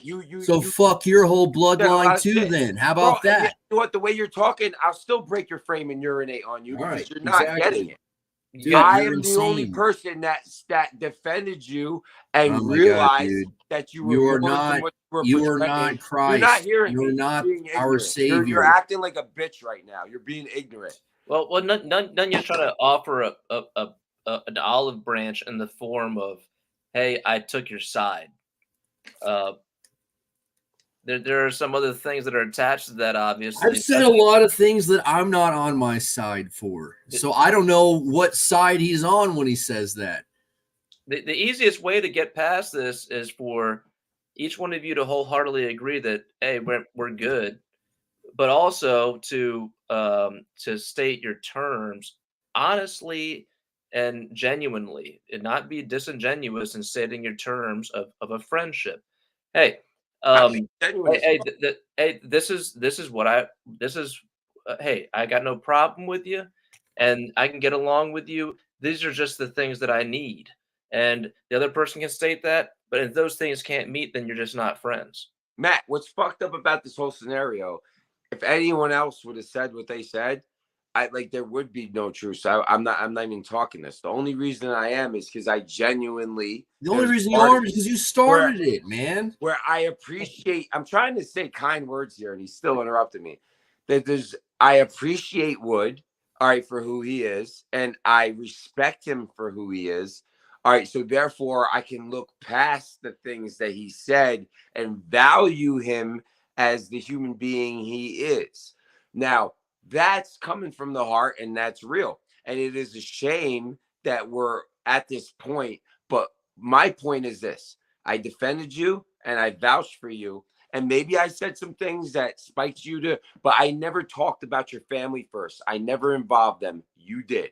And I forgave you for it. And I still vouched for you. And I still stuck up for you. And you still hold resentment towards me. All you have to do is admit you started it. No, I'm not. I will agree to a truce. No, I'm not doing that. That's my only condition. You could be the biggest man by just saying that. Saying what? That you started it. But I don't believe I did. So I would be lying and I would be a hypocrite. That's a bummer, dude. I wish you could remember. But I remember way before that vouching and defending you for months. I mean, yeah, you have been my advocate at times, and I really think it's part of some kind of psychological roller coaster ride that you are on and you take other people on. It could be genuine. It could be just I mean, even if it's just a throwaway comment. Did you not hear what I just said? Like, hey man, what's witty? Could just be a throwaway comment. Could be genuine. I am being the bigger man. I am saying I respect you, and there's a side of me that likes and appreciates you for who you are. No. That's genuine. Who? You haven't said one genuine Society? word to me, Who's even that? in this discourse. All right. So who cares who started it? Again, when I keep saying you're acting like a bitch, it's like I'm having an argument with a girl. Like, you started it. You called me this. Who cares, bro? The point is, actions speak louder than words. I don't threaten people, dude. It's just something I really try not to do that, you know? But and you started it. And I just want you to admit that, and we can have a truce. But I don't believe I did, so I can't admit it. Okay, well, I don't believe that I would just go around threatening people on the internet as a joke to replicate your behavior. You want to settle it that? Unless I truly believed you started it. We can stay at war. We can stay at war forever. Okay, but I am not admitting something I don't believe to be true. Okay, well, I mean, I guess this is year number 2 that I just can't come to AWU because you want to be a lunatic. No, you want to be a little crybaby bitch and like, dude, you're actually criminally insane as far as I'm concerned. You're a direct and imminent danger to my health. And I'm like giving you compliments and this and that, and and none of it registers. You're just on your warpath, and you want me to say it. I'm not on a warpath. Okay. You know what? I'm gonna take the educated Asian's advice. Here, let's try this. Wood. I guess somehow I started it. Can we call it truce? That seemed pretty passive aggressive, man. Matt, you see? All right, Wood. I think that there's just not a meeting of eyes, right? I think Wood. I just said what he wanted, and he's not accepting it. He doesn't think it's genuine. He doesn't think it's genuine. But it's not, because I don't recall and I don't remember me starting it. But you already said that all the threats you elicited weren't that's genuine. Okay. That's between y'all. That's okay. Yeah. I mean, okay, so to me, this conversation is done.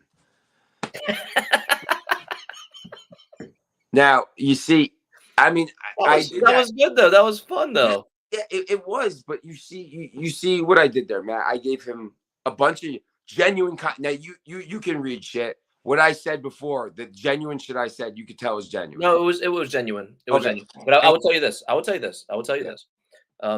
it was genuine. I believe it was genuine. I felt it as genuine. And I may be wrong here. It wasn't good enough for him.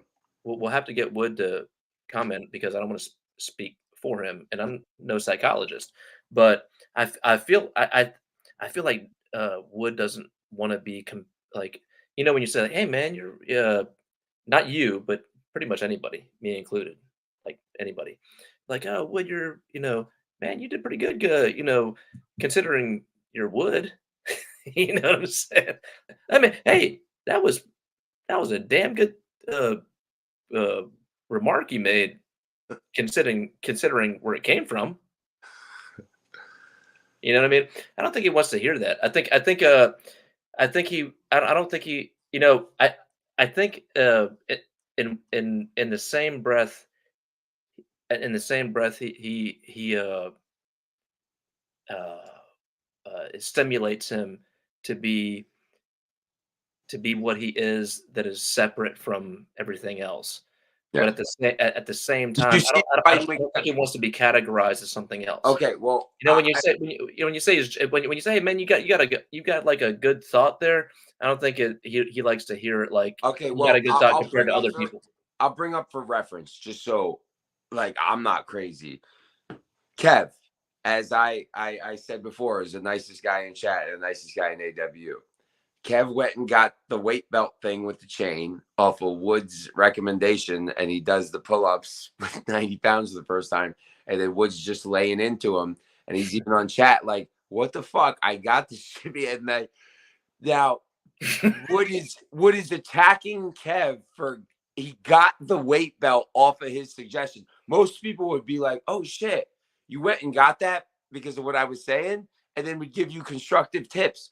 Wood wants to break him down on his form, his chin, all this shit. So I would just cite that as evidence of him being irrational, and everything I just showed of giving him compliments, saying how I genuinely think of him, vouching for him for all these years.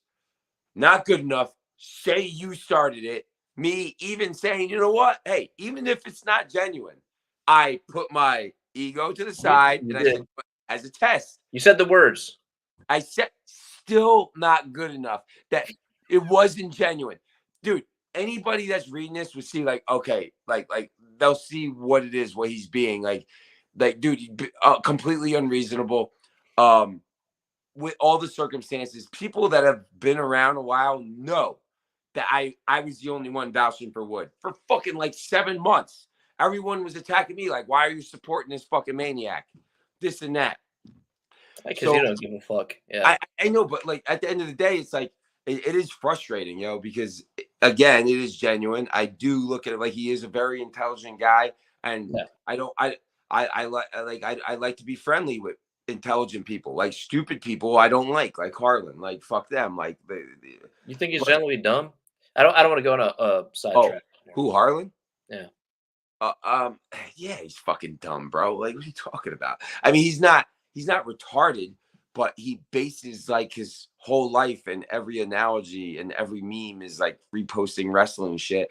To me, he's like he got traumatized and stuck in like a 12-year-old's mindset, but in other ways evolved naturally as growing up. But his base mentality is still at that 12-year-old watching Monday Night Raw and Nitro, thinking it's real. I mean, so like whatever, but like, all right, yeah, back to the Wood thing. Yeah, but again, Harlan is someone that can be disposed of and not missed whatsoever, and like people can even argue you did a good thing for society. Where if Wood died tomorrow, I would genuinely be sad a little bit, and I'd be like, we lost a good mind. Like, I don't know, bro. Like, that's genuine. Shit. If I like Wood, man. I do too. That's what I'm trying to say. Like, I wish I could just be friends with him. Like, well, it's easy for me because what's nice to me. Yeah. Right. Yeah.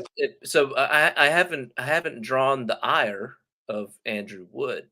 In which case I'd still probably like him. He'll probably put it to the test. That's the thing about and what's different than me and Wood. Wood, I can like somebody that's a complete asshole to me or whatever, or I can like somebody off of like I could be like, I don't like most people like judge people how they treat them. Well, you can see what's really happening. Yeah, I look at the big picture, and I see throughout my life I've encountered a lot of different humans. All right, and I like different archetypes and this and that. And Wood is a one of a kind, and he is like so beyond how someone treats me, I can look at someone and be like, okay, well, that's someone that's like special and like not like ever, and not special in a bad way, like retarded. I don't mean that. No, it's just different, unique. Yeah, unique. Where like we need that in society. Yeah. Yes. Whether people, a lot of people will look at him like, oh, no, it's a detriment. You don't need an Andrew Wood. I'm like, no, definitely. No. Yeah, we need that guy for sure. Yeah, we need that. So I can look at that, and I think Wood maybe needs to take a step back. I'm good at third personing myself. I can take myself out of my shoes, and I'm behind the screen, and I'm the video game character now. I can do that like that. Yeah. Wood can't. All his special abilities, he can't third person himself out of himself. You don't think so? Yeah. I don't. He can on certain levels, but he'll very quickly go back to that. Revert to his revert base mission. Revert base off of any trigger word possible. I mean, even with all this shit, like dude, a lot of people remember. I got personal messages. He said a lot of vile shit about my son. Where honestly, yo, on my son, anyone else, all these other characters that aren't valuable, I would like, again, like if I could get away with it, I'd kill him, and like we're doing society justice. But I wouldn't do that with Wood, even with what he said, because you don't. I'm not to say you don't take him seriously, but you don't think that it was meant like that. No. Wood speaks even most recently on my cast with Clinton Pickering and other people when he was going on his fucking N-word rampage. I was still defending him when he was still at odds with me. I was still defending him and saying, no, Wood is not saying the N-word like that. He's doing like an artistic fucking thing. Yeah. And so at detriment, people were like, yo, what the fuck, Chris? And you gotta understand, I was defending him on that notion when he was still against me and on a tirade against me. Yeah. I wasn't necessarily defending Wood as a person. You're defending the principle.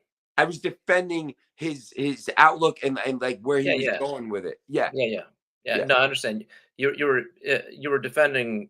You weren't defending Wood per se. Yeah. You were defending his message, what he was trying to. You're defending the thrust of the argument. Yeah. That he was. I was trying to tell people he's not singling out this word for a certain kind of people. He was making it. He was calling me it. He was calling other people it. Like he was honestly being the opposite of a racist, saying anybody can be that. I mean, the thing about smart people that are fringe is that, and that's you, and it's also, in my opinion, it's you and Wood also, is that you have great ideas, but they're too soon to be applied. And if they were applied too early, then you kind of be fucked up, you know? Yeah.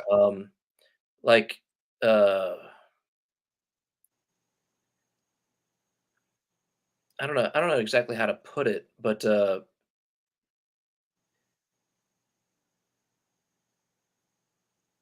if you have great ideas about something, right, and it's too far fast forward socially for something, then those things can't necessarily be applied to society those times, right? Yeah. Wood, welcome back. I know you've been paying attention and watching. I've been suffering TBI since the beginning of elementary school, so I had to decide very quickly on what aptitude to choose, and I chose Crusader No Remorse as my training protocol. Is that 16x9? And now you will know me as Sam Hyde. I know.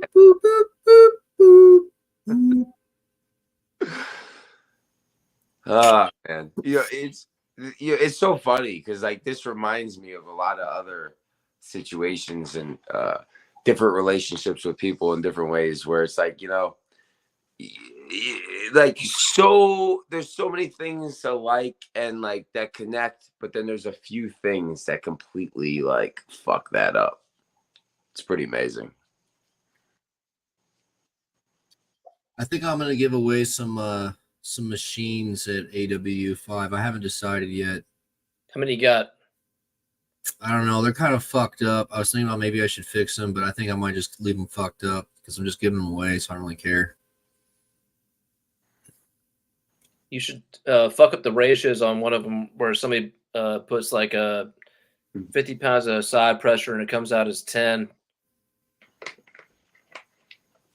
I mean, that's what everyone else does. It looks real good on camera, and it drives me nuts when I try to talk to someone on the internet because they think I'm a fucking idiot because they're an idiot. It's fucking. I kind of just want to fucking. I just kind of want to turn off the lights and keep them off forever. Would you come into AW5? No, but I might dump some shit at Kotlow's house the day before or something. I'll show up in normal clothes on Halloween. I'll fit right in.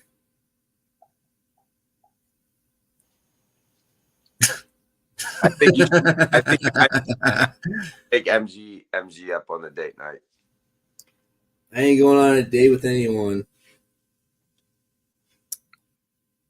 What's going on, Matt? Did I finally get back on here and now you're too drunk to talk? Why don't you smoke some weed or something? Fucking level out.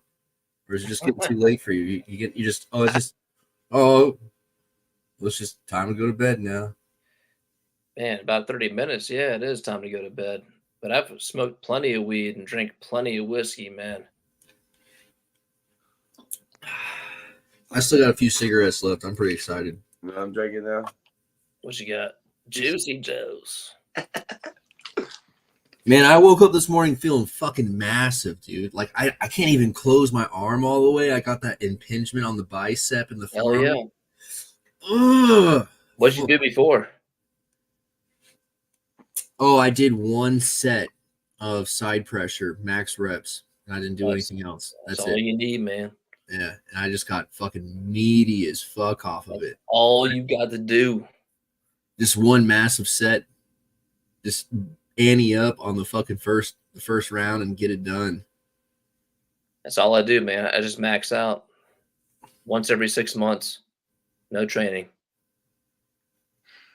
Fuck off.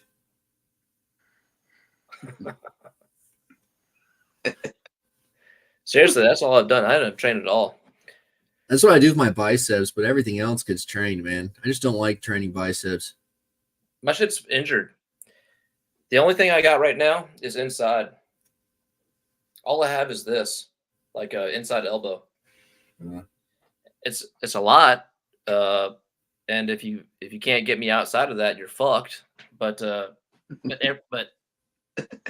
all this other shit is not good. Yo, hey Matt. I don't know if you've been in the chat. Yeah, I saw it. You should see my laugh emojis on them.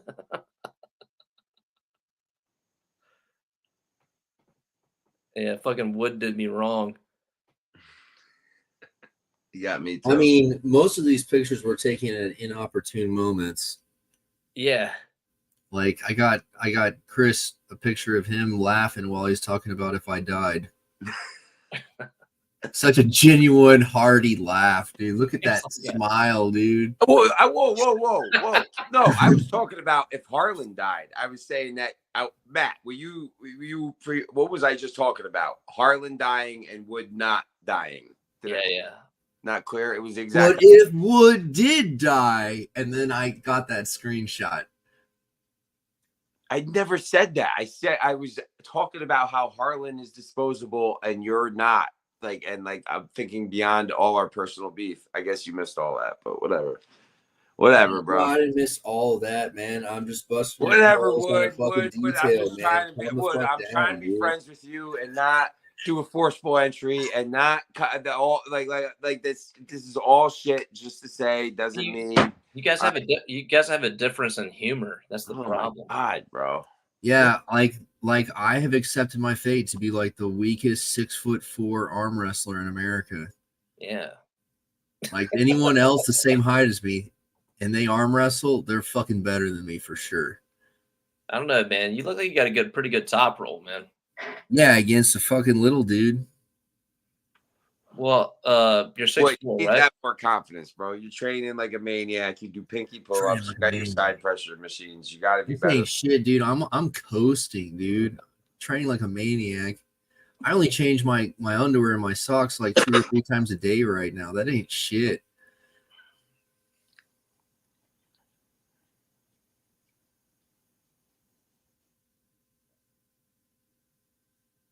Damn.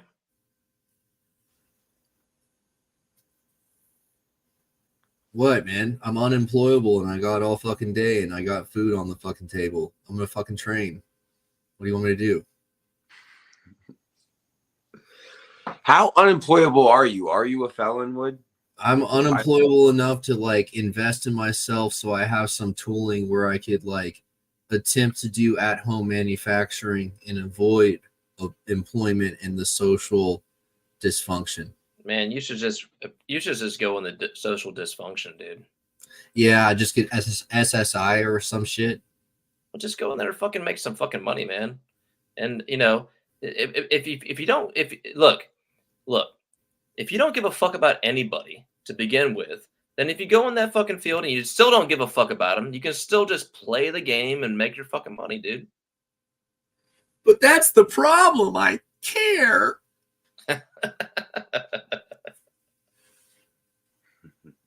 Me too. It's a curse, isn't it? It is. It is. Empathize and theorize and realize. You have a felony or something, man? What? No, I just fucking have physical ailments and I have mental ailments, and the two are not congruent. What are your mental ailments that you I can't learn Spanish.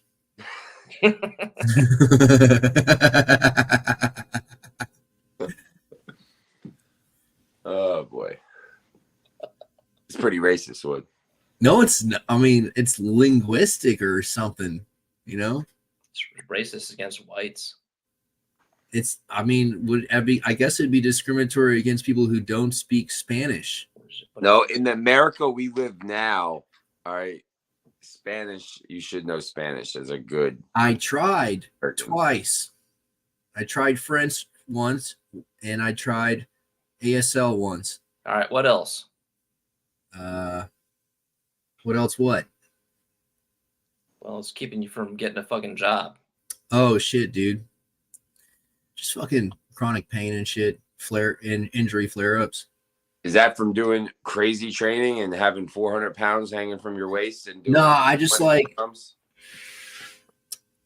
I don't know what it is, man. I think it might have been when I blew up my hip. It might have been when I busted my back. But like, if I'm on my feet for too long, I get this cold, icy, bleeding, oozing sensation running down my back.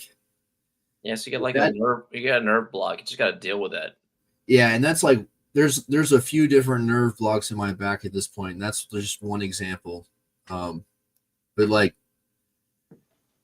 it's just fucking everyone's full time. You know, everyone wants full time. And I'm not going to sign up for full time just so I can turn around and say, well, the Disability Act says I can call in sick twice a week. Because I'm calling in sick halfway through the shift when I just can't walk anymore. Like, hey, man, I got to take a 15-minute break. I know I just took one, but I got to take another one. Get another J, man. You're fucking smart enough to do a data entry job or something like that. Yeah, everyone. I mean, that's really, it seems like to be the final solution is just to get a data entry job. Yeah, I mean, dude. I The corporate world fucking commutes remotely now. I just feel like I could actually produce something with my hands like 2 days of the week. I don't understand why I can't get a job just doing that, you know? I just feel like it's a waste. But you can, though. But you know what? Maybe the location is the problem. You keep talking about learning Spanish. You're in near Austin, Texas, or whatever. Maybe move somewhere else where you don't need to know Spanish. Yeah, that's the deal, bro. Can't live here. Time to go. Well, Wood, I have a basement apartment that I'll give you, a great price, $500 a month rent. You won't find that anywhere. That's $500 a month rent. That's Full apartment. nice. Do I have 200 amp service? Sure. And I have a full gym that you can use.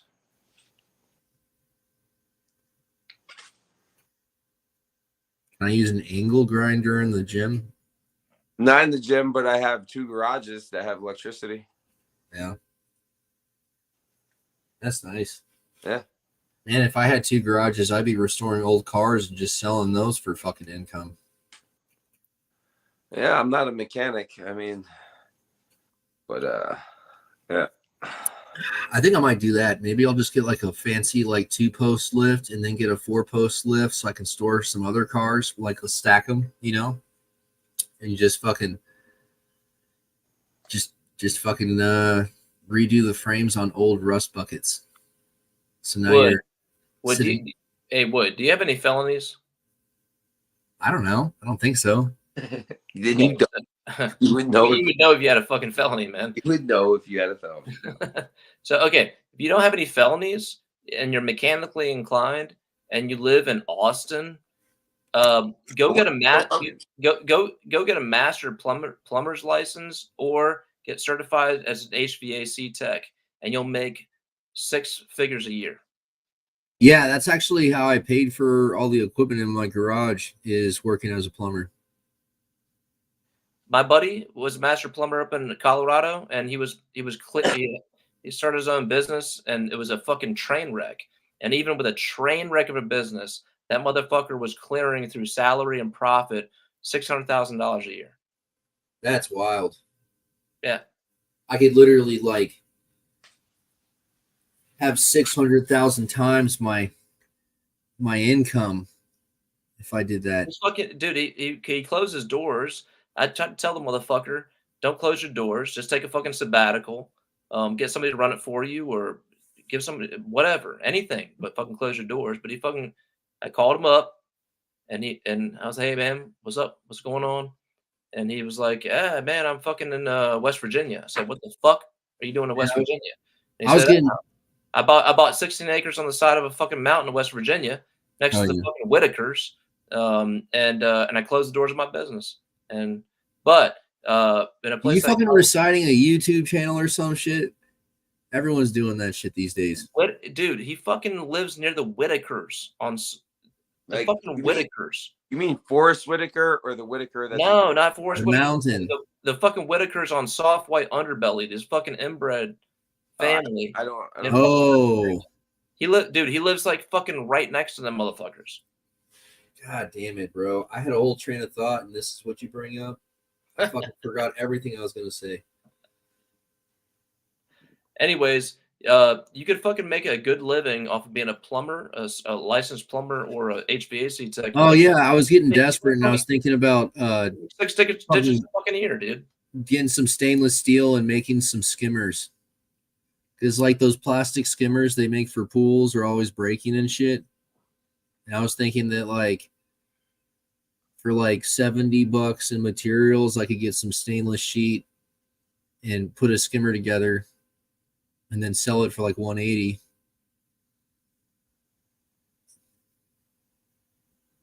Yeah, it would probably be like 2 feet, maybe 3 feet of weld. Yeah, 3 feet.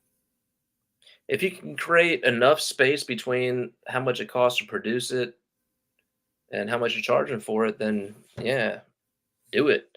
Or even if not, just get the patent on it. I mean, it really, at this point, dude, it's just like, I don't even fucking care what the production cost is. I just have to make some kind of product for some kind of customer, so I have some kind of reputation that I'm still manufacturing. I mean, it's fucking, like, yeah. Yeah, sure. Oh. Man, it's about time to sign off, man. Yeah. Oh, so what? Truce. Got nothing against you. Come to AW if you want to. If you don't, whatever. But I only had one term for the truce.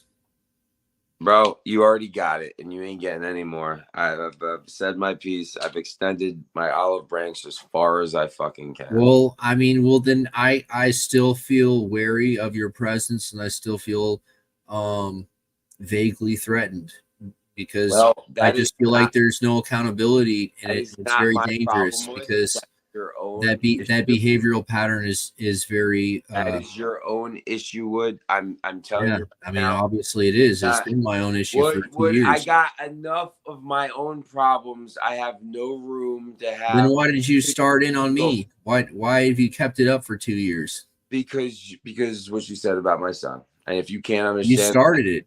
I don't give a fuck if I started it. You still said it. So whatever, dude. If you want, if you want to, whatever. I'm saying, me personally, I don't care. I have enough of my own real world issues. I have no battle with you. Okay, well then leave me alone. Oh, likewise. Here, this is me leaving you alone. Leaving you alone, right? Okay. That's simple. Now, don't come back on the stage to come on my show. All right, Matthew. So this is my problem with that.